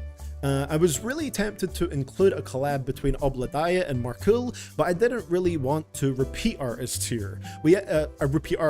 Here we have a track representing the very hit or miss subgenre of Russian drill. This, as you can tell, is an example that I consider to be a hit. Obla Diet has not been the most consistent artist, not since he started making drill or before it. However, I do think this is his best track in this sound. It's short and snappy, and the beat is really great. The lyrics do have their cringy moments with a lot of questionable similes that Obla Diet has become kind of infamous for. For example, got this bay next to me like Tampa. Is one of my biggest eye roll moments on the song. However, I don't think the lyrics come even close to spoiling the overall track, just off the sheer impact of the beat and the strength of the flows too. Those are characteristically razor sharp. And then what we'll do is we'll do a song from the queue and then come back to the doc. You know, I'm going to do a bit of a back and forth here. That is going to be my experimentation for keeping the flow here.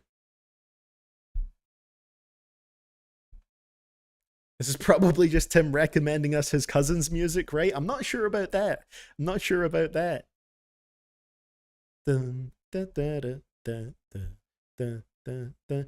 You should keep the queue on all the time, but have a time limit for the stream that ends after the last song / album that goes after the limit ends, and let it carry over streams if enough people request. That is a cool idea, P. Ruthless. I do kind of like the idea of having a permanently open queue that I just go through each time I do a stream. My one concern with that, though, is people might submit stuff and then not be available later on when I react to it. You know what I mean? I feel like that could lead to a lot more people missing their requests than doing it all in one queue that open and closes. Like, it's a fun idea, and I would love it to be possible, but I just don't know if it would really work out in practice. Also, Tim, let me know if this works for you. I think this is a good balance, sort of read a couple songs, do a request, read a couple songs, do a request, just a bit of back and forth. So, next request we have in the queue is from LHP, because everything from here is song requests. Or there's maybe one album later on, but it's not a long one. It's about 15 or so minutes. So, yeah, this is August D with August D. Or is it, sorry, August D. LHP is saying here, fun fact, this song has a line that aged poorly. In the first verse, Suga talked about Billboard being BTS's next target. Oh, so poorly isn't actually like good. And just a year later, they received their first of many BBMA and had 2 songs charted on the Hot 100, a first for any K-pop group. Hell yeah. So, let's see what we get right here. Thank you for sending this one in, LHP. Just get the lyrics up on Genius if there's a translation, which I assume there would be. There usually is for sort of like BTS stuff. There is. Hell yeah.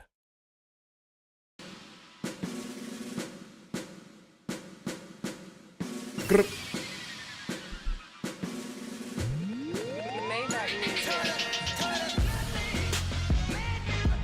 Ooh. Damn, who produced this shit?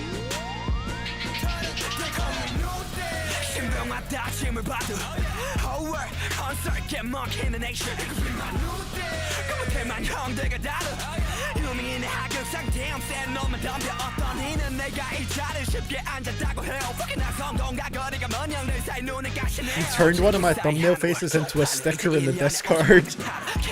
Damn it.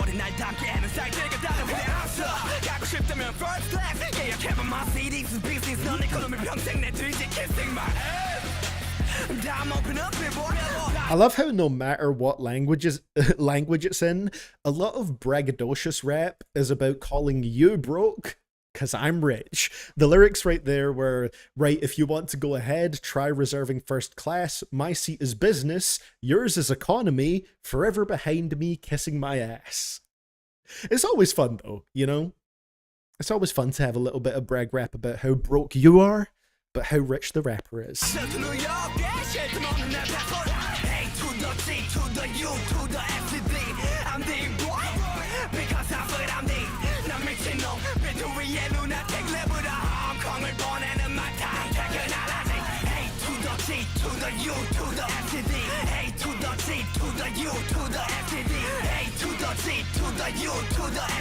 I might have heard this track or one of Auguste D's tracks before because I recognized specifically when he says my tongue technology.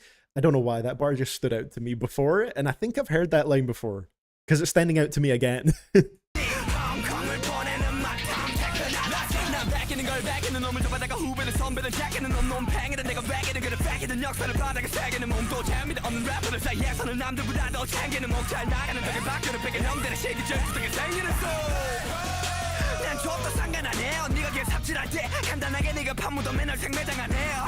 Bro's got an insane amount of energy.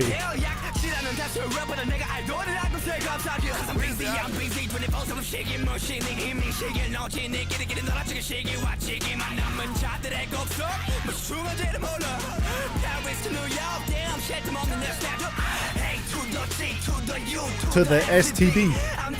Let's go. Oh wait, Auguste D is Sugar? Really? Oh, I did not know this. I thought they were separate people.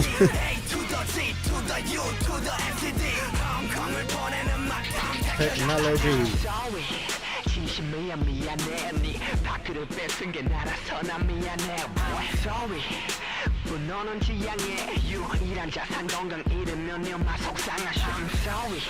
Huh, so Auguste D is Sugar. If I did know that, I forgot about it.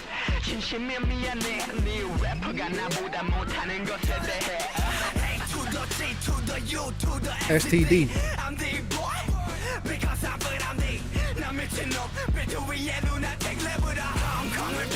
It's an unfortunate 3 letters that his name ended with here. Damn, kind of a banger though. Didn't pause it before it went off the screen there, but hey, bro kind of snapped on that track. What can I say? Ooh, Tale of Two Cities remix up next. Interesting.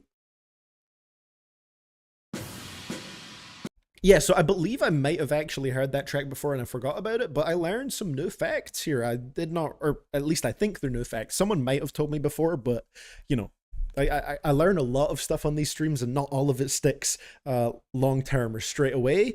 Auguste DB and Sugar, I thought they were different people. So there's something. And yeah, I thought that was a banger right there. What about a stream where you watch Talk to a Podcast, listen to Thick of It, and eat Lunchleys, and every $30 makes you watch another episode, listen to Thick of It again, and eat another Lunchley? The brain rot stream, I would call it. A brain rot torture stream. That would be kind of fun though. Shout out Talk to a Podcast, all right? Yeah, I kind of agree with what Totem Pole Joe was saying there. That did feel a little bit like a Just Blaze instrumental. It had the very grand, triumphant sound that you often find with a lot of Just Blaze production and a little bit of soulfulness in there. Just Blaze production is usually some of the most energetic, triumphant shit you've ever heard, and this definitely fit into that mold. Works very well for a sort of brag rap style of song as well. Yeah, Auguste D was kind of going in on this one. Another bar was, when you're busy being a moron, I will simply bury you alive in the grave. You dug out yourself, hey ho, you can't handle me, you wasted rappers should be grateful that I'm an idol. Obviously in English it doesn't sound like it has much of a flow, but that's because the original language rhymes, the English translation doesn't necessarily. But he was going in right here. Again, it's just a shame that there is, you know, 3 letters that his name ends with for this chorus, those being STD. So I'm going to give that one probably like a high 7. I think that's a solid banger. I enjoy that song. Can you split your face cam and put Subway Surfers gameplay below it? I wonder, maybe I'll run that as a little experiment and see if that increases the average view duration for these streams. Would be interesting.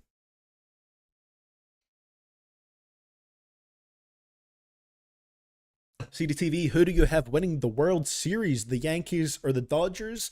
You know, I have no clue who is the better team there. Don't know much about baseball, but I'm going to go for the Yankees. All right, I've spoken it into existence. It's going to happen now. Another thing that I'm going to speak into existence, all right? You know, I just uploaded my reaction to Yeat's album Lifestyle. I'm going to drop my official Fantano review prediction, and maybe it's too influenced by my own feelings on the album, but I'm going to say 5 out of 10. It's going to be a 5 from Fantano. And I predict that when it happens, the average rating for it, an album of the year, is going to go down. It's currently at a 7 or a 7.1 on album of the year. I'm telling you, the Fantano rating is going to make it drop. That's my prediction.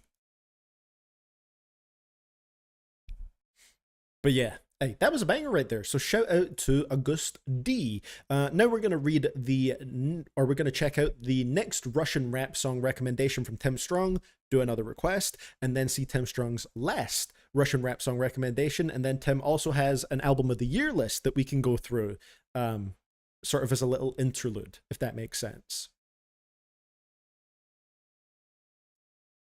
So the next one is Basta with let me try the original translation of it, or the original language. Vypusknoy Medlyachok. That was probably terrible. Graduation, Slow Dance. A classic of Russian pop rap with rapped verses. Oh wait, I forgot the music. A melodic pop chorus and a pop rock instrumental. Also, I need more music tracks on my soundboard because I only have this one. This song is a now almost decade-long mainstay of, well, graduations, but also many other events where people are bound to get sentimental. Makes sense with the title. It's a pretty cheesy love/heartbreak story from the perspective of a schoolboy about to graduate who falls in love with the girl, then finds out her heart belongs to somebody else. So, letting his school performance plummet, he focuses instead on writing sad songs about her and practicing for the school graduation where he's due to play guitar and sing. He plays a song for a slow dance, which is, I think, per the song's lore, supposed to be the song we're listening to. That would make sense. There's no happy ending. Hobson reference. Just the chorus repeating a few times, but honestly that's for the best. I think the song would have been rendered a little ridiculous if the girl randomly ditched her boyfriend on the dance floor and fell for this kid performing a sad song for her on stage, which she doesn't even know is for her. Basta's flows are standard old school Russian rap stuff on the verses, though his performance comes off pretty earnest and sweet. This is amplified on the chorus, which has an infectiously catchy melody and similarly touching lyrics and vocal delivery. Overall, the song is very cheesy, but it's a classic for a reason, and it has a really special place in my heart, even though during my graduation I didn't play on stage and was also not trying to capture anybody's heart. Little fun fact too, Basta hails originally from the big southwestern Russian city of Rostov-on-Don, 1.2 million people roughly, which is also my home city, where I lived until May of last year. There we go. You know, I'll probably check out these songs after the stream as well, just to see what they sound like now that I've got a bit of the backstory and just the fact that they're recommendations. I think they can make for a fun listen. Rotting my brain this week by listening to both Yeat albums and both Ian albums from this year. Hey, at least one of the Yeat albums is very good, okay? That's what I'll say. But yeah, could also fit into the brain rot category. So, next song we got in the queue right here is a request from DJags. This might be one of their own songs, I believe, and it's A Tale of Two Cities remix. Of course, a banger by Jonathan Cole. Yep, it is a track by DJags. It's a banger to remix, so hopefully it turns out pretty good right here. DJags is saying here, thank you for doing these vids. Always fun to submit a track. I appreciate it. Thank you for submitting. As with my past submissions, mind my lackluster mixing skills, lol. Hoping the verses can speak for themselves. Let's see if they do. Da, da, da, da. Since you're young and now, dreams of getting rich. Tale of Two Cities is a banger.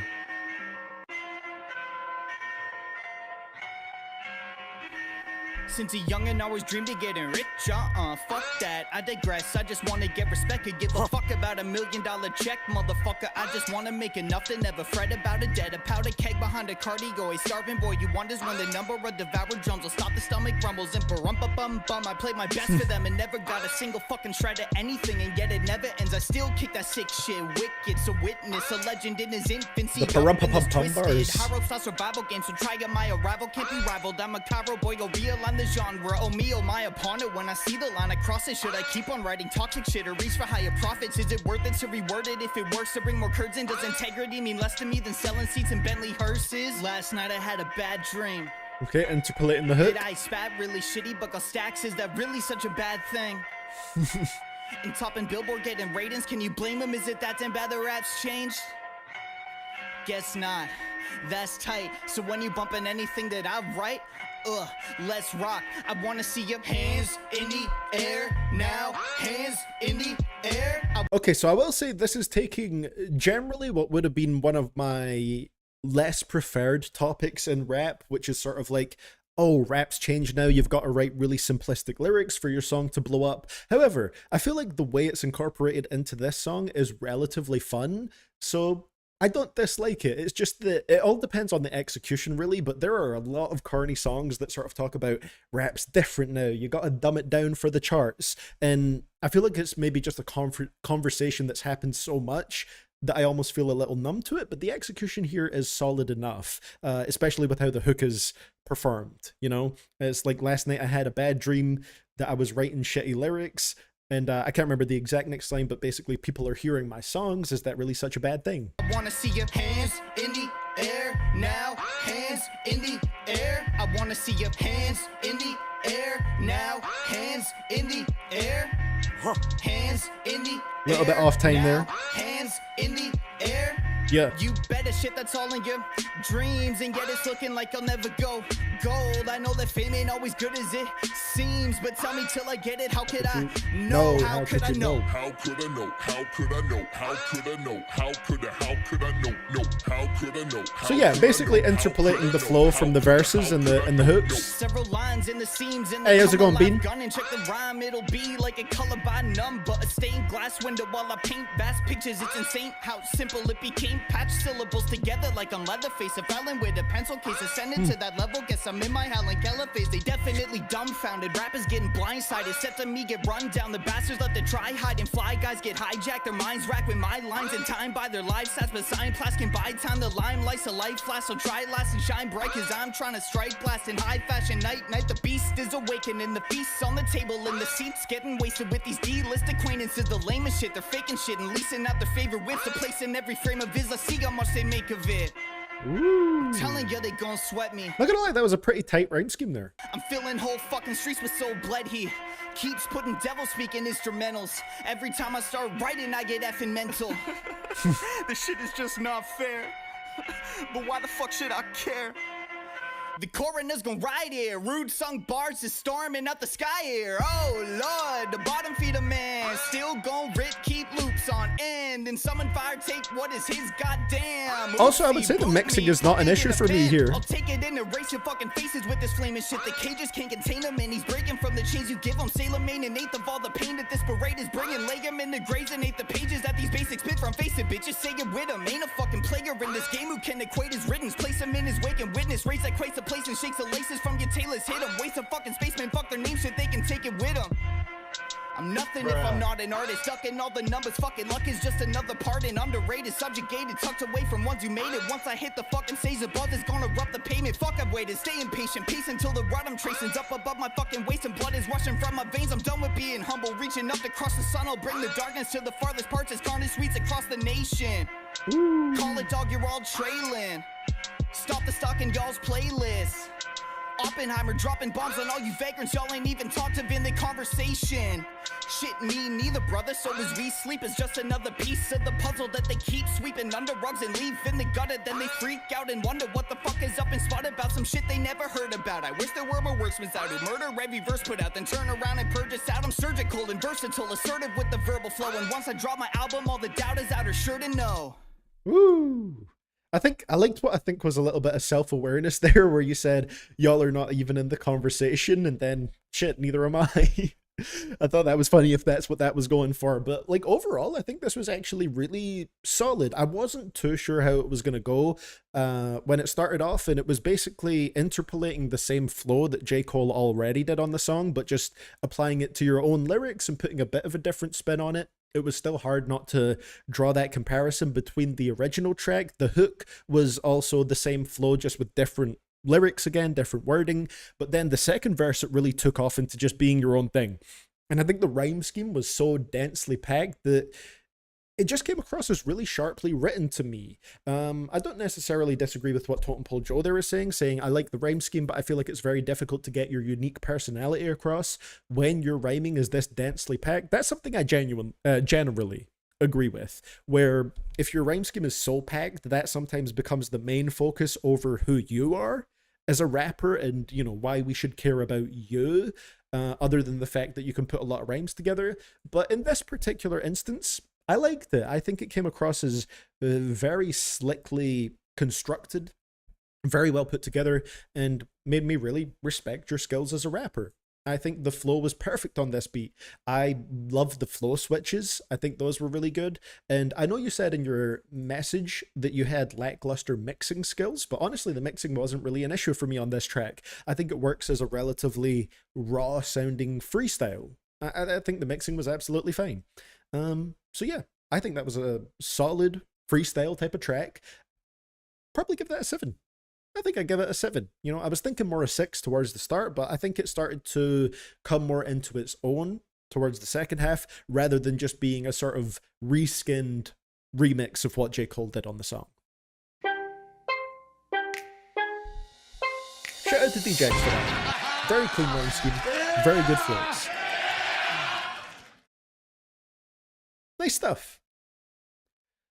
So, following that up, and we also have another track in Tim's Google Doc to go through, which I will get to that. The next song will be from a request from Ash M. We're going to get some Coast Contra, but you already know, CDTV bathroom break time. Listen, I've only done 2 today so far, and we're 4 hours in. That's a record for me. We're keeping it low.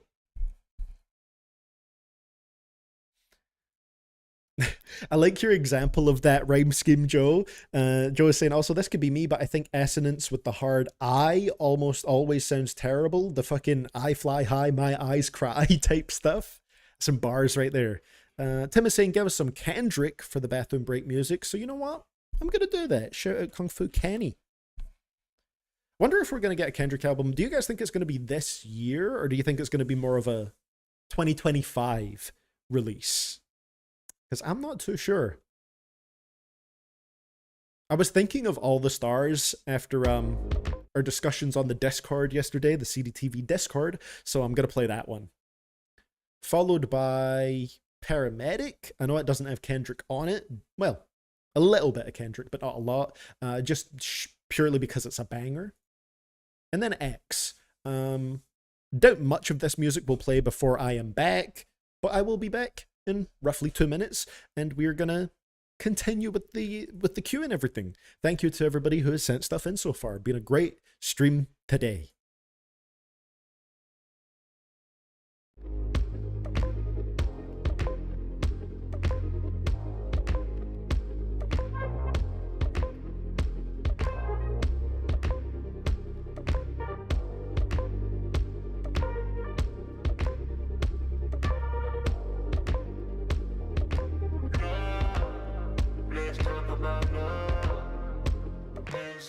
Anything and everything you offer.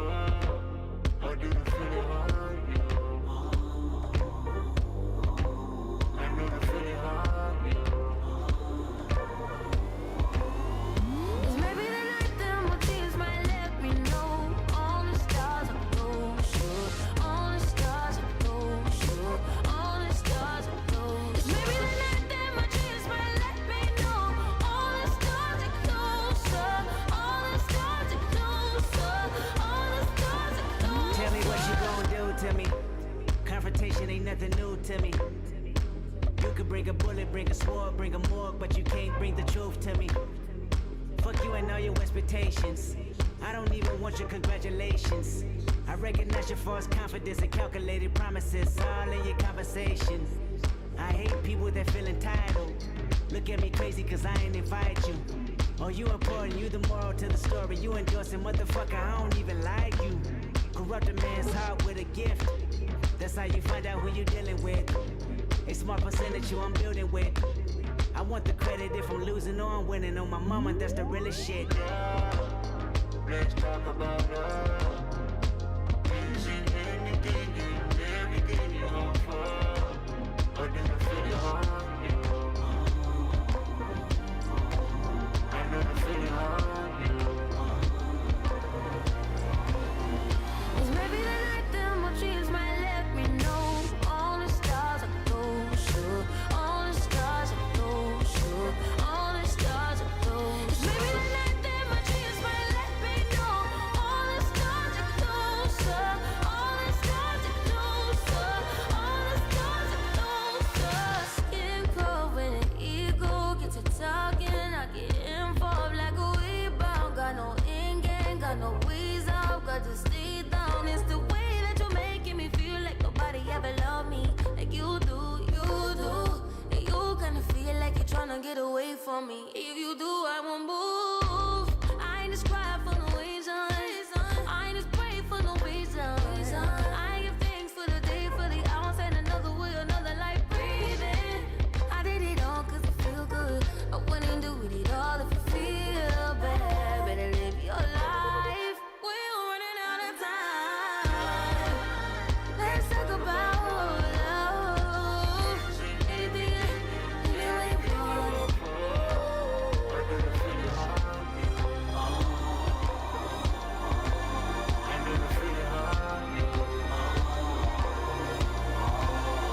Cause maybe the night that my dreams might let me know. All the stars are closer. All the stars are closer. All the stars are closer. Maybe the night that my dreams might let me know.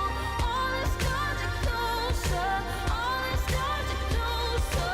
All the stars are closer.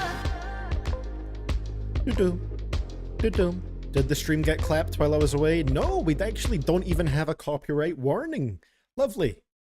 I thought I would at least get a copyright warning for that song. Not that I want one. I just assumed that it would maybe happen. Yeah, how we doing, everybody? Queue closed. No, I should have checked. I was working on my request. Oh, if you have something to send in, Looney, depending on when I finish what we have left on the queue, I might reopen the queue for like a couple more songs at the end. Just kind of depends on how long it takes us to get there. But yeah, I'll probably finish around 8 p.m.-ish today. So if we finish the queue before then, I'll open it up for a couple more requests. So let's take our look at Tim Strong's final Russian rap song recommendation before we hop into our next request right here. Where's the window capture? There we go. Boom. So the last one is Booking Machine with Construct. This one was very easy for me to pronounce, start to finish. And finally, despite the fact I said I wouldn't repeat artists, I couldn't not include this because of how big a moment it was the time it was released. At the time it was released, sorry. I always skip over words sometimes. Booking Machine was a label/agency that included, at this point, a lot of the best and most talented artists in the scene. This 8.5-minute posse cut included, from what I could tell, all of its members at the time. Okay, I butchered that sentence. This 8.5-minute posse cut included, from what I can tell, all of its members at the time. In appearance order on the track: Portuguese rapper-producer Porchy, melodic trap newcomer May Waves, dark lyricist Jimbo, versatile multi-genre artist Lokimin, who has since branched off into a more rap metal style, bright color stoner rap representative Thomas Mraz, longtime Jimbo collaborator and similarly flow/lyric focused rapper Tveth, pop rapper So Loud, pronounced So Loud for some reason, and rounding things out, Booking Machine's two biggest and Best Artists Markul and Oxymiron, with the latter going last and rounding out the track with comfortably its strongest verse. The thing I really love about this track is how the artists each do their own thing with the beat. Their styles are very different, but the instrumental remains mostly the same. The verses aren't all on the same level of quality, with the younger artists in May Waves and So Loud understandably not quite able to keep the pace with their more experienced colleagues, but every part is at least somewhat enjoyable in its own unique way. Unfortunately, the creation of this track apparently brought about quite a few issues, with Jimbo in particular displaying some animosity towards the track's producers and towards Miron as the leader of the label/crew.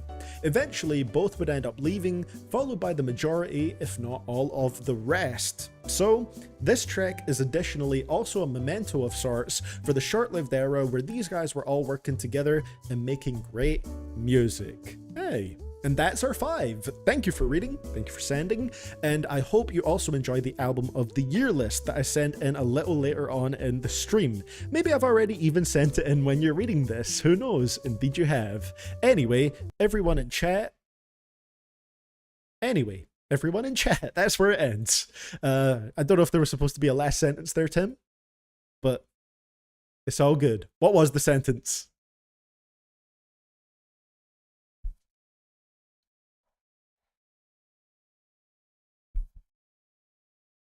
But it's all good. It's all good.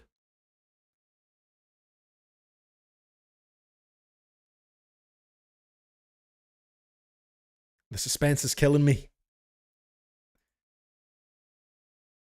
Well, while we wait for the sentence right here, the next request that we have is Coast Contra with Red Bull Spiral Freestyle. Very interesting title. This one was sent in by Ash M, and Ash M is saying, hey yo, unfortunately, their best stuff is usually close to 10 minutes, and I'm too broke for that. That is 100% understandable. But this is a good introduction to them as a rap group. Taj and Raz are Raskas's kids. Rio is Colombian, and Eric is basically Busta Rhymes reincarnate. This sounds like a very versatile group right here. Hey, I'm doing good. How about you, X-Night Reaper?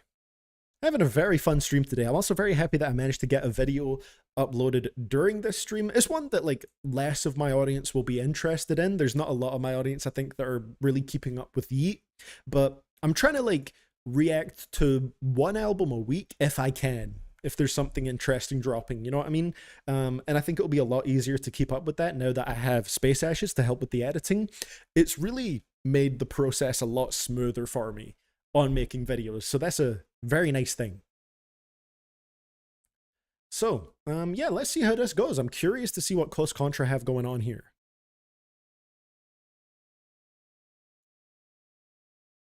Your request is in 1, 2, 3, 4 more songs after this one, and then it's yours, Vincenzic.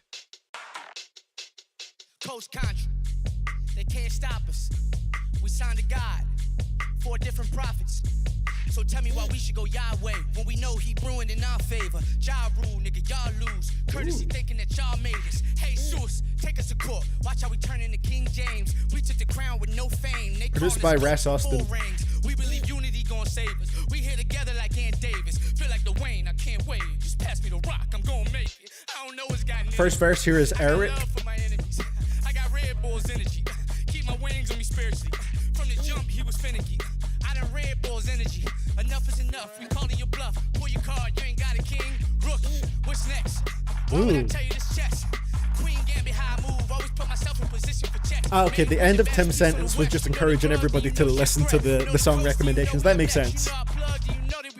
God got us, we don't got it finesse. 777's how I hit the connect. Different angle when an angel invest. Master Chief, I got this halo effect. I move from east to west. I show you the recipe. I learned at the restaurant. I love when a beat can pretty much be almost entirely an 808 at certain sections and be fully engaging. Like, that's such a fun sound for a freestyle type of track like this. So now my juice is up a echelon. I want a lot. I want the cream of the crop. I done gave all that I got. How could I not want to be bigger than Pac? All of this faith that I got. Nigga, I done slept in times, the car a few times, and wouldn't leave until I wrote my best rhymes. I test my own drive. My soul is Teflon, so word the next time we see who next up. Ooh, okay, so this is real.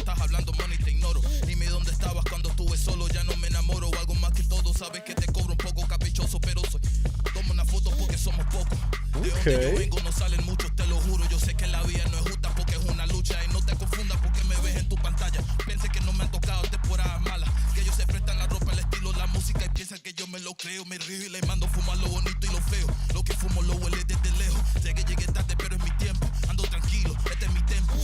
Ooh, okay.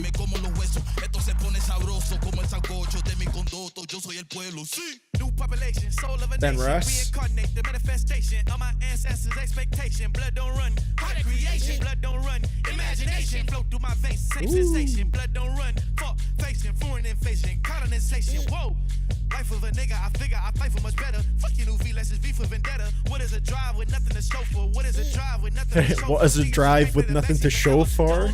Go for.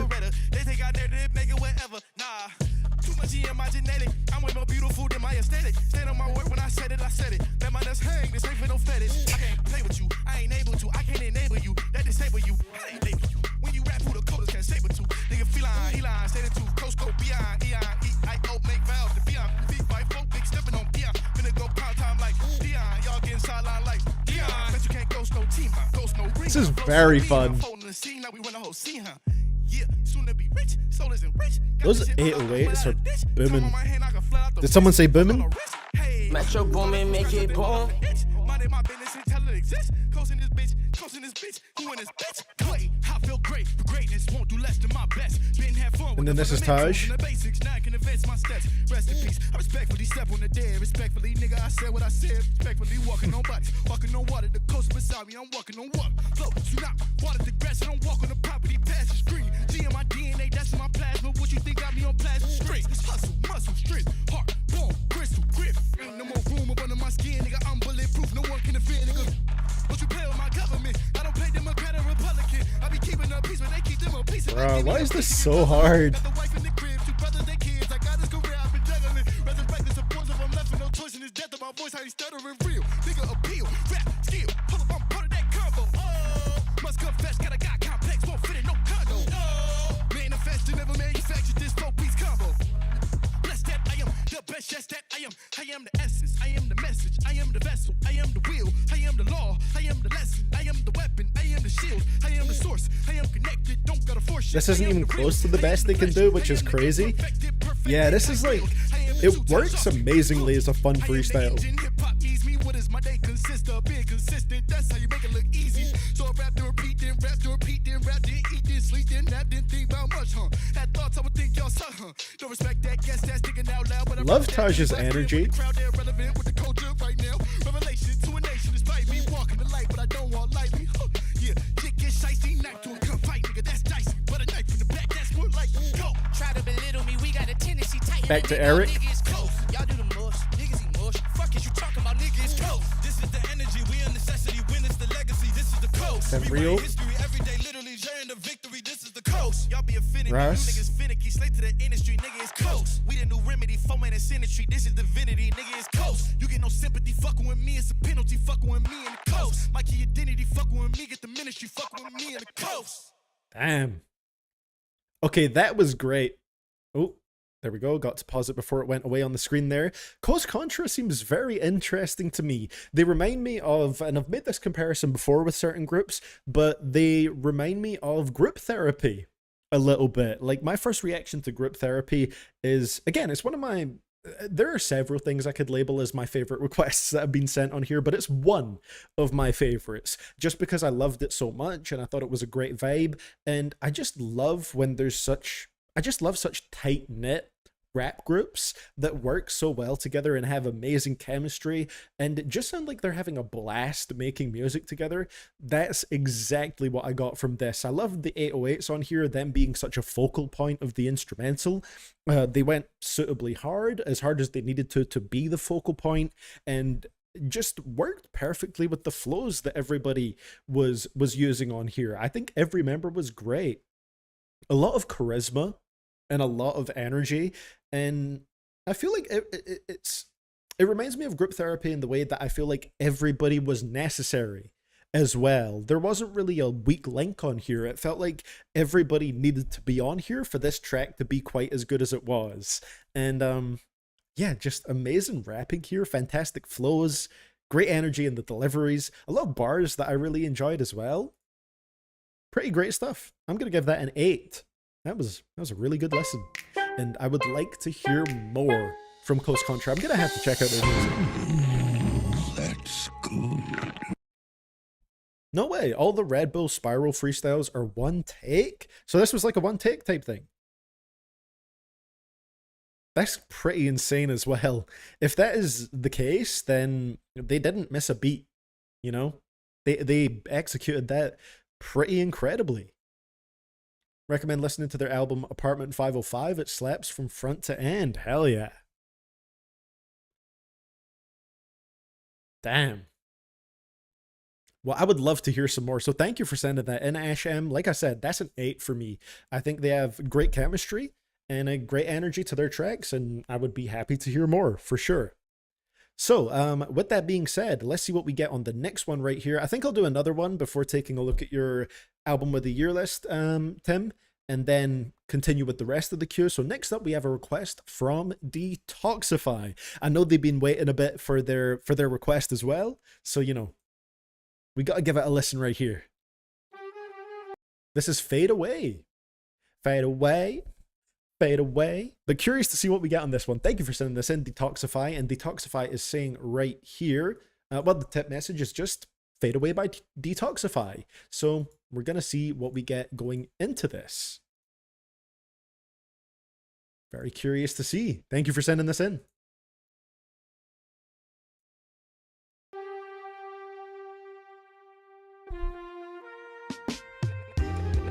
Another day, another change up. Done changing for haters, I may as well hang my brain up. Done with adaptations, I improvise my own way, love. Cause if I start to follow the wrong path, it could get dangerous. Don't ever change up for a cosign. You don't need no filter, cut it off like it was so fun. Find your hobbies, be productive. When you grow up, you gon' know why. I don't want you to fade away, potential laser knows I'm just now going into high school. I've been at this since quarantine. We was hiding for survival. I was bored out of my mind, running lines inside an iPhone for fun. Then I realized I should put this on a vinyl or something. So then I finally discovered my. Oh shit! How old are you, Detoxify? Look for yourself. You can see there's no end in the distance. I turn my mind into written to express myself through the lyrics. Think artists do it for clout? You think that this is a gimmick? Nah. I write music so I can air out the laughs, so I can know I got a future while they stuck in the past. I created my own path while they needed a map. I'm going crazy while they seemingly lack. I'm not from the projects, but I'm part of many. And I'm here to make a statement, and y'all ain't ready. I'm not gonna fade away for a facade. Not for an applause, I change at my own pace. I keep it slow and steady. Yeah. Very nice. Another day, another change up. Done changing for haters, I may as well hang my brain up. Done with adaptations, I improvise my own way. What a nice hook too. To follow the wrong path, it could get dangerous. Don't ever change up for a cosign. You don't need no filter, cut it off like it was so fun. Find your hobbies, be productive. When you grow up, you gon' know why. I don't want you to fade away, potential laser knows It's rare to see some true friendly faces. I ain't gonna change for them because my life is what I make it. And I done learned a couple lessons in some empty places. Number one, I like the vibe a lot too, Vincenzo. Trust is painless. It goes from painless to pointless, sometimes it's dangerous. Don't trust to a person of a sorry complacency. Yeah. Be yourself and sketch a hatred, cause they want you to make it, but if you don't, they'll be vacant. I'm trying to work to be a lovely beat too. Myself and others, the advice is in the remedy. Ain't gon' fade away because the writing is my therapy. Never let them get the best of me, then I'ma rest in peace. Put energy into yourself, don't put it in a FaceTime. Don't get yourself trapped in fake love, you gon' waste time. They might talk about you through the grapevine, so learn to love yourself some more, even if it takes time. But I lovely content too. I lived a better life from learning from the times I've went. I made an impact on the world with the shine I've left. They wonder how? Well, reciting all these lines, I guess. I learned to connect to my inner self like it's Wi-Fi. Limit is more than sky high. I be making moves and shooting my shots like it's a drive-by. I cope by making waves until they drown inside the high tide. Welcome to my life is the burdens that I reside by. Change up, done changing for haters. I may as well hang my brain up. Done with adaptations, I can be my own way low. Cause if I start to follow the wrong path, it could get dangerous. Sorry, that sound effect was me. I just thought that was fire. Damn. Okay, let me get that back up on the screen for a second right here. But before I give any of my thoughts, okay, let me pause this before it starts playing again. Even though I wouldn't mind it playing again. All right.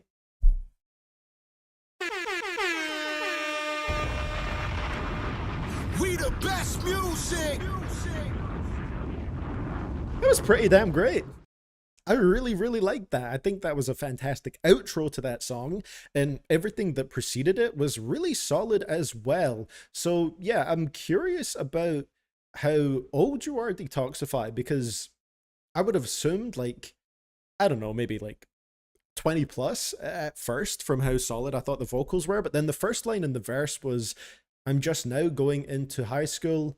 I've been at this in quarantine. We was hiding for survival. So I'm not entirely sure, but yeah, I liked what this track did. You turned 17 in 2 weeks, wrote this at 14? That's kind of mad.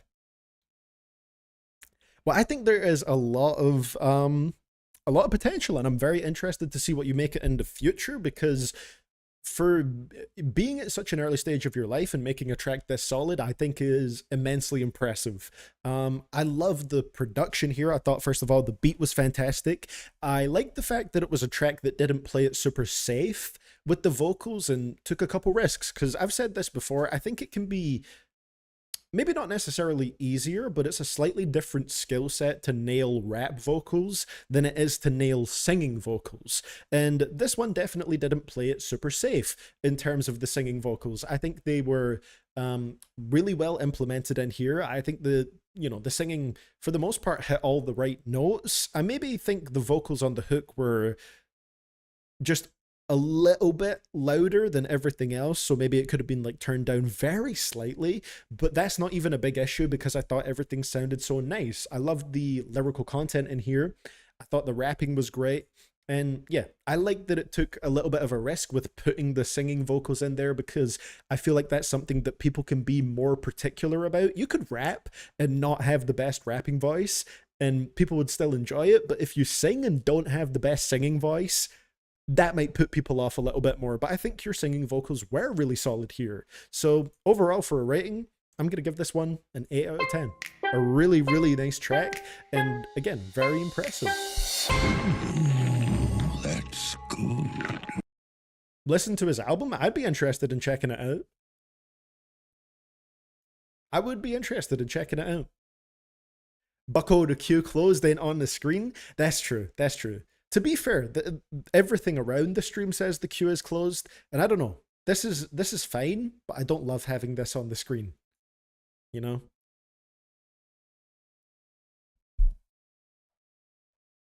Yeah, the mix is pretty much the only critique I have, Sia is saying. Like CDTV says, the different elements didn't mesh as well as I would have hoped personally, but other than that, great job. Yeah, honestly, like, the mixing was like a very slight issue for me. No need to apologize, Looney. No need to apologize. And it's Mr. Bucko to you, Looney. But yeah, great work on this, Detoxify. I would say 100% keep it up. I think you got a lot of potential, and this was a great track right here, especially for being something that you've made like so early into your life, basically. I think it's very impressive, and there's a lot of places you could go from here. So keep it up. Hey, I didn't hate on my mods, alright? All I said was, I don't know if I love putting the button on there. It's not hating to have a small discussion, okay? It's all love. It's all love. But yeah, I thought that was great. So thank you for sending that in, Detoxify. Like I said, keep it up. So I'll get the next request loaded up, and we'll take a little look at the album of the year list that Tim Strong sent in to see what we got on there.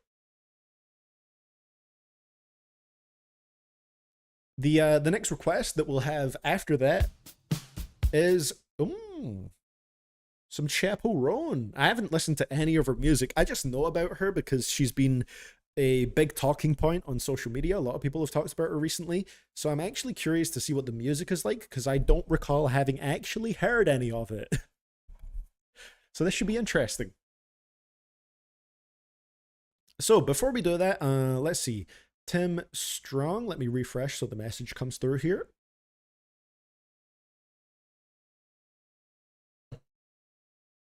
Okay, so it's a little album of the year list for specifically what we are about to find out. Tim Strong has sent October 14th to 20, so this is just like your week, basically, I would assume. What I've listened to in this past week. These opinions can change, but this is how I'm feeling now. They're in chronological order, not order of rating. Mostly pasted my reviews in, so you don't have to open each one individually. Enjoy. All right, this should be fun. Let's have a look at this. Window capture. Thank you for that one, Elena. I will check that in a second right here. Oh, so I'm going to have to move that. Hold on. Back to its original position. There we go. So yeah, this is Tim Strong's October 14th to October 20th listens. In order of chronology, not order of rating. So I'm assuming like in the order that you listen to them, right? Number 1, we have Lofi with Typical of Me, which, again, we listened to that last week on stream. A great listen, very relaxing. Heard this on the stream last week, and I really loved how smooth and pretty this EP was. It serves as a good push for me to eventually get to the rest of Lofi's catalogue, though my list of the albums I need to listen to is huge at this point. I feel you. I feel you. Well over 100 from before 2024, and like 40 from 2024 too. Yeah, I have quite a lot from 2024, so I completely get that. 8.7 from Tim. Big Thief with 2 hands, an 8.9 out of 10. Listened to their album Masterpiece last week, which is a little better than this one. A little better than an 8.9. Not bad. But this is still a really pleasant listen. Still have quite a bit of Big Thief to get to, but so far I'm noticing their discography is extremely consistent. Hold on, I forgot something. In its quality, very gentle and pleasant record from front to back, great songwriting. I really like the sound of Adrian Lenker's vocals too. I recognize that name, which definitely helps my enjoyment. Clairo with Sling, another 8.9. As you can tell, I was doing a Clairo discography dive because I love her album Charm from this year, and I went in reverse chronological order. Back when Jack Antonoff... Do what to Anton? Knew what he was doing. In all seriousness, this is a beautiful album, not as good to me personally as Charm, but still really endearing, well written, soft, and pretty. Then we have Clairo with Immunity, that's a 9. A little more varied and experimental in places than even her later music, and a thoroughly enthralling and enjoyable listen. Some absolutely beautiful tracks here and there. You know, while we're doing an album of the year look through here, I just gotta say, I love the layout of this website. That's one of the reasons why I chose it over Rate Your Music as my go-to one. I just think it looks better. I like the layout of the website and the colors that they use. I think it's very slickly designed, so shout out to whoever did it. Clairo with Diary 001, not anywhere near as good as any of her studio albums, but still some fun, catchy tunes on here throughout. I really like Clairo's vocal and songwriting style, and this EP really shows her refining it little by little, which is intriguing to witness. Then we have Beartooth with The Surface, an 8.8. This deluxe edition of arguably modern metal's most positive band adds only one new song, Attention, and some live performances. But the band is electric live, and Attention is one of my absolute favourite songs of the year, with vocalist Caleb Shomo's presence just infectiously upbeat and optimistic, and the instrumental behind him chunky and fun. Let me just double check. Okay, so 20 albums, we'll do 10, a request, and then the next 10. I'm working it out here, alright, to get the flow going. At 7, well, they're not ranked in any order, but other than chronological, Bon Iver with Sable, 8.8 out of 10. Bon Iver's super brief comeback EP is jaw-droppingly beautiful. I wish it was longer because all 3 tracks on this are just stunning. This 12-second intro should have just been added to the beginning of Things Behind Things, in my opinion, because its presence on an already very short project is kind of annoying. Then we have Goody Grace with A Nice Place to Visit, 9.2. One of my favourite albums of the year, one of my favourite artists, Canadian multi-instrumentalist and singer Goody Grace, makes his return with his first project in 3 years, and I love it. There was always a somewhat haunted quality to Goody's music, both from a lyrical standpoint and due to his oftentimes mournful or wistful vocal delivery. Little water break. This peaks on this album, with him delivering some of the most charming and captivating writing of his career so far, as well as some incredibly compelling, deeply melancholic vocal performances. So this one, I'll just read that first section there, just to not wear out my voice too much. But yeah, solid review on here. And this is another thing I'll take a deeper look at off stream as well, Tim. You know, just the longer ones, I'll read sort of like a selection of words in it. The LP resonates with me on a deep, deep level. Okay. And the reason for that is because it's like a friend telling you that you're not alone, that it's there with you, and that feels incredible. Then we have number 9, The Last Dinner Party, Prelude to Ecstasy, with an 8.5. Some really sexy instrumentation throughout the album, pretty solid vocals, and fun writing. I've heard some decently strong hype for this album, and honestly, it didn't disappoint. And then we have Schoolboy Q with Blue Lips, an 8.6, very solid rating for it. Music is about to fade out. Finally got to this one and enjoyed it a lot. Very, very solid record from start to finish. No real dips in quality throughout, I would mostly agree, which is pretty great for 18 tracks. Q is a very engaging performer throughout, and the features deliver good performances too. One of the better rap albums of the year, for sure. Would also agree with that. And so, we will come back to the other half of that list well, after a request or two. But yeah, that was the first 10 for this week. A solid 10. So we got I'll keep that in mind as well, Tim, for the negative review. We got a member message from Elena here saying Damage dropped vinyls for Eat the Rich today. Hashtag I'm winning. Let's go. Hell yeah. And then Little Boy Rebel is saying here, new video confirmed, CDTV the G has escaped and is MIA. What do you mean? What do you know that I don't know? I'm gonna need to get somebody on this LBR. All right, that's all I'm saying. So, next request that we got right here is, let's see. Yeah, the Chapel Roan one. Good luck, babe. And this was sent in by Coldstone Austin Steve. Coldstone Austin Steve is saying, what's up, us? Coldstone here again. Good to see you, us. This time I'm dropping some Chapel Roan for you, head top. Hopefully you like it. Let's see if I do. It'll be very interesting because it's like I know who she is. I genuinely have no clue what the music sounds like. Maybe I've even heard it and just wasn't aware that it was her. I don't know. We're about to find out. Pretty big song from what I can tell.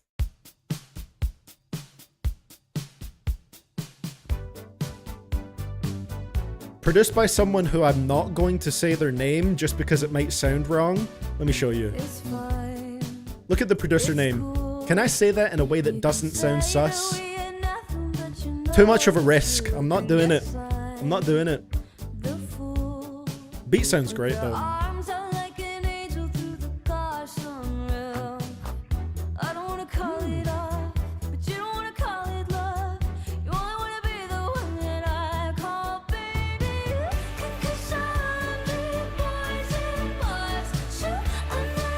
Okay.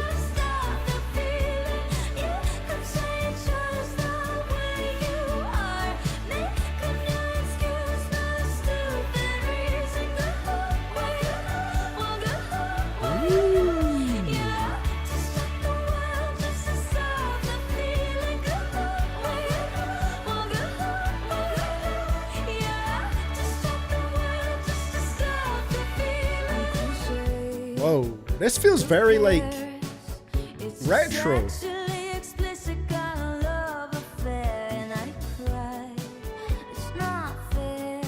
I mean, hey, people love nostalgia, right? And I'm not even saying this as a knock on the song. It's fine to make something with a more old school sound to it. And this feels incredibly nostalgic. If you ask me, like, if you just played this song for me and asked me when it dropped, probably my last guess would be 2024. I mean, maybe it would be my first guess because I'd be like, okay, they're asking me that question, so it's a trick question. But other than that, I would just assume it was an older track. It sounds really good, really authentic.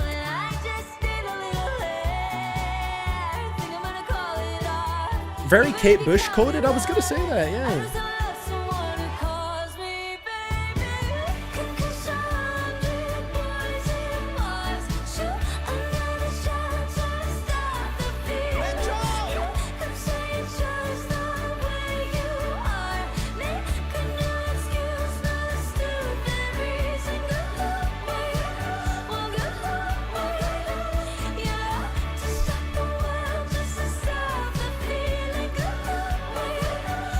This is pretty great though, I'm not gonna lie. Got the feeling.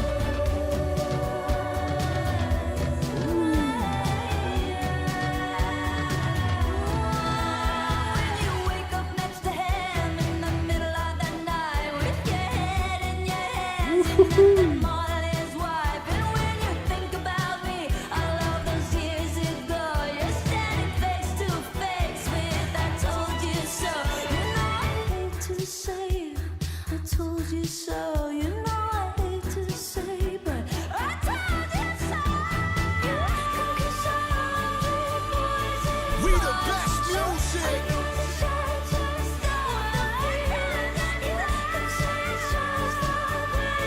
Do you hear those background vocals?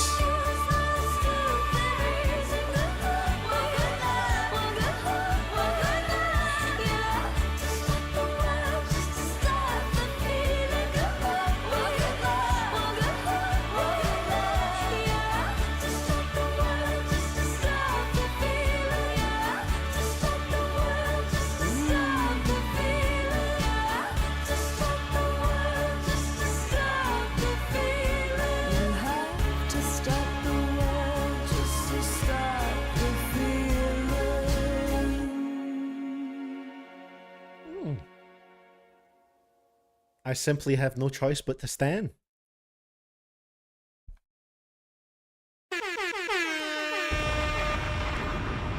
We the best music. You know, I'm not gonna lie, not to toot my own horn, but I feel like I do that pretty well with the timing, considering it's 3 separate sound effects that I have to press the buttons for in sequence, alright?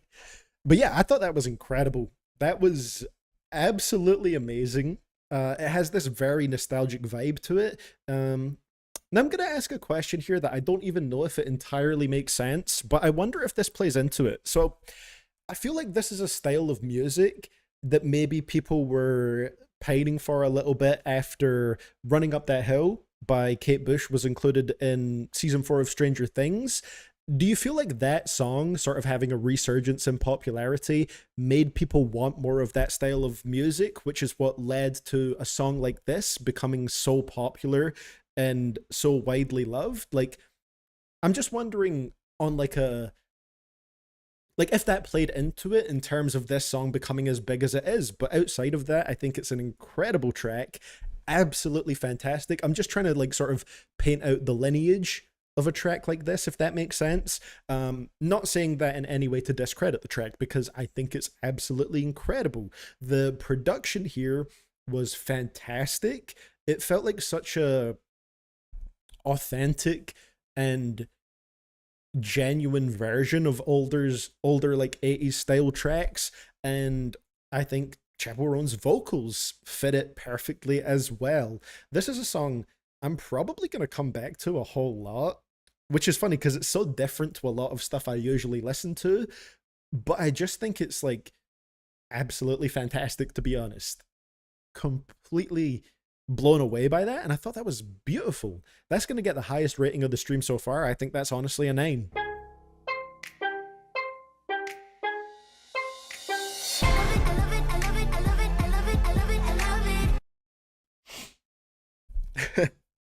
Imagine having to clarify that this sounds like that Kate Bush song everybody loves is not a diss.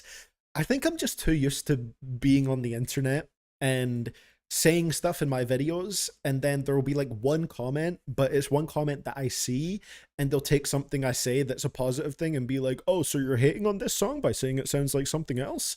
And it's like, no, that's not what I said at all. You took my sentence and made a new sentence and then said it's what I said. So I feel like I clarify stuff a lot, Joe, even when I say something that most people will get what I mean, but it's just like baked into my brain to clarify it further now. So I guess that's why I said that. And thank you for that one, Mira. Let's see what Mira is saying right here. It's like that one tweet, exactly, the waffles pancake tweet. Mr. TV, we have too many mods getting fired / leaving. I have some mods left. Huh. You gotta hire another one. Also, I just want more people hired to be silly. Okay, so let's rewind a little bit. All right. I recall being told before that I hired too many mods. All right? And now I'm being told I've got to hire more? What is the truth? But regardless, thank you for sending that one in. I'm trying to remember the order of the name again. Cold Stone Austin Steve. That was a fantastic request, and I very much enjoyed it. That was amazing.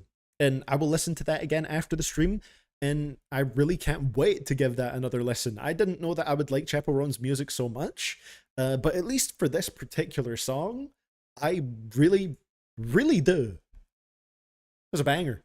Amazing track. And yeah, would not have guessed that came out this year if I went in blind and, you know, didn't know who the artist was. You know, I would not have guessed that at all. So we will do another request, and then we'll take a look at the rest of Tim's album of the year list. So the next one that we got is from Phoenix. Thank you for sending this one in, Phoenix.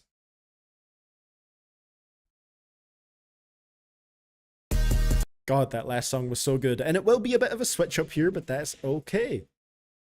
Damn, someone has their motor going outside. I don't know if you guys could hear that, but that ripped right through to my headphones. So this is a song from Phoenix. It's called Static, and it features Vaith and Cheesy831. Interesting.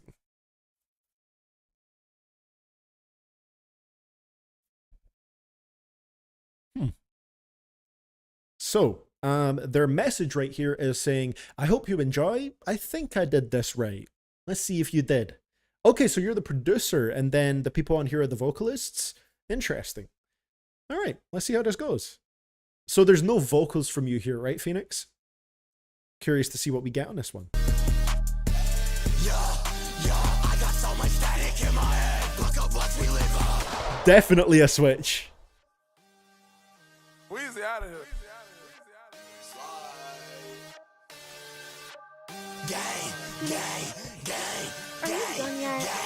I'm finna knock your jaw. I'm fucking with what the fuck is a raw? Pump up at your bitch get bumped. He's like, I'm dim, he might get jumped. Look at me wrong, I'm a bitch, yo. Unto Yahweh, where we send you. I'ma start up boy, I'll fuck a tissue. No, he don't want no pressure, no issue, ayy. I got so much static in my head. Fuck up, watch we live, I'm dead. Fuck up, watch we live, I'm dead. Fuck up, watch we live, 808s are punchy. fuck up, watch we live, I'm dead. Fuck up, watch we live, I'm dead. Fuck up, watch we live, I'm dead. So, I got some blood on my bow.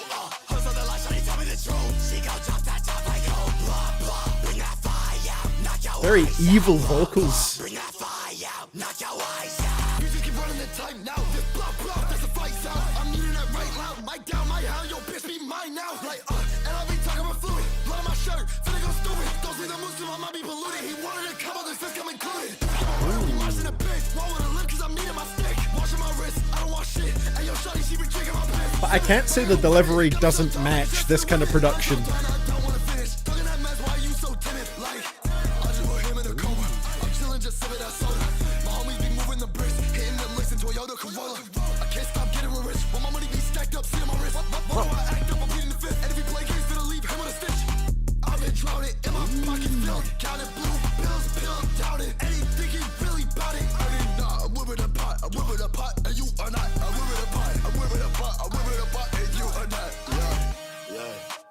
I'm whipping the pot and you are not. Oh, skipped on to the next track. Let me bring that back up on the screen there.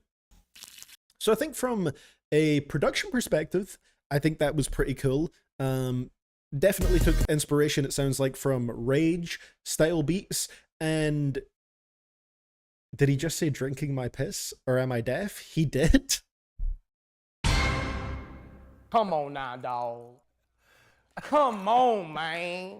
But hey, I thought the production was banging. Like I said, sounds like it takes inspiration from Rage style melodies, and a lot of Rage beats, interestingly, in this style can actually not hit particularly hard, which is kind of ironic for the name, Rage. But I feel like with this one, the drums mix with that really well to make it actually feel like some Rage shit. Like it was high energy, the 808s and the kicks were bumping on here. I think it was really solid from a production perspective. The rapping was solid enough, more of a evil, screaming type delivery.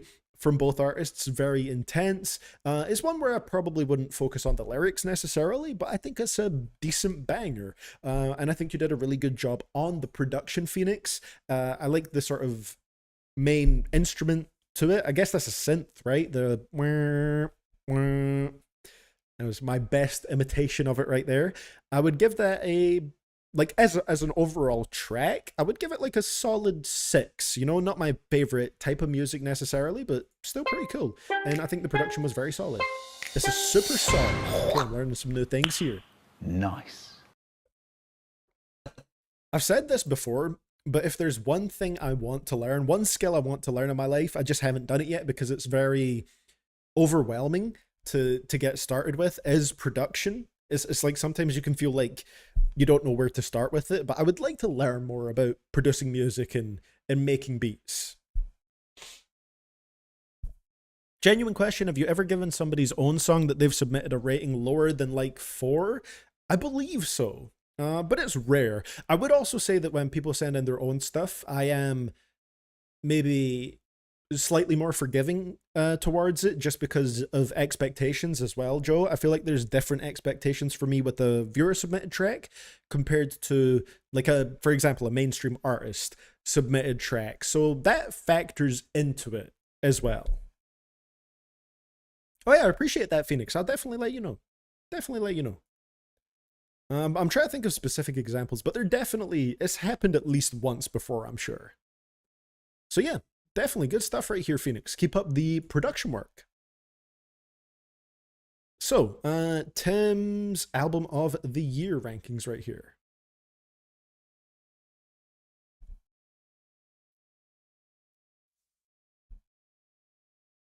Also, hold on. Joe is saying here, I don't know, it'd be pretty brutal if someone was like, hey, I worked really hard on this song. Can you listen and tell me what you think? And you're like, that was fucking trash. You get that the fuck off the airwaves. See, that's the thing. I think it's a case of just being a little bit more lenient with people when it's their own music, and especially if they're starting out as well. I don't want to give that a harsh rating unless it's like something really terrible. But I feel like that's rare anyway, you know? There's sort of, it's more so just about being, I think, understanding of where they're at and me being fair about that.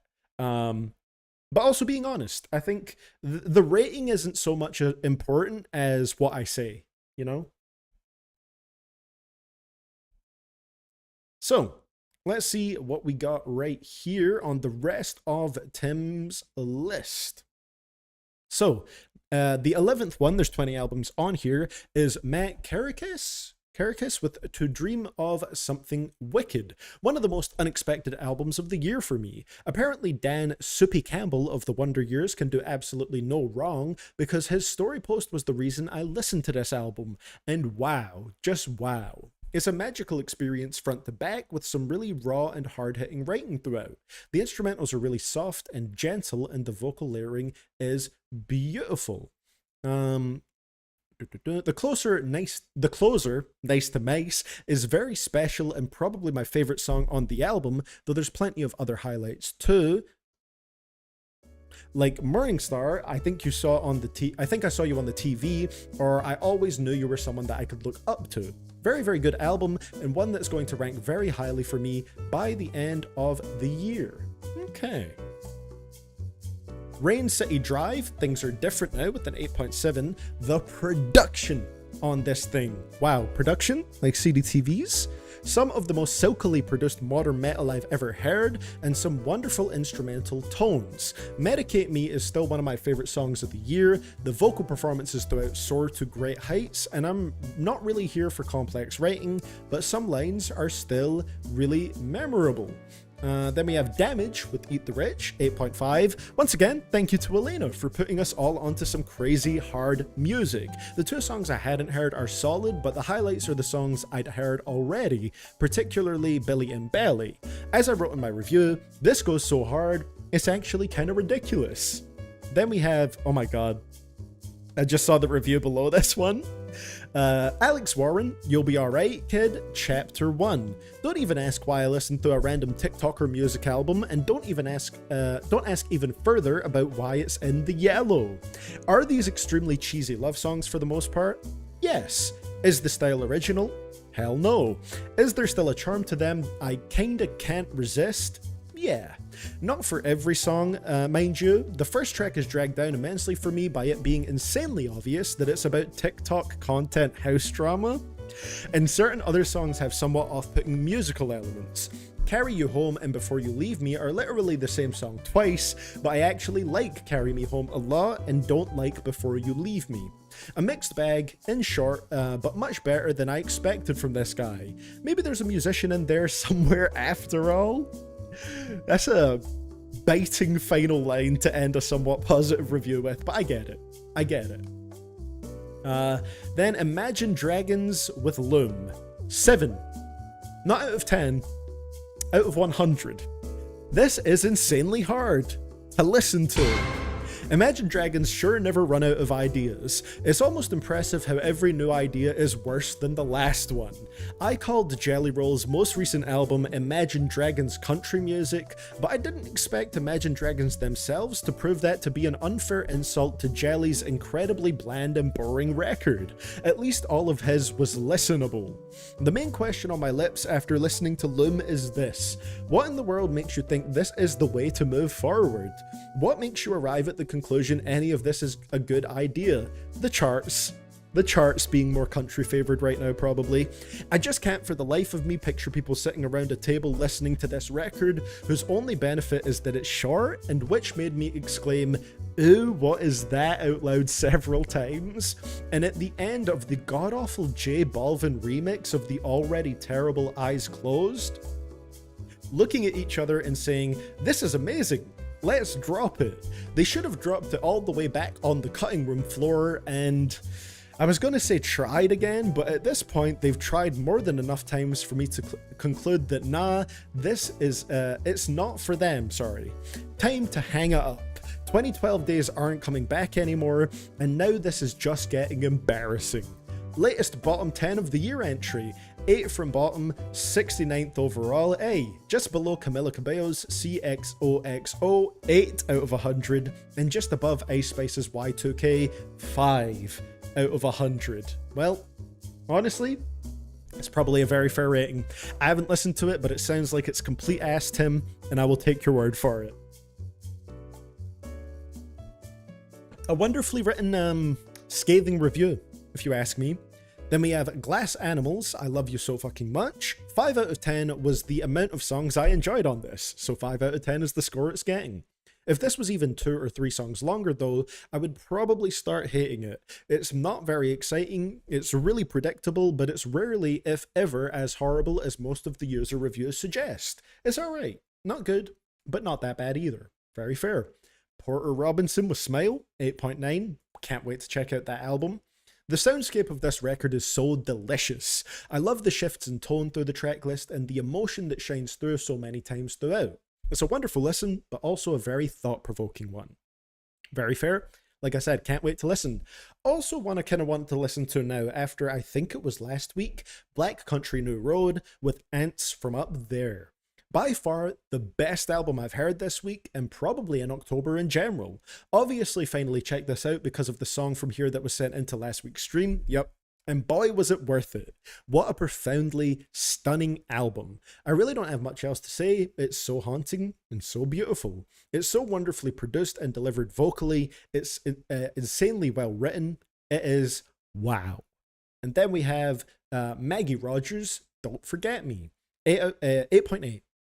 I've been using the word lovely to describe a lot of music I've heard lately, but this one is truly right up there with the loveliest stuff I've heard this year. As this was my first exposure to Maggie Rogers, as far as first impressions go, this was a pretty damn good one. I love her vocal delivery, and her writing style is really endearing too. The production choices hooked me in here, the production's choices hooked me in here and there too. Really like this one. And then the final one we got here is Girl in Red with I'm Doing It Again, Baby, with a 3.5 out of 10. There's a few tracks I'm going to keep from this, but overall, yeah, no. It's just kind of the same song over and over with occasional slight variation and a Sabrina Carpenter feature in the middle to numb the pain. Pretty boring album, which makes me feel pretty damn insane reading some of the critic score blurbs here. I feel that with some albums, Tim. I feel that. Maybe it's just me, but I don't see any bold artistic statement or an introspective gem. Painfully Shallow from Pitchfork's one and surprisingly predictable from NME's one are much more in line with how I feel. And there we go. That is Tim's first listens of this week. Overall, seems like it's mostly weighted towards the positive, with some, well, one very trash one in there, and a couple other not so great ones, but not a bad week at all, it sounds like. So, yeah, that was a pretty solid album of the year list to go through. With that being said, our next request is one from Alex Canaz with some, I believe, old school underground rap. We got some Esham with Kill the Fetus. So, Alex is saying here, Esham is an underground rapper from Michigan and one of the early pioneers of horrorcore rap. Always a name that I've heard of, but when I skimmed through his songs when I was younger and a little bit more interested in horrorcore stuff, I never really got into it, so I'm interested to see how I feel about his stuff here, today. From the song title, the album artwork, the beat, this is something that is definitely an acquired taste. Yeah, I can see that. Also something to note, he influenced Eminem and Chance. Very interesting. So, let's see what we get right here. I'm very curious to see. It definitely seems very horrorcore style, so wondering how I'm going to feel about it. Thank you for sending this one in, Alex. Mother Earth is pregnant for the third time. For y'all have knocked her up. I have tasted the Produced by Esham too. I was not offended, for I knew I had to rise above it all, or drown in my own shit. Mother Earth is pregnant. Mother Earth is pregnant. Mother Earth is pregnant. Mother Earth is pregnant. I see you, Tim. Appreciate you joining in as always.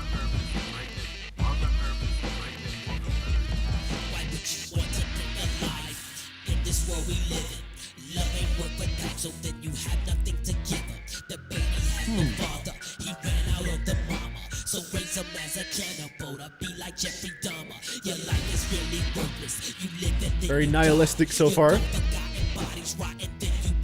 But that could be expected with the name, the artwork, and everything.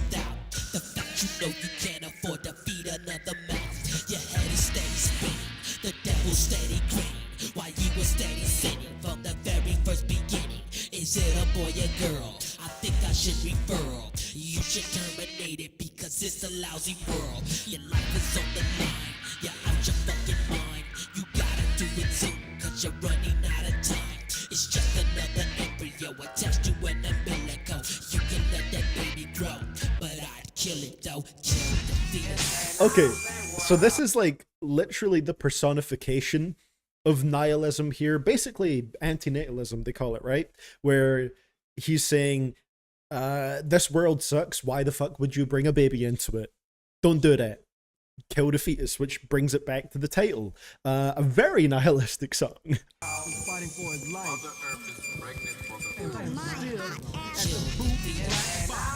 I see you, Elena. The baby's premature. The mother is a whore. Contemplating suicide, so what you waiting for?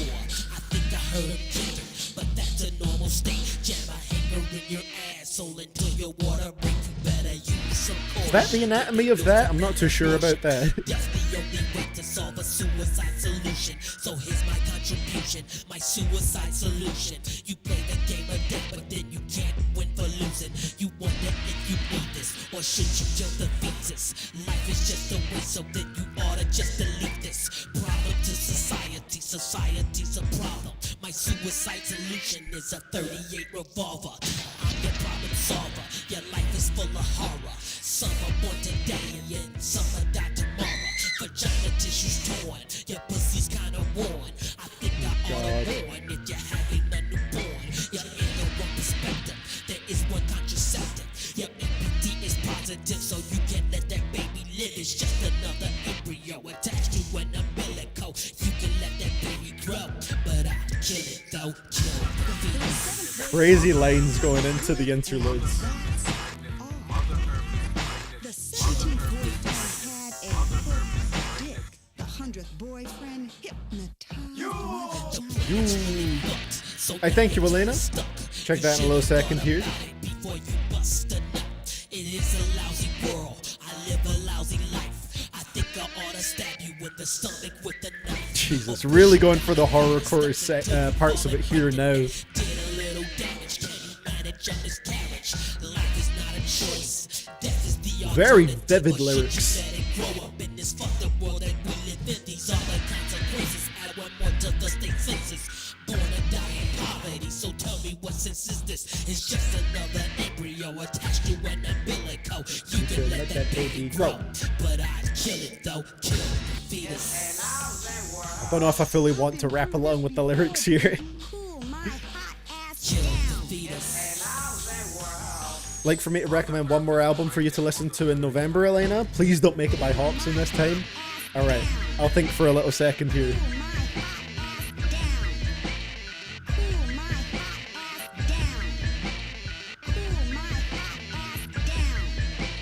When another number girlfriend comes along, he'll think of me when he fucks her.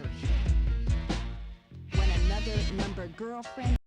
So yeah, this song right here was pretty intensely horrorcore. Let me think of an album real quick for Elena to listen to in November. You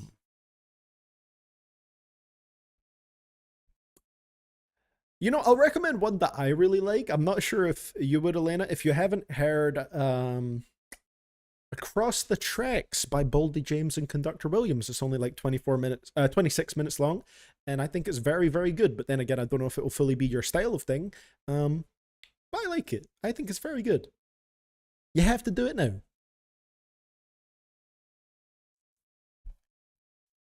But yeah, so this song was very dark, very nihilistic. It basically took the topic of this world is so messed up that you shouldn't bring a baby into it, and then took it into very horrorcore directions with very graphic lyricism, especially in the third verse where he talks about essentially, you know, solving the problem by himself, if that makes sense. I was about to recommend reading through the lyrics if you didn't, you know, pick up on them on this listen and catch on to what I was saying, but also maybe don't. Maybe don't. It's very unabashedly horrorcore, so you know it's not like it's not clear what it is. It's not trying to bait you into something nice and then just slapping you in the face with some horrorcore nihilism. It's very clear with what it's going to be. I guess maybe in some ways sort of like a little ahead of its time, maybe, with this being, you know, coming out in 1993 and inspiring artists like Eminem a little bit and, you know, being a bit of an influence on them. But yeah, I feel like it's one of those ones that's a little bit too grimy and gritty for me to really enjoy. It stays very true to its aesthetic, but I don't think it does so in an enjoyable way. It's just, especially now as well, I think it comes off just a little bit too maybe edgy for me personally. Isn't it called like anti-natalism or something? It is, Mira. Yeah. That specific concept of thinking people shouldn't have children. And there's a whole subreddit dedicated to anti-natalists. If you ever go on there, it's like the most depressing subreddit ever. And I think that's also colored my enjoyment of this, to be honest. I don't think it was terrible. You know, he definitely has his own lane. It's just not a lane that I particularly love, so I'm going to give it a 4.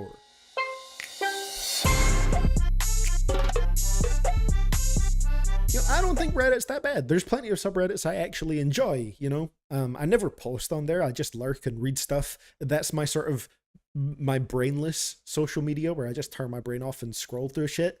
But there's also some terrible stuff on there, dog. We did it, Reddit. That's that real music, man. Come back home. Anti-natalists be like. So, yeah, thank you for sending it in though, Alex, because I never really got into Esham's music before, but, you know, it's, I could see it having a certain appeal, especially if people are looking for music that is particularly dark, just as a sort of, like, morbid interest kind of thing, if that makes sense. CDTV is a Redditor. Oh no. Listen, I scroll on there. All right. Let's not box people in. A Redditor it can be varied, all right? It's like calling someone a Discord user, all right? There's variation to the people that use these apps. Okay, you know what? Actually, let's roast Redditors because Mira has more karma on there than me. It is now officially allowed to roast Redditors. You heard it here first, ladies and gentlemen. Alex is saying I was doing research on some of the most iconic horrorcore songs. I definitely came too far in a few places. Yeah. Isham is interesting at the very least, just not fully my thing. But thank you for sending this in, Alex. So the next request we got is one that I believe is not in the queue because it is Vincenzic's request, but I can see it in the tip messages here. So we got a little Spotify playlist, I believe, which is probably only 2 or 3 songs, I would assume, with the length of it. Let's see. 2 songs. Okay, cool. So the Vincenzic is just saying here, check the playlist description. Let's see. So there is a CDTV Reddit at the moment, but I feel like we should set up a different one because the way it was set up by one of my viewers, and the username looks really messy. The capitalization is like in the wrong places and stuff like that. If anybody wants to set one up, go for it. I think that would be cool. So yeah, Vincenzic has a Spotify playlist, like I was saying here for us, and we are going to be getting some OG Buddha. Some more Russian music right here. So Vincenzic is saying here, can I see the whole playlist description? It's not showing me the full thing for some reason. Oh, there we go. Hi CDTV and chat. Hope you're all good. These are the 2 songs I like from the new OG Buddha album, Free Rio 3. Funnily enough, they are the first and the last song of the album, respectively. Hope you enjoy. The first is, okay, let's try this. Narozke Aina Mune. The second one is Poroi Blai Kochet. So we're going to see how this goes. I'm just going to refer to them as track 1 and track 2 in the playlist, respectively.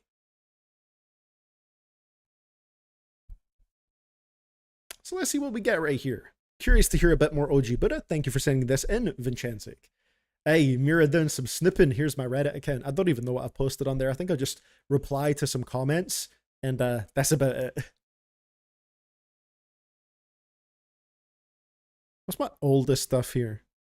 Used to post some of my videos to certain subreddits, because, like, why not? And I think I also posted to certain subreddits to get, like, recommendations for my videos. But yeah, let's see what we get right here. So, track number 1. Let's see what we get from OG Buddha.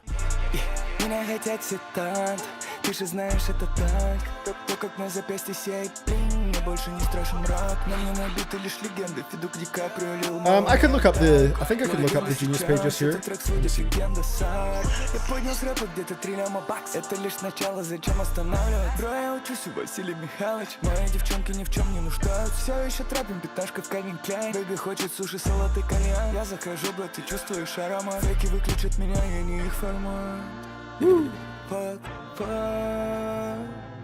Okay, I found it. Улица все так же во мне. Цепочка Melon Music все так же на мне. Без самовлюбленности, но все держится так же на мне. Плюс еще ранее. What is Melon Music? You said Melon Music here. Мы не наравне. Хожу в дорогой хуйне, знаю, охранник при говне. У других белых не вижу этого огня в глазах. Я хуй пойми, какой год в игре, все не погас. До сих пор выход на сцену, каждый раз как первый раз. Ты бы видел, как я волнуюсь, не могу нормально просраться. Настоящий вэмп, не могу нормально проснуться. Nice solid beat on this one. Базара нет, соски стилёвины, а походу Наруто. На людях все весело, в одиночестве все так грустно. Да, у меня меня даже в толпе бывает пусто. Плачу, что дыры, это жутко. Хочу выпилиться, но мне страшно. Страх все сильнее, чем старше. Okay, interesting delivery switches here. Типа как подруги, это палево. Уважай меня просто, ведь вы младшина. Если ты со мной, все оплачено. Выгляжу кавайно, при этом альфа. Ребенок сбился, стилю дальше. Всегда делал заебись даже раньше. Прыгнул на этот... Ребенок сбился, стилю дальше, говоришь. Похуй буду раздавать дальше. Didn't need any translation for that bit there. Я влюблен в это мне не просто нравится. Я влюблен, она мне не просто нравится. Oh, so yeah, what I find interesting about this is it's very much like production that you would hear on sort of like American rap music. It's even incorporating the whole sort of like new upcoming sexy drill sound that you can hear on Drake songs like Calling For You, and mostly was it invented by Cash Cobain, or is he just one of the most well-known producers that does it? It's interesting to hear that on a Russian rap song.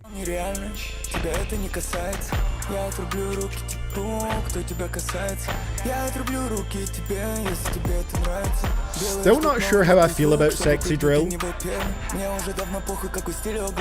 Oh really? One of his first albums is called Sexy Drill. Interesting.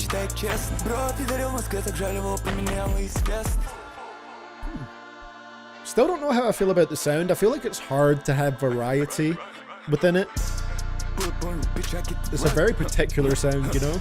В этой строчке сам Хазыч сказал. Ой, ага, порой не понимаю себя, я благой. Малая не курит, пьет, она портит вайб. Не трачу время на сугубо, все еще в приоритете. Like the variety to the drum beats here.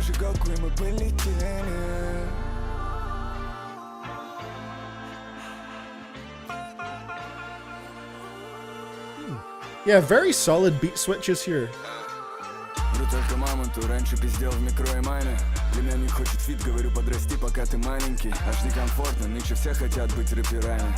Причем не уникальными, а делать кал одинаковый. Я тоже в этой категории белый. Am I wrong in saying it's like the same melodic elements and instruments in the production, but the main thing that changes is the tempo and the drums each time there's a new section? Because that's kind of what I feel like is going on. It helps it feel very consistent while still having switches. Согласен, у меня есть треки, есть и великие песни, как Карма с Бастой. МС не выдал ничего сильнее, чем я в 19-м с трассы. Белый хочет побазарить деньги, ты базаришь с кассой.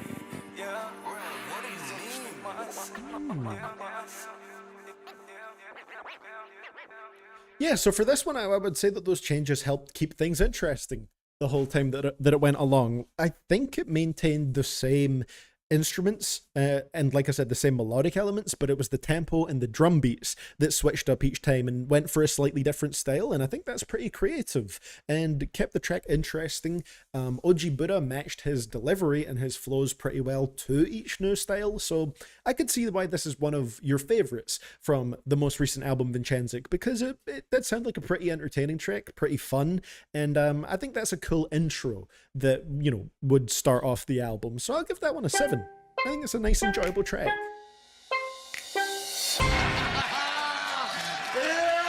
Pretty good stuff on that. And let's see what we get on the second one, which is the last track on the album. I wonder if it'll be as crazy with the switches and everything, or if it'll play it a little bit more, you know, just one steady song. Let's see. I'll try this once again. Poroi Bli Kochet. Let's see. Oh. Bathroom cute. Gets me every single time. You would think I know by now. How's it going, Chiwi?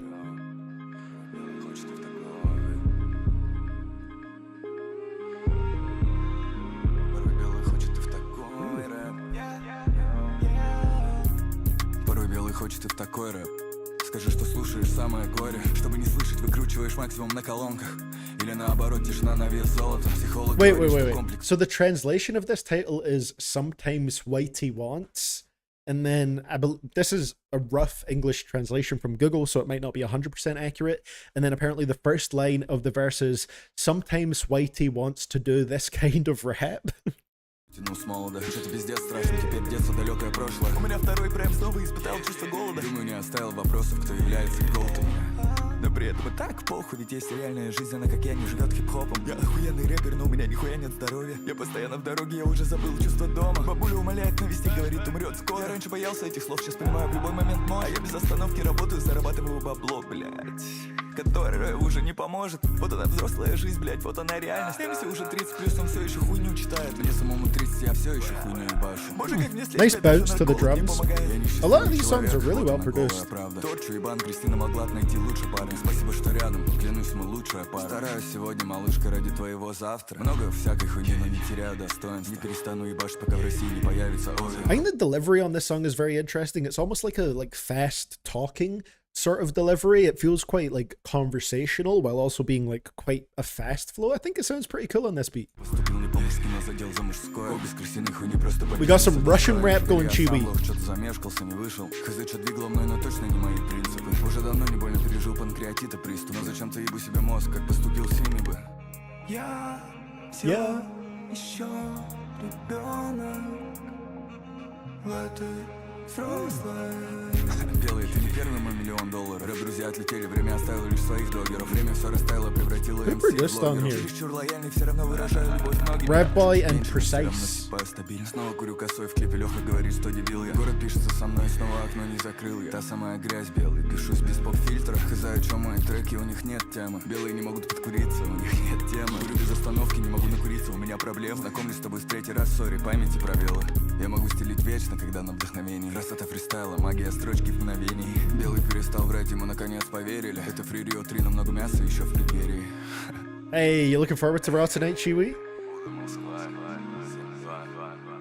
We're approaching the Saudi event, the most canon events in WWE's year, of course. The most important to the year following.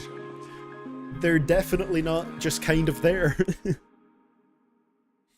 So yeah, this was a pretty cool track. I actually quite liked this. Like I said, the production, I think, was very nice, very high quality. And I actually quite liked the flow, the way it was more conversational and toned down. It felt like him basically rapping in a talking voice, if that makes sense. Basically talking very fast. And I think OG Buddha had a pretty nice voice for that on here. Buddha can do such great songs. Sadly, the rest of the album sucks donkey nuts. Really, is the rest of it bad, Vincenzic? Because, I mean, I guess you did send in your two favorites here, so they're not necessarily representative of the whole album, but these were two pretty solid songs. I wouldn't say they blew me away, but they're both, like, solid 7s. Joe's saying, I'm sure he's talking about some very serious stuff, but the flow and the beat just reminds me of the I slapped the fuck out my cousin and took his toaster strudel song. It does have that sort of... what is it, like the sort of Michigan style where it's like the fast talking and sort of a free-form flow to it. It did kind of feel like that, but I think it was well enough executed here that I enjoyed it. Yeah. I'll follow my GOAT CM Punk's move and miss the Saudi show because as an Arab it's disappointing and disgusting to me. Very fair, Chewy. You know, I'm not gonna lie, I will watch it, but hey, that's I keep up with every single show, but I do think it's maybe not the best for them to do them, you know? But yeah, maybe we'll watch it through, you know, certain means that don't generate revenue. You know what I'm saying? Nobody heard this, okay? This is a secret conversation right here. So, thank you for sending those in right there, Vincenzic. I think that was pretty fun, and not too mad at those two songs. Maybe I wouldn't like the OG Buddha album as a whole if, as you say, it sucks donkey nuts, but the two songs you sent were good ones.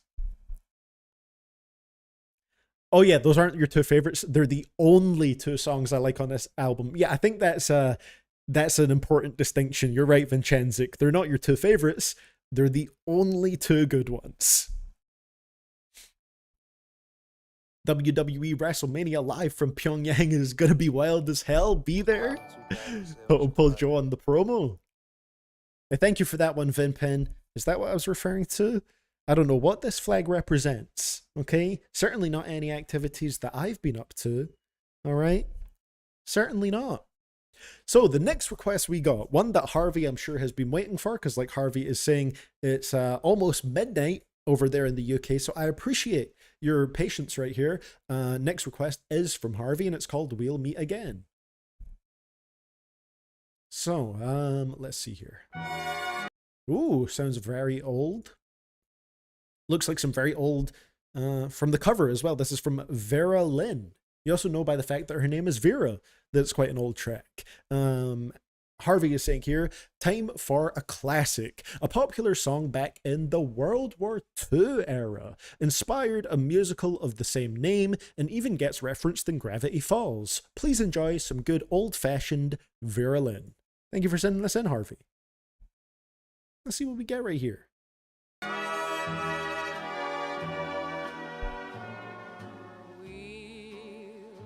Hey Joe, I've got some news to break to you. Don't know where, don't know when, but I know. Hey, it's Chiwi's country. Hell yeah.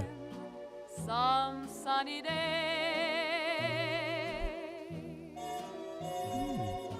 Keep smiling through. We the best music. Always do. Till the blue skies drive the dark clouds. Is this a full song or is this a sample build up? So for this it will be a full song because it's from, you know, World War II era. Hello to the folks that I know.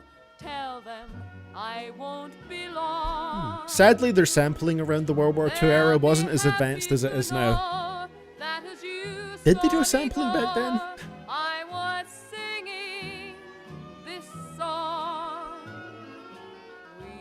I will pause it for a second to say there is something that I always find interesting about listening to a track that's so old, like 1939. This is from, you know, a whole lifetime ago. Meet again. Don't know where. Don't know where.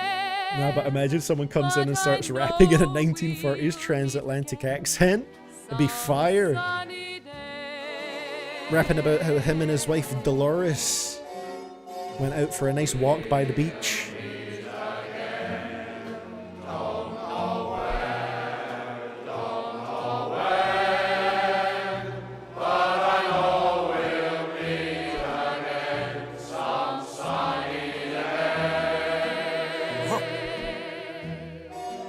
Hidden Rick Ross feature.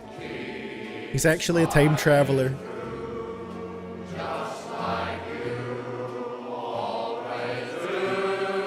We need Nav on this. Yeah, what this really needs is some nasally auto-tune singing.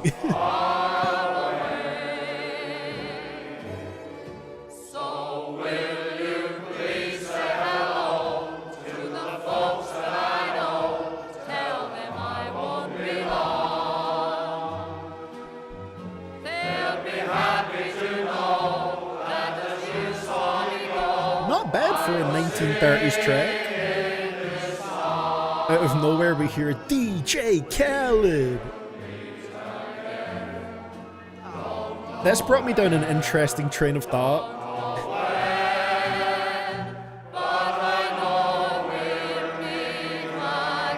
Which I will relay in a second.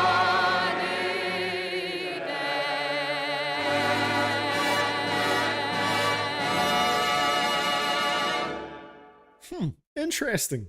So the train of thought that took me down is if there was one person in the whole of the world that I could pick to be a time traveler, it would be DJ Khaled.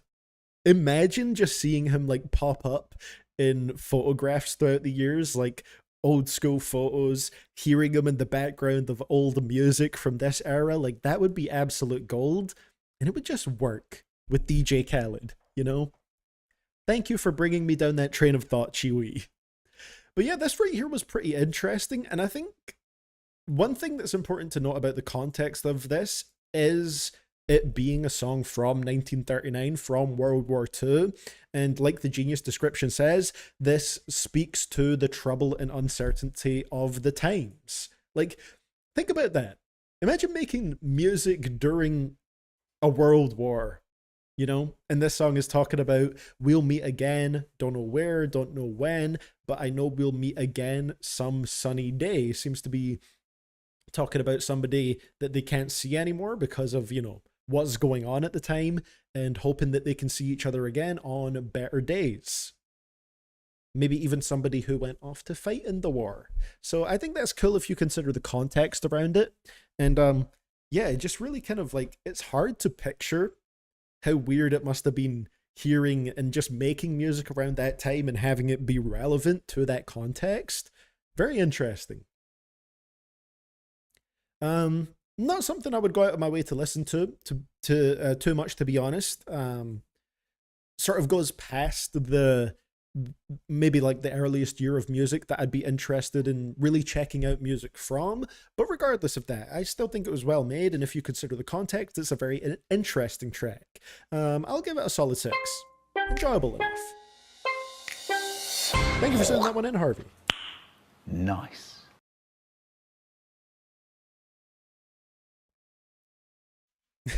Imagine DJ Khaled being like Stormfront from The Boys, being in multiple interesting picks from the World Wars and taking picks with interesting leaders. Now that would be a twist in the story, alright? DJ Khaled is a good-willed, virtuous man. Surely he will not be pictured in photos like that.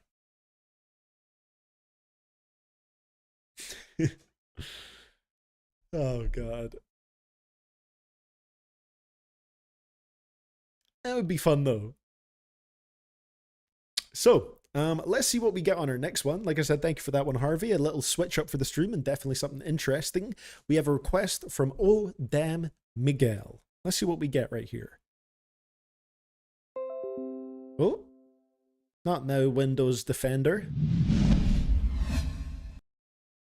We got some Draco the Ruler with Impatient Freestyle. Let's see what we get right here. Miguel is saying in the message, R.I.P. Draco, he ain't for everybody, but he did influence a lot of LA rappers, and you can hear some influential flows that K-Dot uses and not like us. Interesting. All right, let's see how this goes.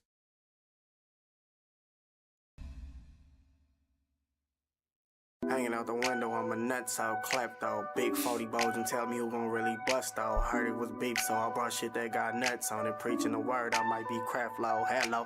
Shit getting ugly, might have to pull this mellow yellow. Sheesh.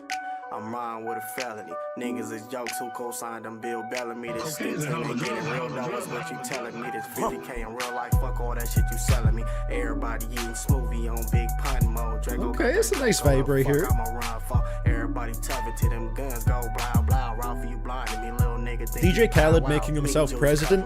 Yeah, that's a world I want to live in. Man, these niggas with the talking, pulled in the foreign. Oops, I almost Paul Walker. Niggas thought it was a joke when I came in with the stockings. Hopping out the Batmobile, Bruce Wayne, I'm robbing. Yeah, I'm ill though. What's the deal though? Wanna rip the stink team while I hop out and kill some. Rollie on my wrist came from long nights so hard. Thugging the acronym is F&N. I ain't really with that bar. Tussling nigga, fuck the studio. I'm really in the yard. Thugging, pull up on Naomi. 50 niggas in the yard. Clutching, we all got Da Vinci in my pocket. It's about 50 niggas talking about they rob me. But these niggas so silly in the field. Rap ain't paying no bills, it's getting tricky. And on top of that, I'm pulled, my fingers is getting itchy. When you see me in the club, niggas know I'm money mitching. Wrist breaker in the club, it cost me a pretty penny. Acting like they wanna give me, niggas playing like they with it. Shooter with a pussy nigga, hope you find another kidney. Pouring fives in the soda, trying to buy another kidney. I'm a baller and she know I'll never call unless it's offering that you breaking gang. No, I'm never faking. I got gate scrapes on Mason. Hey, this is kind of a vibe, I'm not gonna lie. Really wanna say shit. What's that in your wallet? Shit, bald head Jason's riding in all black, but the whip Caucasian on the gang that I claim. I just made the roof brainless. That's the too gritty stink team, and we don't do no playing. Wake him up, shake him up, chop and make him go The way the drums drop in is really nice. Run up on Draco, shit, I wish a nigga would. He must not value life, but shit, I guess it's understood. What's the deal though? Man, who real though? What's the deal though? Everybody got a feel for. Oh, you gon' ride for me? I thank you, Elena. I need to think about that. Boom, boom, boom, boom. Let that bitch rip. If I could write a movie, I would recreate The Exorcist. I'm heaven sent. Nigga, think twice who you messing with. Giving niggas hell. Hey, I'll do my best to not let you down on that Chewy. Crazy. Ain't that shit crazy? All this rap beef and sneak dissing is amazing. Silly ass niggas, please get your bin Laden up. Wolf it to a nigga like I got 1 million followers. Draco, calm down. Time to turn this to the Holocaust. Niggas know who brought the guns. Niggas know who having fun. Cause if I call you know who, you know the job is done. Come on, this shit regular. So good, I doing, man. We could call it CDTVProductions. Alright? That's gonna be our new name. It's great, and I will hear no criticisms of it whatsoever. All right. Honestly, would CDTV the G work? Why is CDTV Productions taken? Who took it? Let me check this.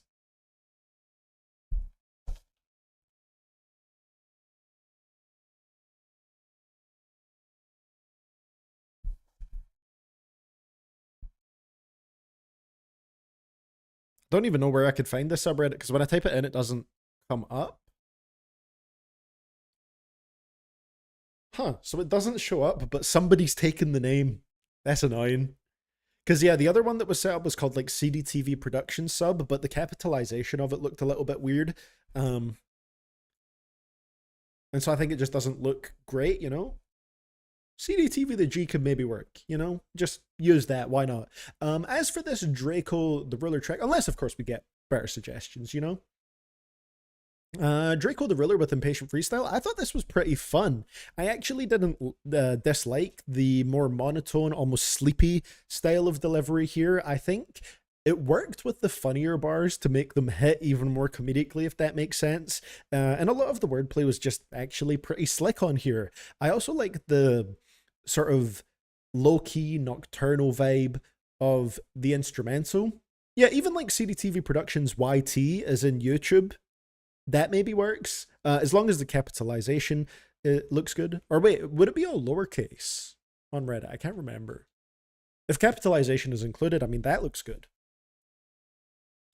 But yeah, I like the sort of like nocturnal sort of hypnotic bells on the instrumental right here, which was really cool. Yeah, I thought this was a pretty solid track, actually. I didn't expect to like it as much as I did, but it's just a fun West Coast sort of vibey banger with great lyrics. I'd give that a 7. Is your Discord Patreon only or no? It is not, Yoshi. Anybody can join the Discord. Completely free. The only requirement is having a Discord account and you can join up.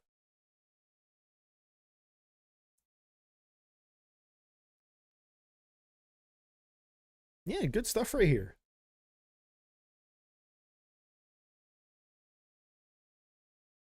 But yeah, CDTV Productions YT probably works.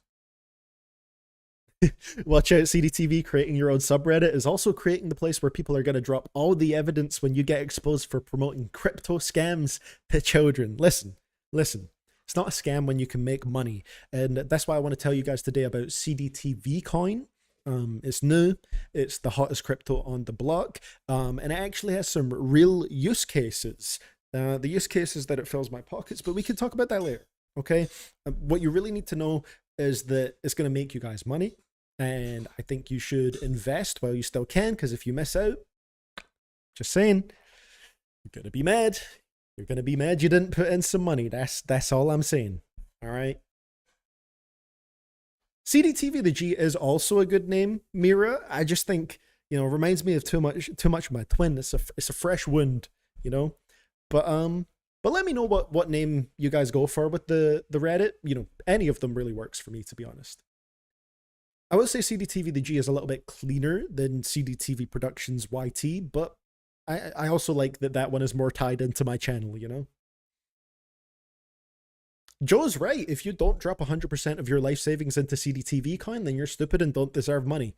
Couldn't have said it better myself. I'm actually funneling all the earnings from these streams into CDTV coin to, you know, sort out the liquidity pool. So yeah, you guys are all funding it. I just thought I would let you know. So next request is also from Odam Miguel, and we got a banger right here, which was actually going to be on the bathroom break queue. And I'm very excited to listen to it again because it's been a little while since I've checked it out in full. I am killed. SOBRB with Paramedic. Banger. You know what? Let's have a poll. I'll do a poll, Elena, if that's all right, before we officially settle on a name.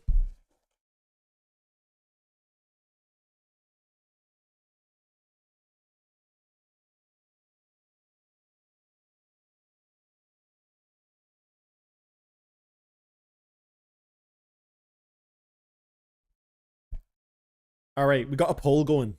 Also could do it in the Discord because, you know, you'll get more votes in there. But let's do an initial feeling it out process here.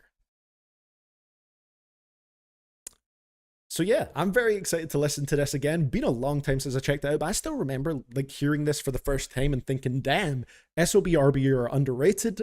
I need to hear more of them. So Miguel is saying here, SOBRBE was really the next ones, but unfortunately they broke up. Yeah, I was sad about that too.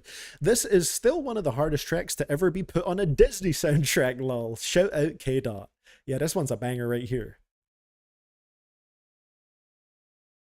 All right, let's see how it goes.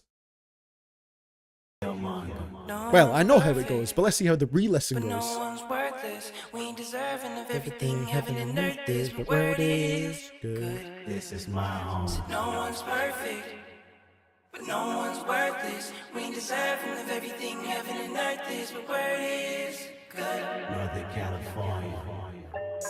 Hey, they better call a paramedic in the street. I got leverage in the street. I'm a California nigga and I'm heavy in the streets. 22 or 23, I'm heavy with the heat. I believe that's Slimmy B on the first verse. Really in the field, come on, bro, I know that ain't you. 2018, hell no. I have to double check on the names. It's been a minute. TDE and SOB, we can't lose. Niggas bitch made, that's just something I Can't relate to. Turn on the gang, that's just something that I can't do. Fall out for a bitch, that's just something that I can't do. Rip bear beat, I get on, I was made to. This Glock get the growling, something like a Black Panther. Tryna touch a meal, fuck saying, get your bands up. Fucking with the gang, yeah, I had to man up. One fist in the air, I ain't finna put my hands up. Hey.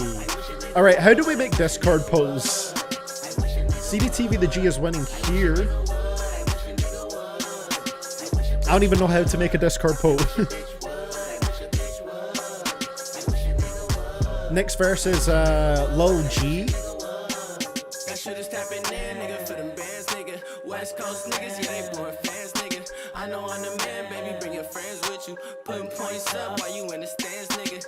But I've been stuck in these streets. Yeah, if you'd be able to do it, Joe, that would be great. I'm a grandpa when it comes to Discord. Two bells, took a bad route.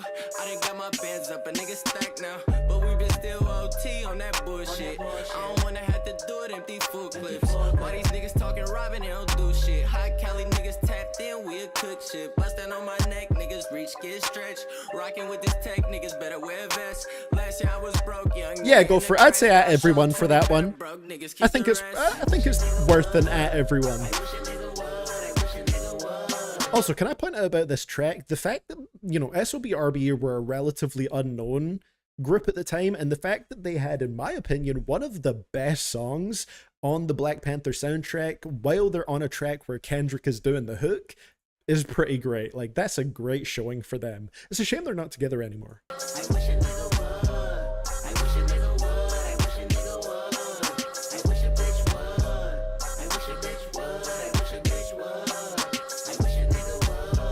Next verse is Da Boy.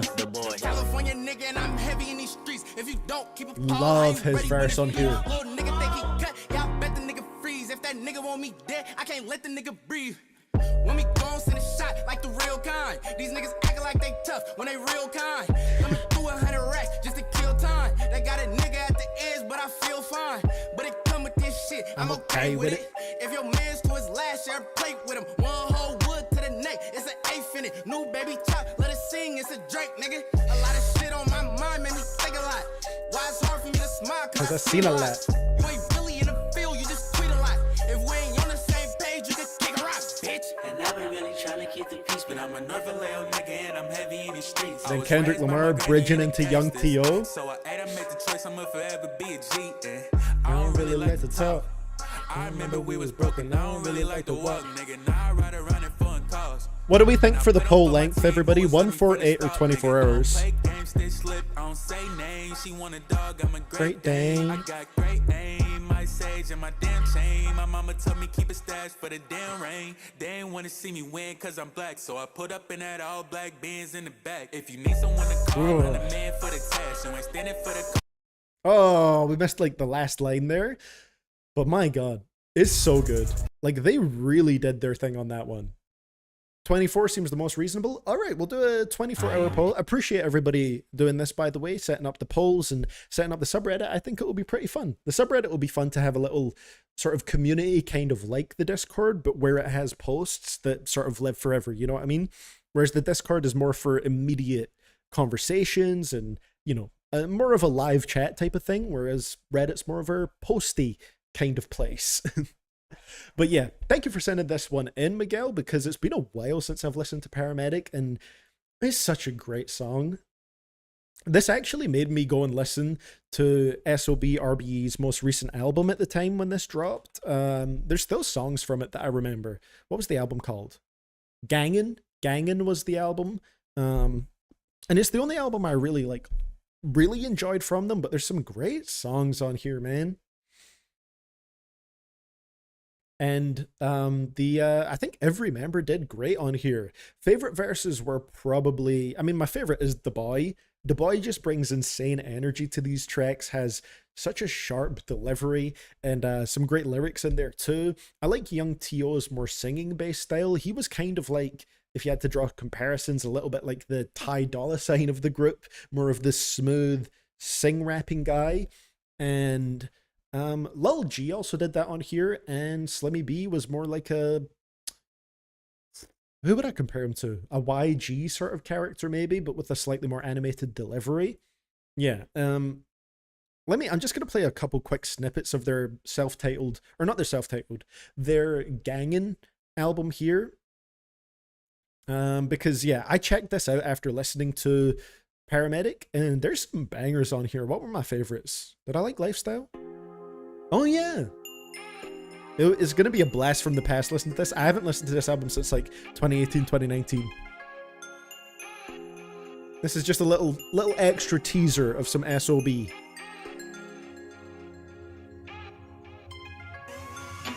I remember late nights all alone. I remember long talks with my Cousin on the phone. RP all of my niggas then gone. Give it all to bring you back and then bring my niggas home. These days I've been trying to get my life right. I've been blowing out smoke in a night sky. It's just very West Coast, you know? Till then I be thugging to my lifestyle. Dreams about getting in that rape, I'ma do it. Big 40 on me when I'm in my city cruising. I remember liking that one, and No Discussion. I'll play a small clip of No Discussion, but this one's a banger, man. The pianos? And I love Young T.O.'s hook right here.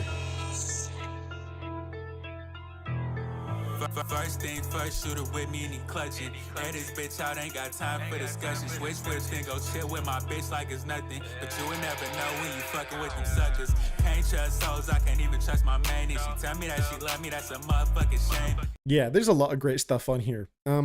I quite like SOBRBE. I might even revisit their album just to see if I like it as much as I did back then. Paramedic is amazing though. I'd give it an 8.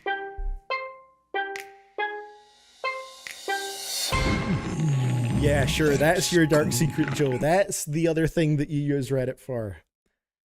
I believe you. Wink, wink.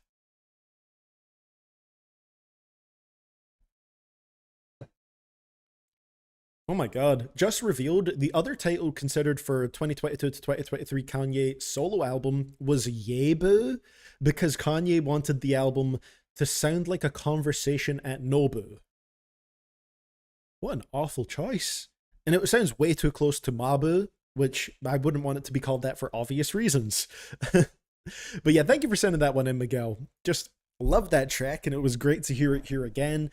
Paramedic, absolute banger. So the next request that we got right here, make sure I'm at the right bit here, is from Scarecrow. Now, Scarecrow, I'm sure you'll know if you've seen the latest upload to my channel that I have heard this song, but I've only heard it once, and I would be happy to give it another listen here on camera, give it a sort of second chance, if you will, if you want me to listen to this, if you are in the chat at the moment. You literally have Poll in your name, Joe? Oh my god.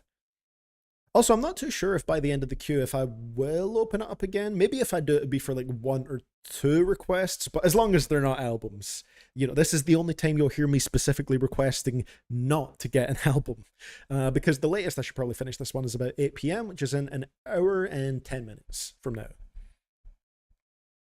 So you know what? Let's give They Tell Me from Yeat's latest album, Lifestyle, Another Chance. Because I didn't hate this song from my first listen, but I thought it was, like the rest of the album, relatively alright, but a bit of a step back from 2093. I believe they tell me is track 3 from the album, if I'm not mistaken. Yeah, I re-listened to track 3 right here. See you, MVI. So yeah, let's see what we get. Scarecrow saying, new Yeat project is insane. Personally disagree, but I respect it. 2093 elements combined with his old sound. For me, I feel like the old sound part of it was a bit too dominant to the point that it was a very mid project for me. But maybe some of it will grow on me over time. And there's definitely elements of 2093 production in here for sure. So Yeat, they tell me, thank you for sending this one in, Scarecrow. They tell me you too much for me, they tell me. They tell me when you talk about me, they tell me. One thing I'll pause it to say, you know, on reflection, I think the main part where the 2093 aspects shine through is the production, but Yeat himself is very much like in his old mixtape style where I think he's a little bit less engaging and doesn't necessarily sound as great. Bitch, don't tell me.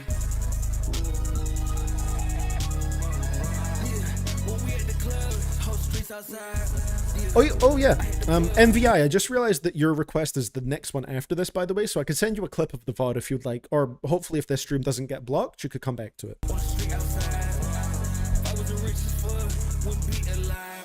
Hey, shout out John Pork.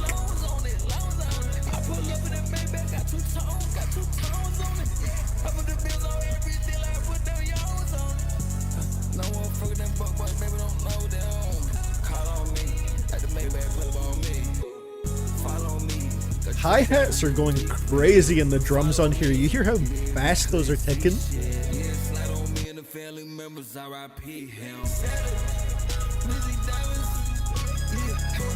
That synth is very nice. That's probably my favorite part of this beat. That's an amazing way to describe it, Sia. I think you've nailed like the vibe that some of these beats have. That's a great way to describe it.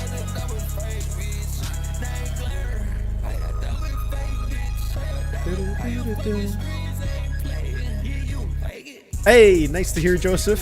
I gave it, I think, an 8 overall. Can't wait to give it a re-listen. A great album.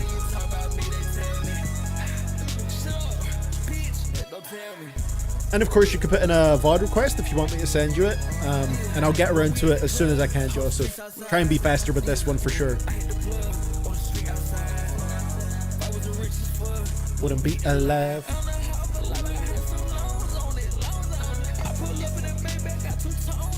Tones on it.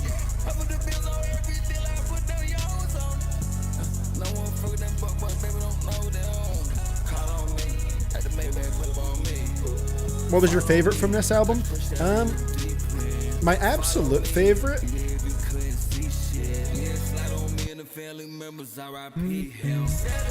Probably like Orchestrate or Gone for a Minute.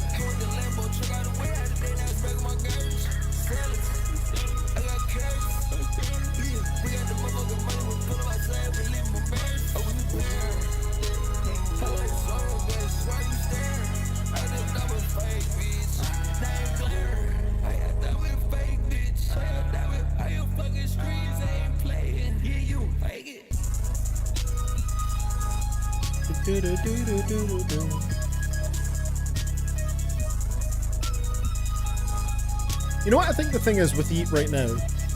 I think Yeat is sort of at this awkward stage where 2093, in my opinion, is the best album he's made so far, and it's the only one he has that I think feels like it has a crazy amount of direction and like it's really going for a particular sound and is very consistent with it, and, you know, it does a very good job of this sort of world building, if that makes sense.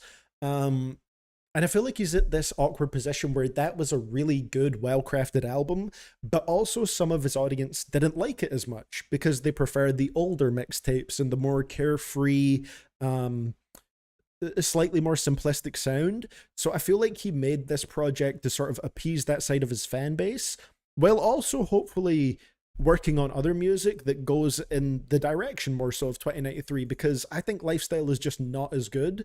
But still, one thing that I can't knock about it is the production. It's a very well produced album.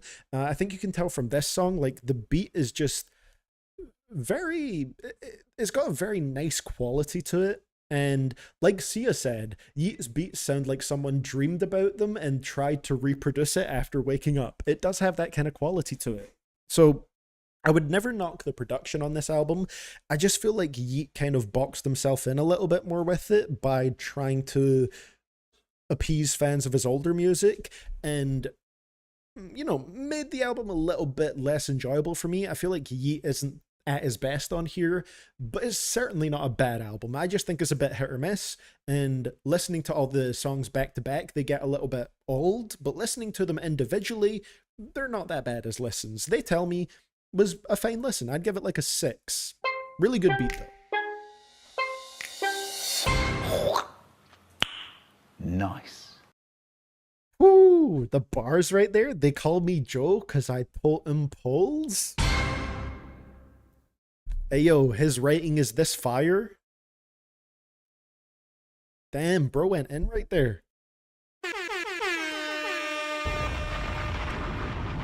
We the best music. That was crazy right there. Bars for days. So yeah, thank you for sending that in, Scarecrow, and giving me sort of like another experience with this track right here. So the next one, I technically shouldn't be including it in the queue because the minimum for a request is $10, as most of you know, and this one is a $5 one, but I'm just going to do it anyway. $5 also equates to less than a minute, so it won't be a lot of listening. We probably won't get the full track here, I imagine, whatever it may be. Yeah, the full song here is like 4 minutes and 54 seconds. Even when you say the rules are in the description, not everybody checks out the rules in the description. But I don't hold it against you. Whoever submitted this, I'll check the username in a second. We'll get about, what would that be? Like 45 seconds here. This was sent in by Solvi Meldal. Thank you for this one, Solvi. And Solvi is saying, this is a song from my favorite Icelandic band called Dimma, I'm Icelandic. It's a live version of their most popular song performed with the symphony in 2016. Hope you enjoy. I appreciate it, Solvi. Like I said, usually, well, the minimum for requests is $10, but I'm going to let this one slide because I believe it's your first time submitting. Unfortunately, you know, the request amount will only play about 45 seconds of this, so we probably won't get much of the track, but I appreciate you sending it regardless. And shout out to Iceland. I would love to visit there one day.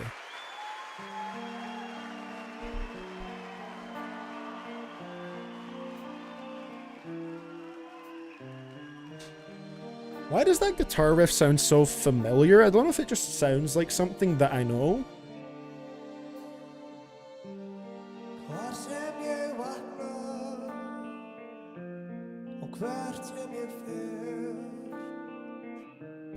I love guitars that sound specifically like that, though. They have that kind of tone to them.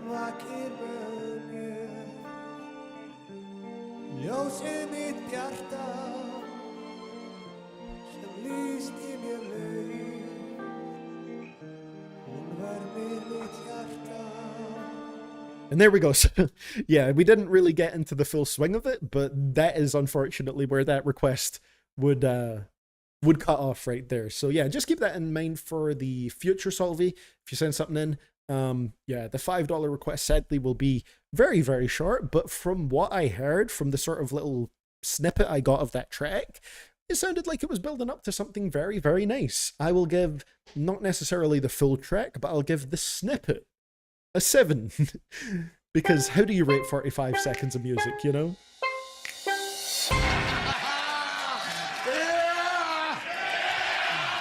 Oh wait, so the subreddit name has been decided? Wasn't the poll 24 hours though? Either way, I'm not too mad at it. I'm just happy to have a subreddit. First post is just saying CDTV. Hell yeah. Actually, this looks pretty good. This looks pretty good.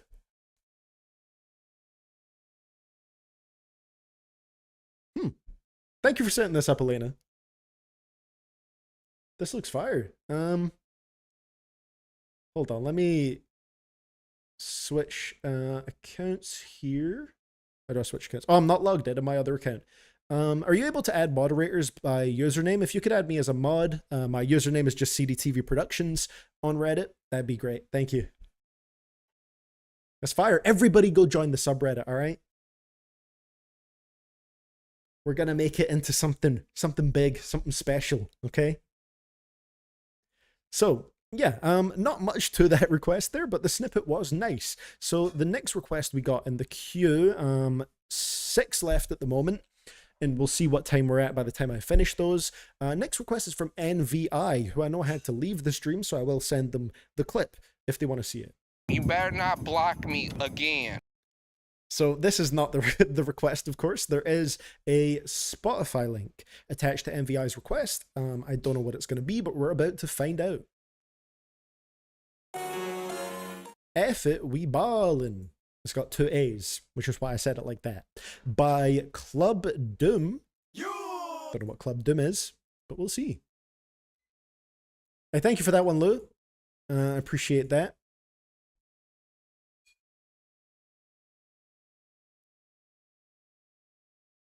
Okay, so I believe this is Lou talking about sending a tip that is relevant to their request, which is next after this. So I will check that when we get around to that, Lou. Yeah, so let's see what we get here. I have no clue what we're about to get from NVI's request. It is F It We Ballin' by Club Doom. Let's go.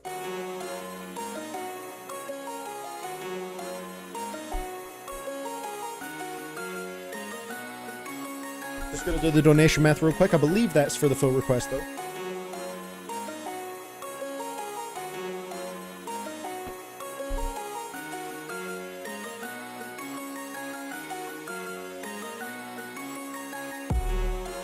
Prepare a sacrifice and divert the parents' eyes. A ritual is time with the god of the proud track came tonight. Interesting. An altar made of steel, cloaked by a roaring fire. As light turns into fumes, consumed by the monster, their messiah. So as we breathe the near and the smoke, Bit of Jersey Club.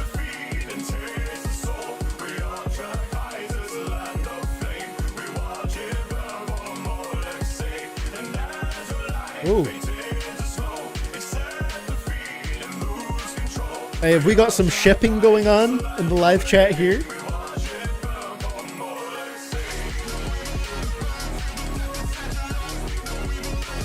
Joe and Sia, let's ship it.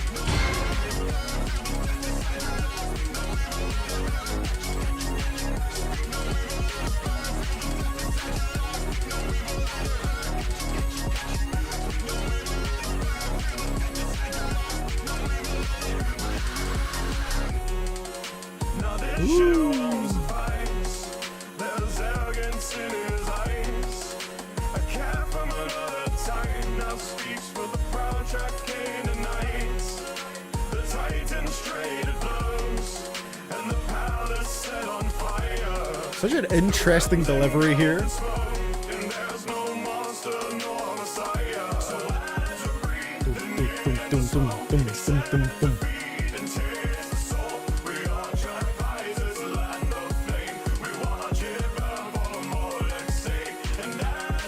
I just saw a post on the subreddit that made me laugh, by the way. I'm going to show you guys this after the track.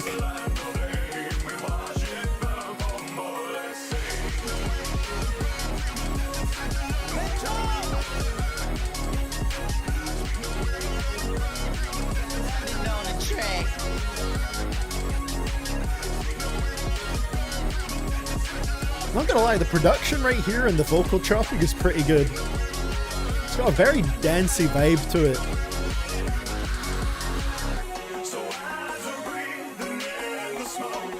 You know what, this delivery is pretty strange and unique, but you know the kind of way it works for me? It works for me in a sort of Mario Judah kind of sense, where it's like, oh, this sounds like a Disney villain delivering the vocals, but in a way that's actually kind of hard because it has really like solid fitting production surrounding it.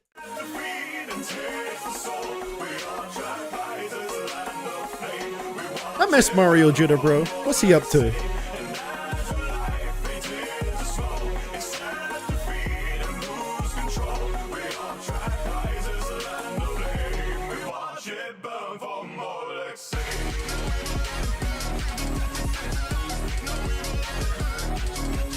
Hey.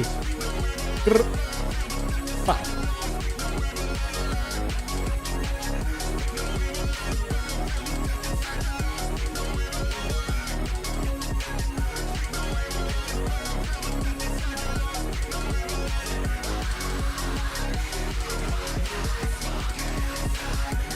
Whoever produced this went absolutely crazy.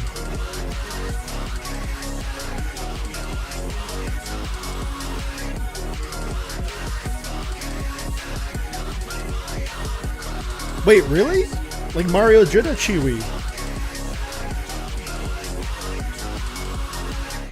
Honestly, that was kind of hard. I'm not gonna lie. It was, like I said, that Mario Judah style of delivery where it feels like you're listening to a Disney villain rapping. But I think it really worked with how insane and danceable the production was. It was very energetic. I like the little Jersey Club kicks inclusion in here. I thought that was just an extremely energetic track, and honestly, I had fun with it once I started to get used to the delivery, which was maybe slightly unorthodox, but it worked the more that it went on. I'm gonna give it a 7. You know what? It's not something I would listen to outside, or not something that I would discover outside of the streams, but listening to it on here, tell me that shit wasn't hard.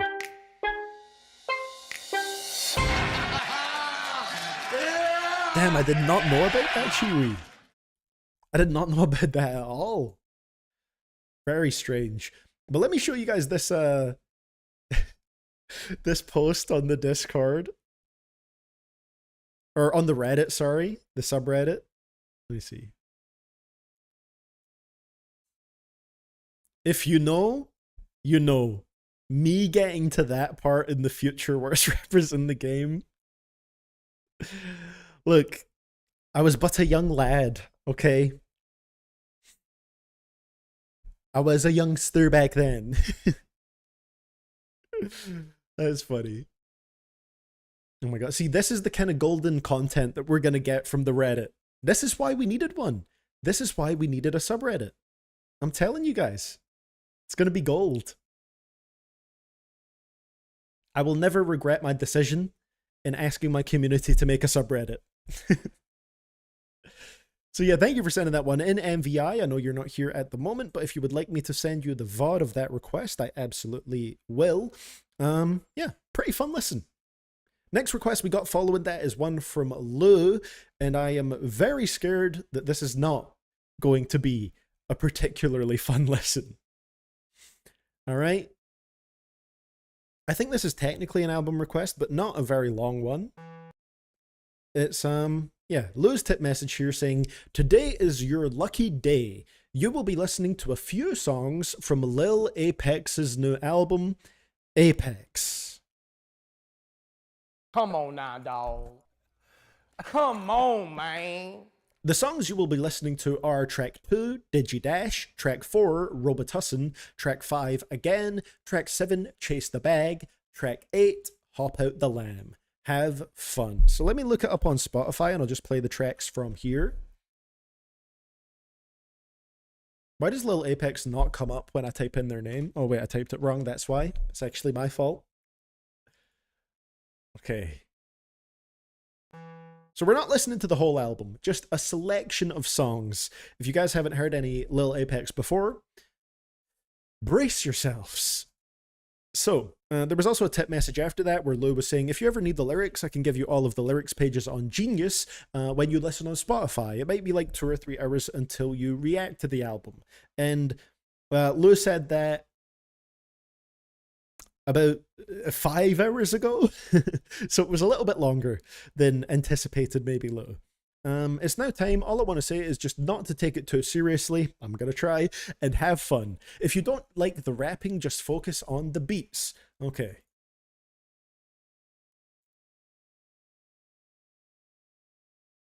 I do usually have quite a hard time enjoying Lil Apex music, but I'm going to try. All right. You ready for this, Joe? Is everybody ready? Let's do it. Lil Apex, Digidash. Just a few select tracks from their album Apex.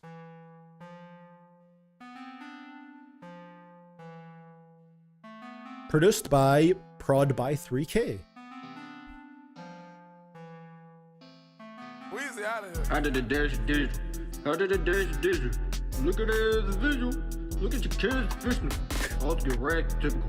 Your diamonds glass, not mineral. Look at her Smoke on the ass, gas, it's level. visual. Move to fan, no biblical. I did the dash digital. I did the dash digital. Look at it as a visual. Look at your cash fishing. Look at your All to get cash, racked, it's typical. fictional. Your diamonds glass, no mineral. Smoke on the gas, that's literal. Move to fan, no biblical. Real fucking music, let's go. That's that real music, man. Come back home. Yeah. Shout out 3K. Money on everything that matter. You drink mud, out of the bottle. Baby, this baby be like your model. I take a cop, she trying to swallow. Bitch go fill her up with them hollows. Get inside of the booth right mouth. Get inside of the booth and write a novel. When he made Don I got 33 shots and killed it. I ain't no Ian Connor. Dripping too hard, that little bit. Not the Ian Connor 33 bars. That is, of course, a reference to okay, I'm not even gonna do the meme. Just look up Ian Connor 33. Alright? Look it up and you'll know what that's all about. Fuck that man. Serving my auntie, that white girl. Madonna, that white girl. Pull up in the bird of your cook. Obama. Pulled up in the private plane. Osama. Chopper one punch his ass. Pulled up on the private plane, Osama? I did a digital there. While I fuck up some comma. I did a dash digital. I did a dash digital. Look at it, visual. Look at it. Look at your kids fishing. Look at it. Hope you wrecked. Your diamonds glass, not mineral. Smoke on the gas, literal. Move to fan, no biblical. I did a dash digital. I did a dash digital. Look at it, visual. Look at your cash fishing. Hope you wrecked. Your diamonds glass, no mineral. Smoke on the gas, that's literal. Move to fan, no biblical. Shoot, yo, man, I don't know who Ian Connor is, but fuck Ian Connor. Let's just say the 33 thing surrounding Ian Connor is 33 allegations from 33 different people. Which is a big number, I'm sure you'll agree.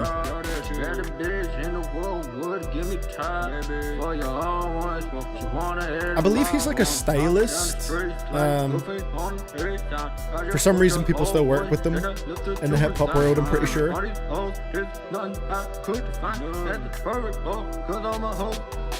Oh, I see. That's after you looked it up. Oh, I understand now, Joe. Look at it, visual. Look at it. Look at your kids fishing. Look at it. Hope you wrecked. Typical. Your diamonds glass, not mineral. Smoke on the gas, literal. Move to fan, no biblical. I did a dash digital. I did a dash digital. Look at it, visual.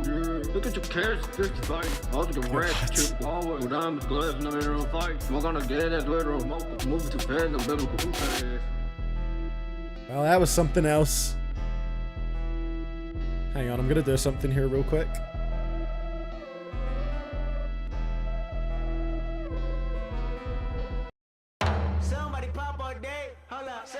Hold on, is that good music playing on the queue? My bad.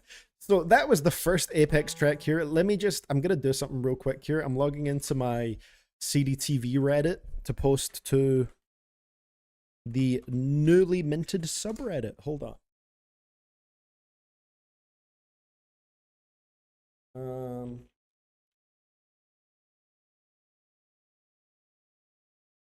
Okay, just give me a second here, guys.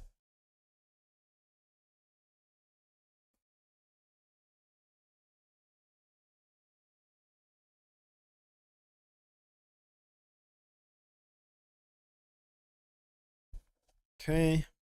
Just making my very first post on there. It's a very important moment here.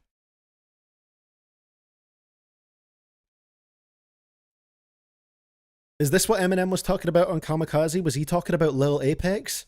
The hatata batata?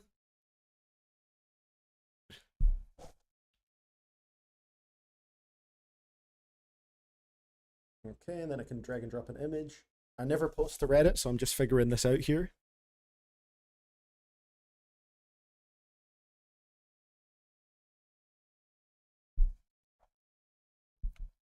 There we go. First post on the subreddit. Do you guys want to see it?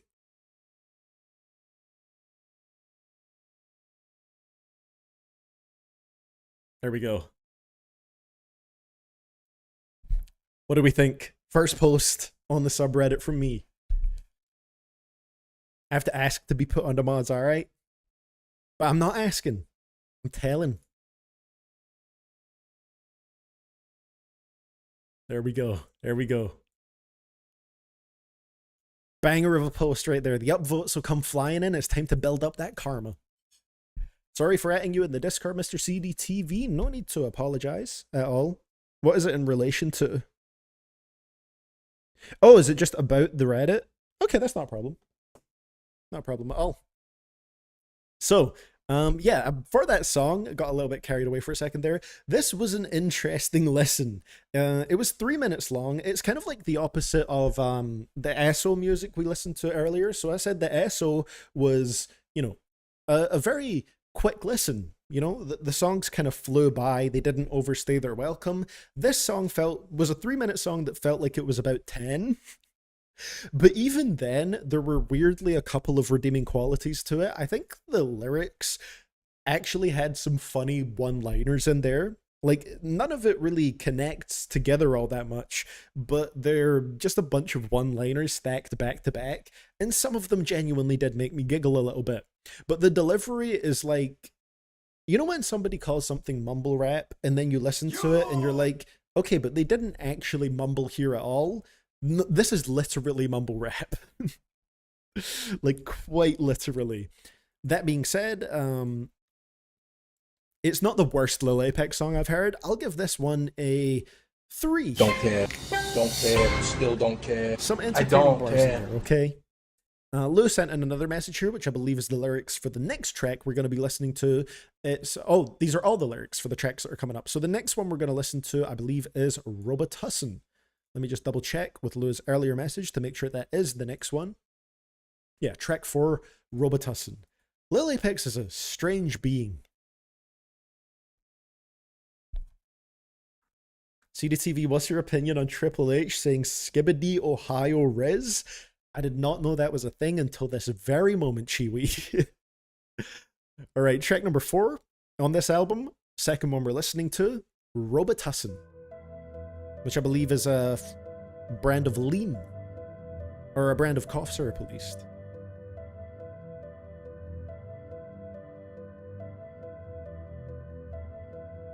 If you know where I'm from, no trusting. Because the odds always want me rusted. They want me every day. I've been shipping rubber touching. I tried to quit this shit, but I couldn't adjust it. I can't. Every day, they calling on me for something. Look, realize that they just call me for nothing. But it would cost. That was very loud, sorry guys. At least it was for my headphones. Get to the street, mugger, it's getting colder than cold. Always keep a gut on my ulcer fit. You think you're behind, wanna struggle when. Now this is sleepy music right here. To become sober, they want me because the codeine is on my corner. What a weirdly produced track. There's like random guitar strings in there for some reason. I need a crazy big little toe. Yeah, crazy. Always gotta get myself loaded. Loaded up. Would chop on me, call the corner. Call the corner.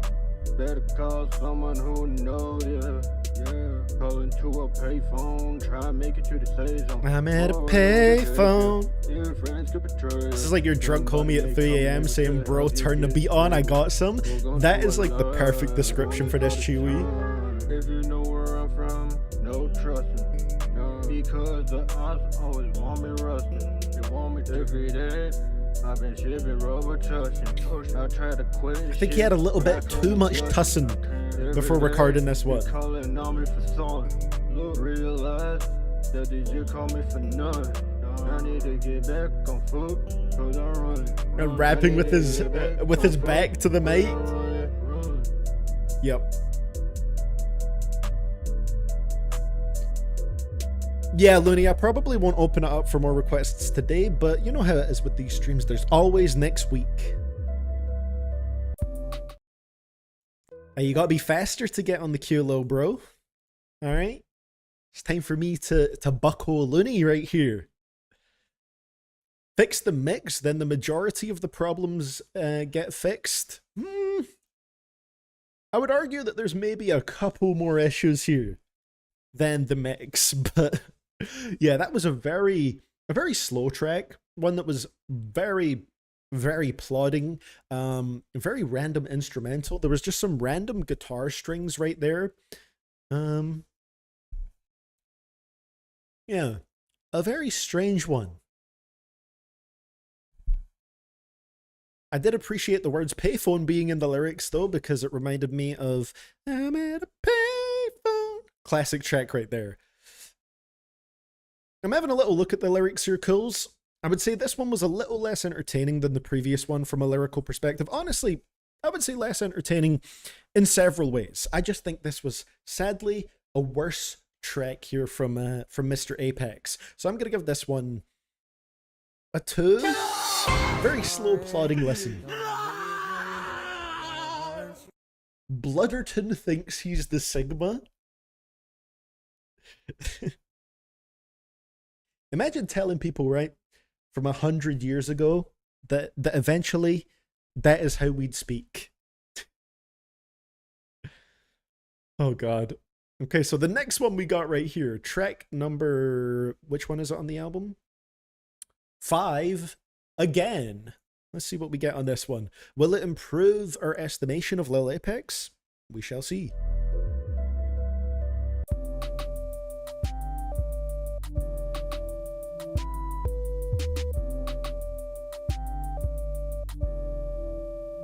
Shout out 3K, yeah, on the ass again. Push into yards, sitting trends. We still gonna be here till the end. What is that little twang? In the spin. And your bitch and she a 10. Took her to my room to vent.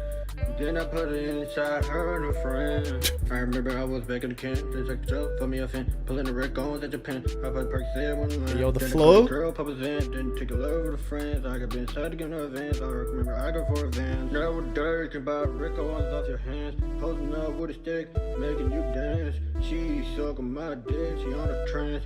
Pull up on your hood.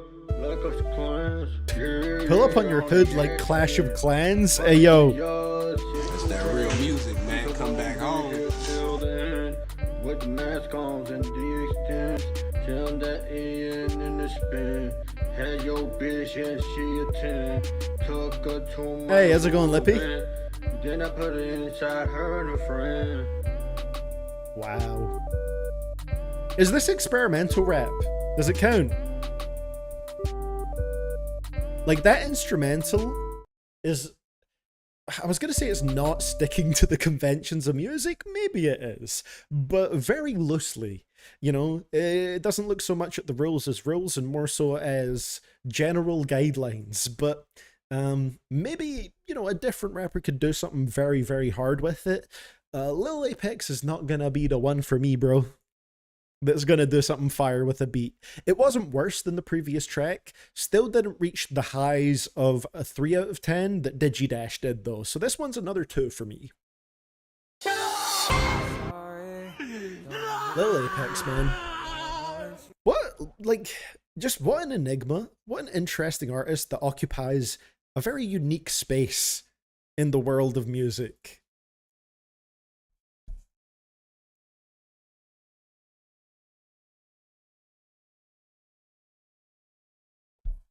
The beat literally sounds like those music notes from Minecraft. Hey, maybe that's what I'm missing here. You know, I'm not seeing the genius in the production right here. So the next track we got from Lil Apex is track number 7, Chase the Bag. Let's see how this one goes.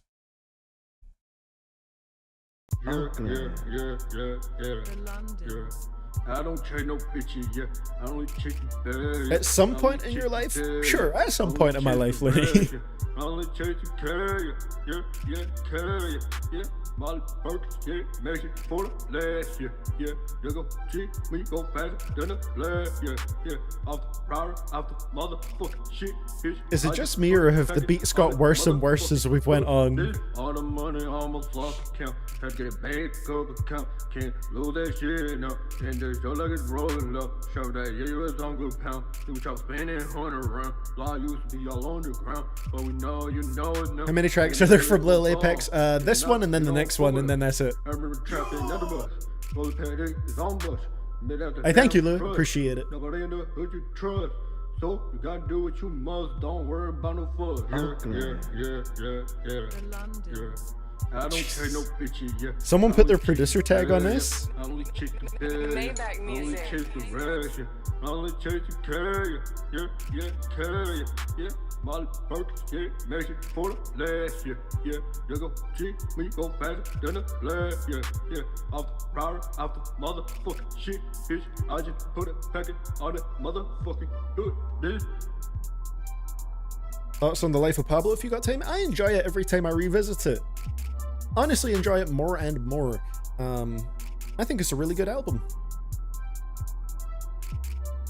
It's also a pretty nostalgic one for me because it was one of the earlier Kanye albums that I checked out while it was like a new release. I remember I listened to that album at the gym for the first time. I remember the exact treadmill I was on and the location it was when I listened to that album. So there's a fun thing right there. I also remember in that same gym, I have a weird memory of like a couple weeks later, this other guy came up to the gym and he was playing some music through his speaker and he was playing Father Stretch My Hands Part 1 on loop while he was working out.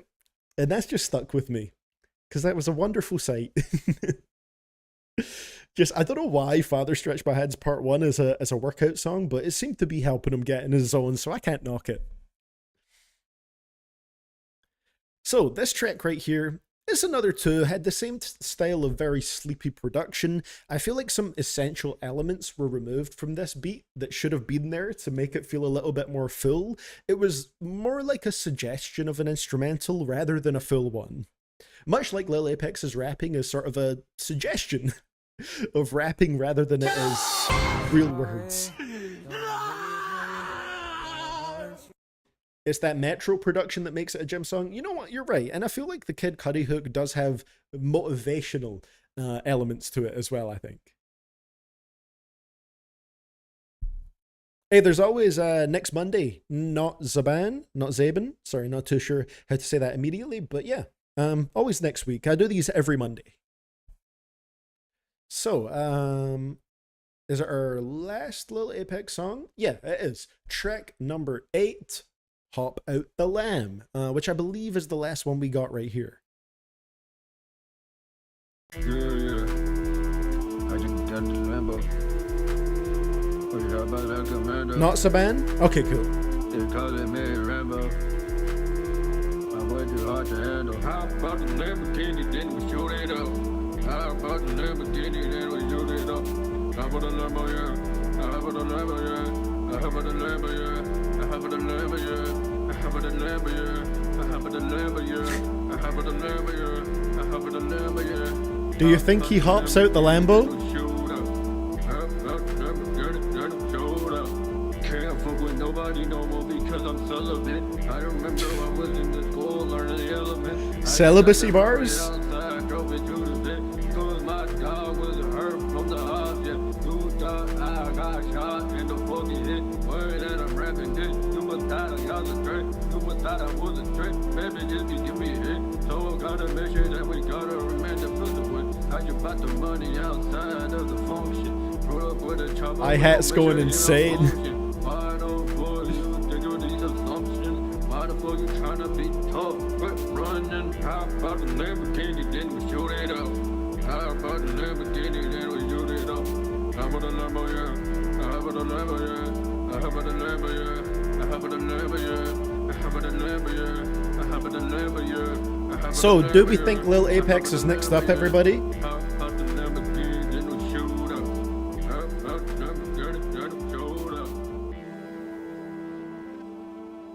Damn.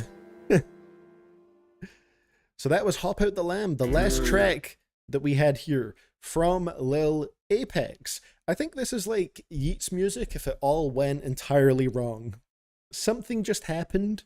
You know, it's like a butterfly effect moment. Something happened early on that just changed the trajectory of his career, and maybe in another universe he ends up becoming Lil Apex. This one, you know, the album is consistent in some ways, but it's consistently like a tune. Oh my god. Interestingly, one of the more repetitive tracks from Lil Apex. If you can give him one thing, the earlier tracks haven't been quite as repetitive as this one was. So an overall rating for the tracks that we did here, which was just a few, not the whole album, just a selection of tracks from it, it averages out to about a 2 overall.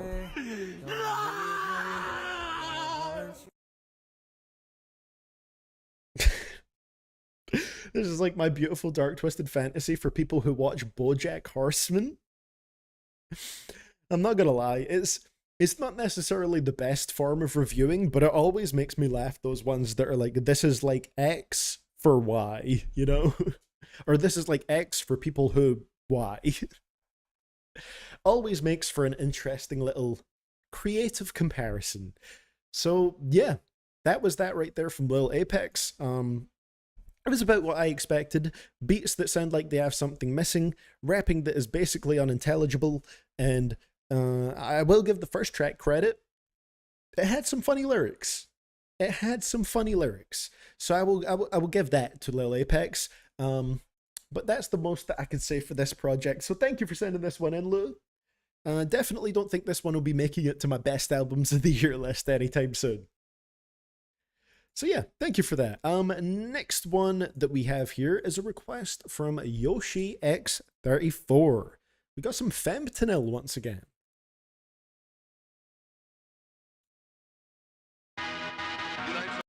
And it features Danny Brown. This should be pretty fun. Let me get the lyrics up.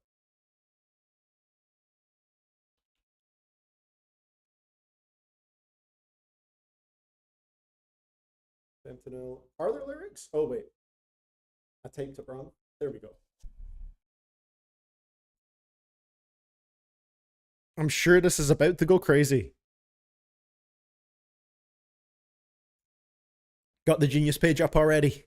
So, yeah, Yoshi is saying for this one, hello, I played Fentanyl back in August. It was mentioned then that Danny Brown had shouted out Fentanyl and had mentioned that he wanted to work with her. That song has now released around 6 days ago. Hell yeah, I remember Fentanyl and Danny Brown being mentioned together on that stream in some way.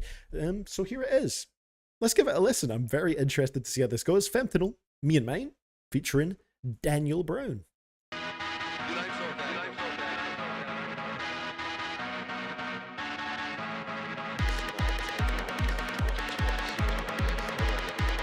Honestly, it's never my arms that get tired, Sia. The main thing that gets worn out is my neck. I think it's all the head bobbing.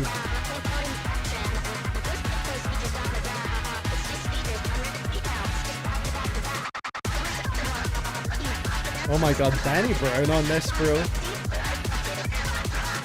I'm already anticipating it.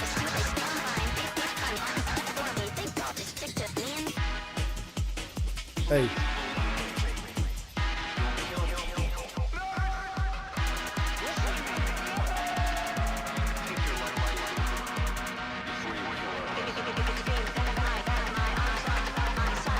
I have thought about investing in a mic stand, I just haven't done it yet.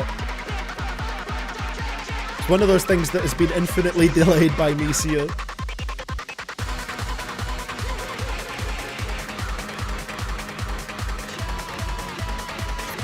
What an interesting beat and interesting vocals. Can't remember how much this mic was. Let me double check. Hold on.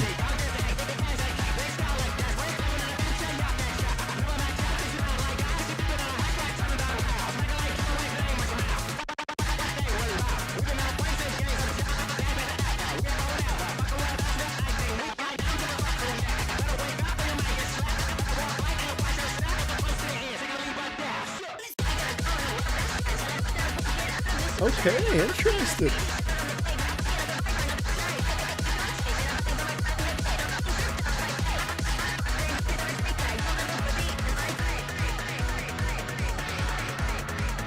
I did like the TV background setup, Joe. That was a good one. It doesn't, I need to like move things around to make it work in this apartment, but I could try it out, see how it looks.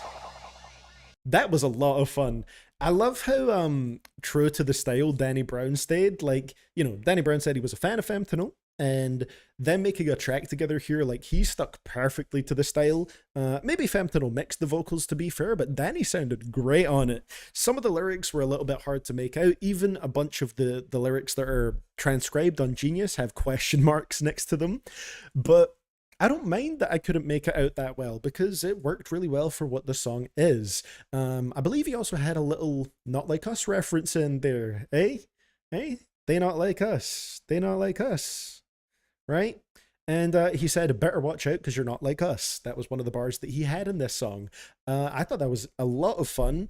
The beat was very dancey in a what would I say, like a Dance Revolution kind of way, if that makes sense. And yeah, Fentanyl was really good as well, of course. The vocals were basically impossible to make out at a lot of parts if you weren't reading along with the lyrics, but unlike with Lil Apex, I don't mind it here. It works as a stylistic choice here. I'd give that one like a high 7 to a low 8 because I think it was a blast. Probably like a high 7.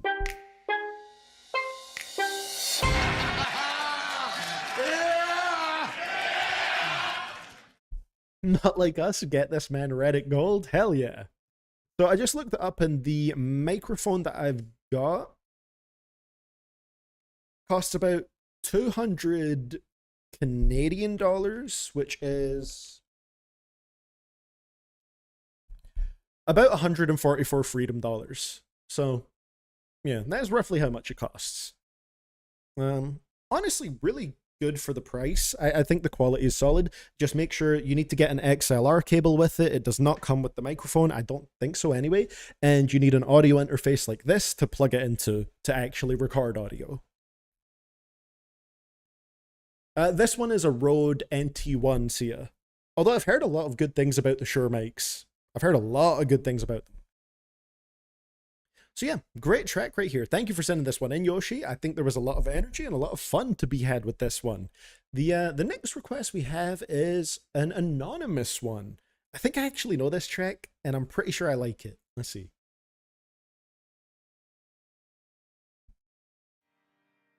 Oh, this is gonna be a blast from the past for me. I used to listen to this back in the old high school days. So this is The Force by Kyle. You might remember Kyle from back in the day. He had the song I Spy with Lil Yachty. 2017, I believe, XXL Freshman. Made a bunch of other tracks. This is from his album called Smile. The anonymous donator here is saying, hey G, this song is the first track off of Kyle's Smile album. His music has always ranged from the worst trash, like I Spy. I don't mind that song. I actually kind of like it. To some good songs, in my opinion. Wanted to know what you thought. You are a definitive GOAT. Thanks. I appreciate that. Thank you for sending this in. And yeah, I quite like this track. I think it's got that sort of like fun, nerdy energy that a lot of Kyle's earlier music had.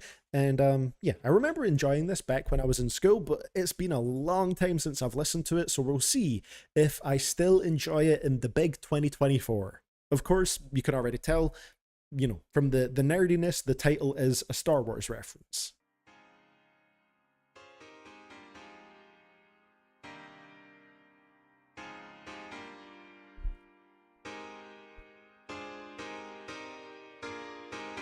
Kyle had the song where Yachty said something about his balls or something, yeah.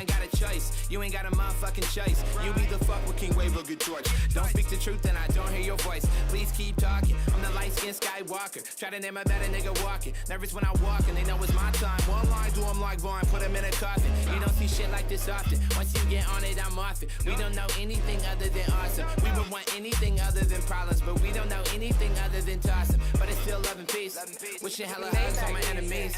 Flow so sick, oh shit, touch no Smith. I'ma blow their ass to some smithereens. Boom, boom, boom, boom, boom, boom. All they wanna shoot my star shit down. I'm a fly. I remember always liking the hook for this one.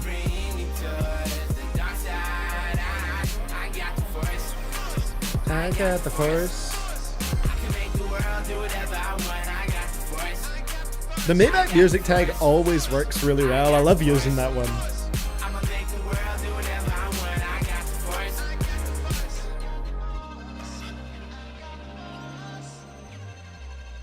Alright, Looney, it's time to ban you for that message. Let's see. Hide user on this channel. I'm just messing around. I won't click it just for the bit, just in case I don't know how to undo it. Shut the fuck up and listen, dog. You niggas must have been tripping, dog. Who in the fuck is you kidding? Thinking that I don't go 100% of ya. 100% of the time that I'm in it, dog. Wondering why you not getting far. That's cause you don't really get it, dog. Your shit just don't have a message. And based on your visuals, I see you don't see the vision, dog. They order me to your city and pay me the money and all the attention, dog. And they gon' cover the travel for me and my niggas to cover the shipping, dog. Yeah, a sense to envy. For the dark side, oh, good, Looney. Young bass window doing what they pretend do. Can't do that to a fellow Canadian, you know. Pew, pew, pew, pew. I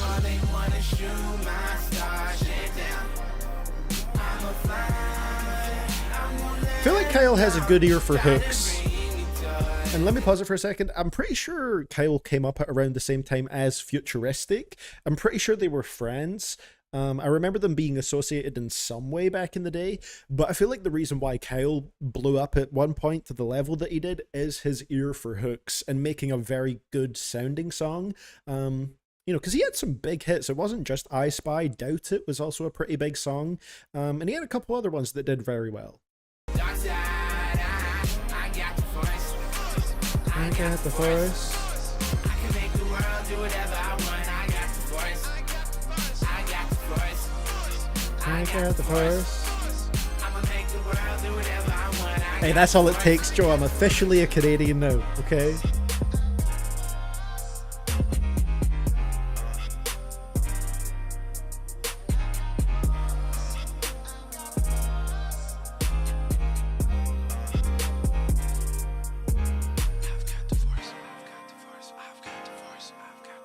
Yeah, I still enjoy it. I don't know if I enjoy it as much as I did back when I was in high school, but still a very good song if you ask me.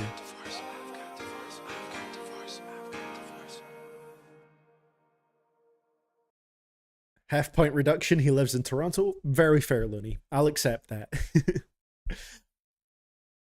So this song right here, yeah, one that I used to listen to in school, like I said, I still enjoy it. I think the verses are solid, but my favorite part of it is the chorus. I feel like the chorus, Kyle has a solid singing voice on it. It's catchy enough. The production is pretty solid. I like the whole pew, pew, pew, pew, pew, pew part.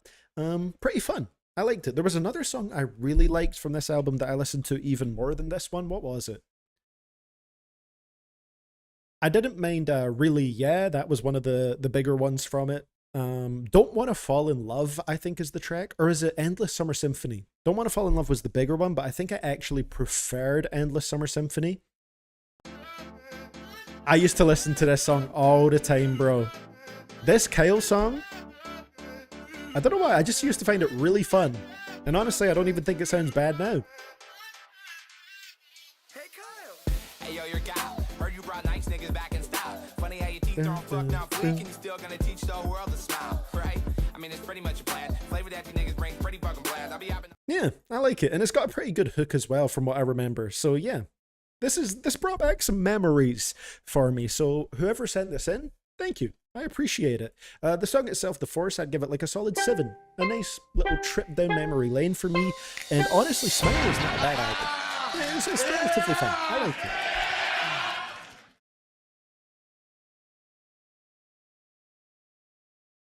Da, da, da, da, da, da, da. Endless has the breakdown. Yeah, Endless Summer Symphony is a banger of a song. I really like it. So, 2 songs left indeed. There is only 2 left on the queue. We're going to finish right about 8 p.m., which is pretty good timing if you ask me. That's kind of like the time I wanted to go until today. This next one is another one from Yoshi X34. Let's see what we get. I got the force. Carter Ace with I Think I'm Normal. Have I heard this one? It looks somewhat familiar, but I can't remember. If I did, it was like a long time ago. I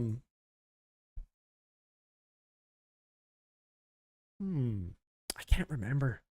Yoshi is saying for this one, thought I'd sneak this in real quick before the queue closing. It's just that the title looks familiar, but I can't remember if it was this song or maybe a different one from Carter Ace, or maybe I just haven't heard it and I can't keep track of things. Who knows what the true answer is? Let's give it a listen and see what I'm thinking about it, Yoshi. Thank you for sending this one in.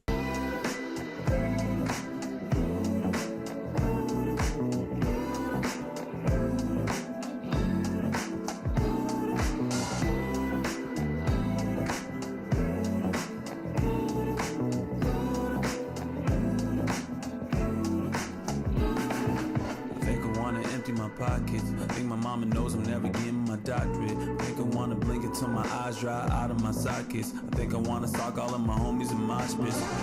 I think I wanna rent an apartment, a school mattress. I'ma go and lay in the coffin and drink till I'm nauseous and be so obnoxious. And probably live alone cause I don't have any options, yeah. I feel your brain, I see your brain, I know the way you work. I feel your brain, I know you. So you think about that when you die, homie. Wow, that was a wonderful message, Chewy. That made me tear up a little bit. Still at it, archive. Been almost 7 hours at this point now, yeah. Been a very good one today, I think. I'm so important, I'm fucking gorgeous. Prioritize myself cause hell I know I'm awesome. How's your day been archived? Lots of vulture leaks. Don't deport me. I think that I'm a threat to my development. I think my life is better when I'm celibate. Immediate attention ain't the best, and I surround myself with stress that I just gotta keep the pressure down, yeah. Not to draw a Lil Apex comparison to this song, but I believe Lil Apex was also talking about being celibate.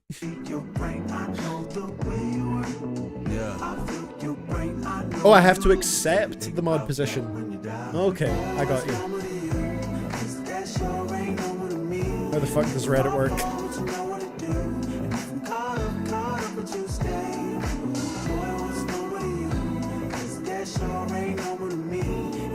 I'm on the team. Let's go.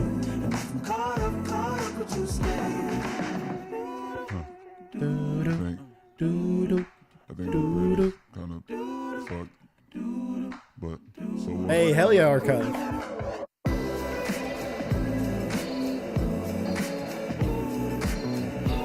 How the fuck does Reddit work in RXK nephew voice? That does sound like one of his bars.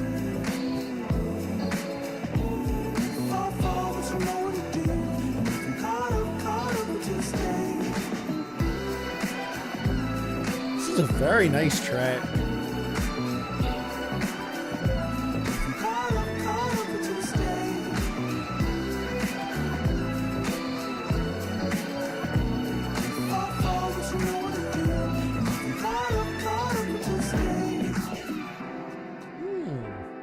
Very nice.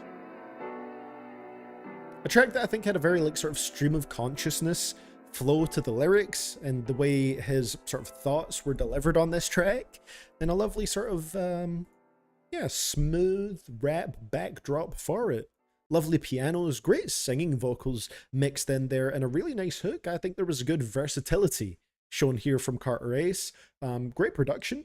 Great vocals. Love the lyricism as well, honestly, and the sort of direction that this track went in with that. And this whole like sort of scatterbrained look, I guess, at Carter Ace. I thought that was really fun and quite a nice, refreshing listen.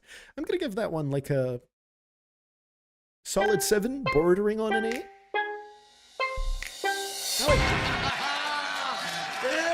Oh no, that's actually true, B. CDTV is now a Reddit mod and a Discord mod. I'm really gonna have to let the neckbeard portion grow out now, you know? got to fit the image. But yeah, great listen right there. So thank you for sending that one in, Yoshi. I thought that was quite different to the Fentanyl track, which you also sent in. But again, another good one, another very nice vibe. Loved listening to that. And so with that being said, time to get into the Q closer for the day. This one was sent in by Totem Pole Joe, and we got a relatively decent length one to close it out, 366 seconds to be specific. The video is not available. We're off to a flying start. For some reason, I cannot listen to this over here, but I will get it up on Spotify. This is Judas Priest with Painkiller.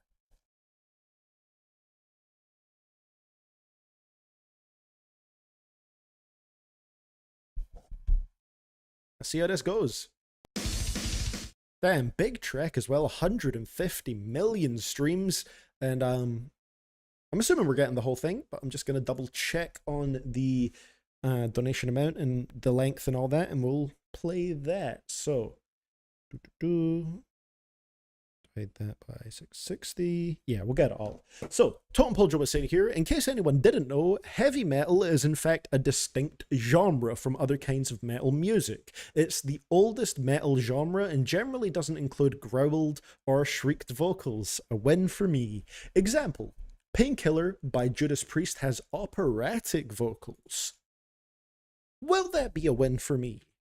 I guess we'll see. I've never been a big fan of operatic vocals on their own, but I'm not going to say they can't be utilized in a very cool way, and I think this should be an interesting mix. So, Painkiller, Judas Priest, Q closer for the day.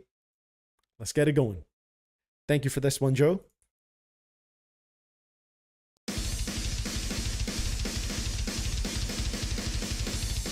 Oh yeah, is Tyler next Monday? Is that right? I forgot the rollout was so immediate.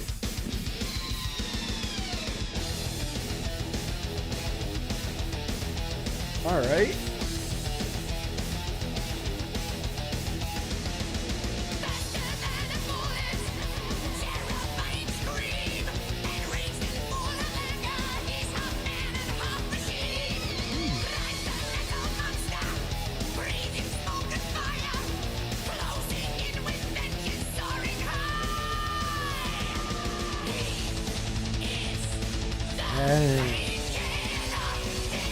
Like a lot of like metal stuff, I really respect the production, the instrumentals.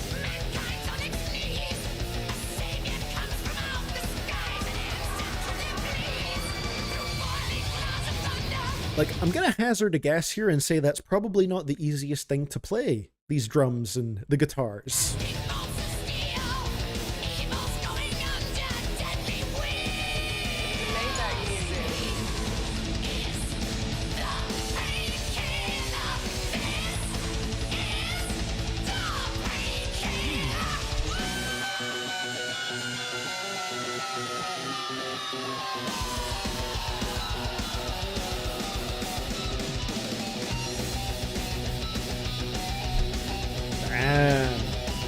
Energy on this is nutty. I'm not sure if I love the vocals, but my god.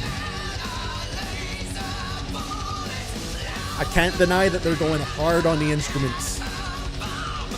There's a Lancey Foe song over a chamber orchestra? Oh my god.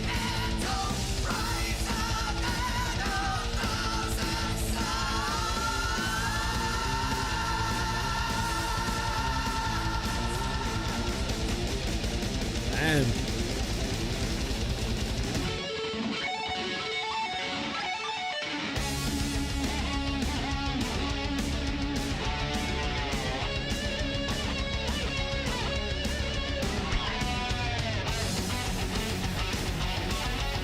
Okay, now we got a bit of a solo. I can get into it.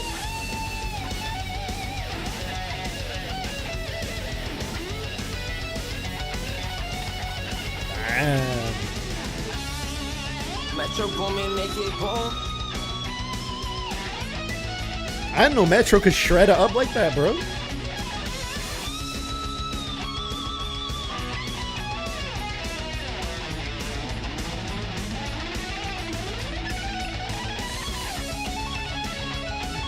God.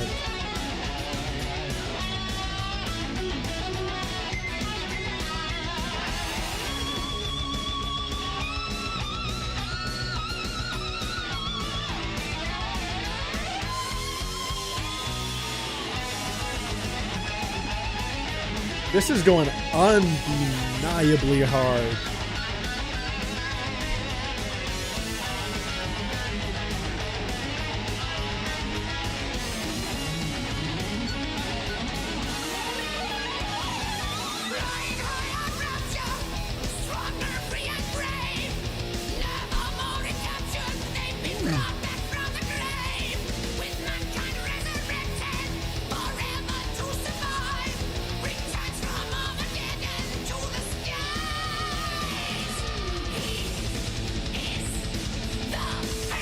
Painkiller. Painkiller.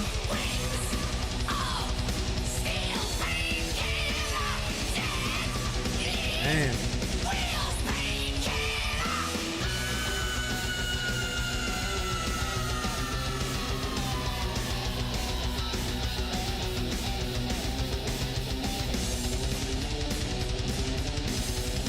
I don't really love the vocals on this, but man, the instrumental sections.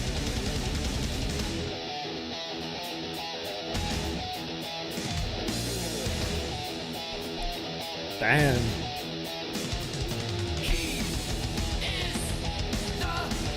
Killer.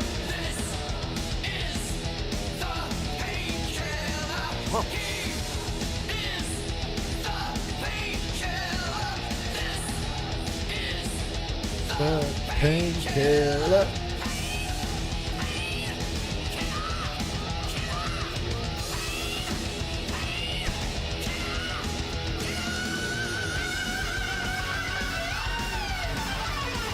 That last bit of the vocals there, very impressive, I will say that.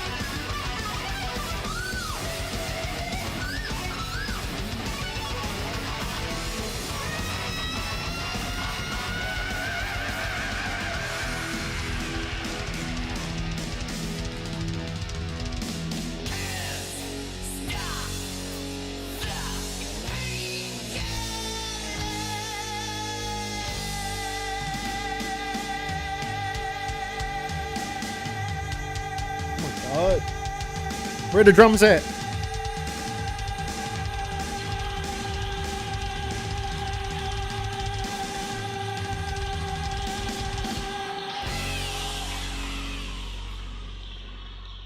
Bro.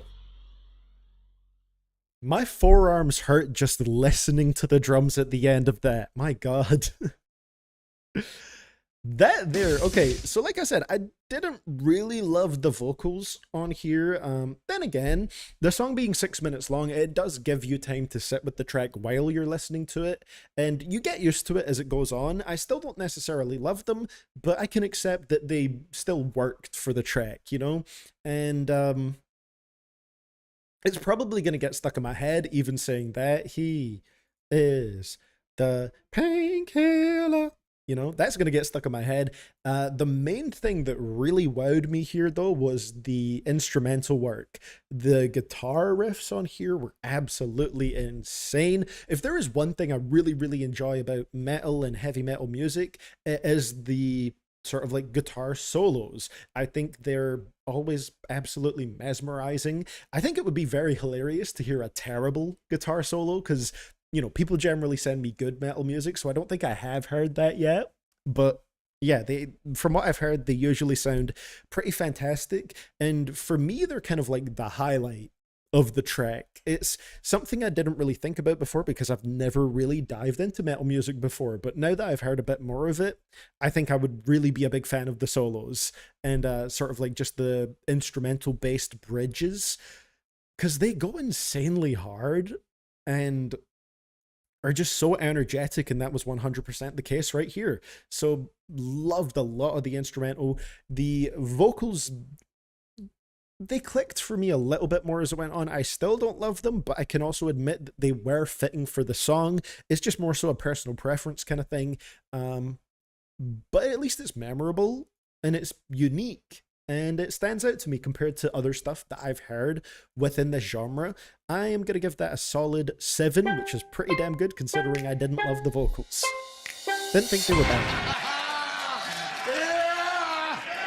Did sounds like that guy from Tales from the Crypt. Yeah, it's those kind of... How would you even describe them? high pitched, thin, sort of ghostly, not ghostly, more, I don't know, what's a very kind of screechy creature, sort of in that kind of vein. The worst guitar solo I've ever heard is on Abracadabra by Steve Miller Band, but I'm certain there are worse ones. Is that not the one Eminem sampled for Houdini? Also, you gotta respect how difficult it is to sing vocals like that. 100%. I can respect that. I imagine that is no easy task. I've said it before on my streams, but my voice wears out after just 7 hours of talking on these streams. So I can't imagine what would happen if I was trying to, sing maybe like a set list for like even an hour with these kind of vocals. Must be absolutely insane and very strenuous. So I can respect it. I think that's a very cool track, one that I definitely respect, and one that honestly I would come back to just because of how hard the instrumental was and how insane the solo parts of it were. I can give it major points for that, so thank you for sending that one in, Joe. And I think that's a very good one to close out the stream with because of how hard it went, and it just has that sort of closing track feel to it. Grand, dramatic, hard-hitting. Exactly what it should be.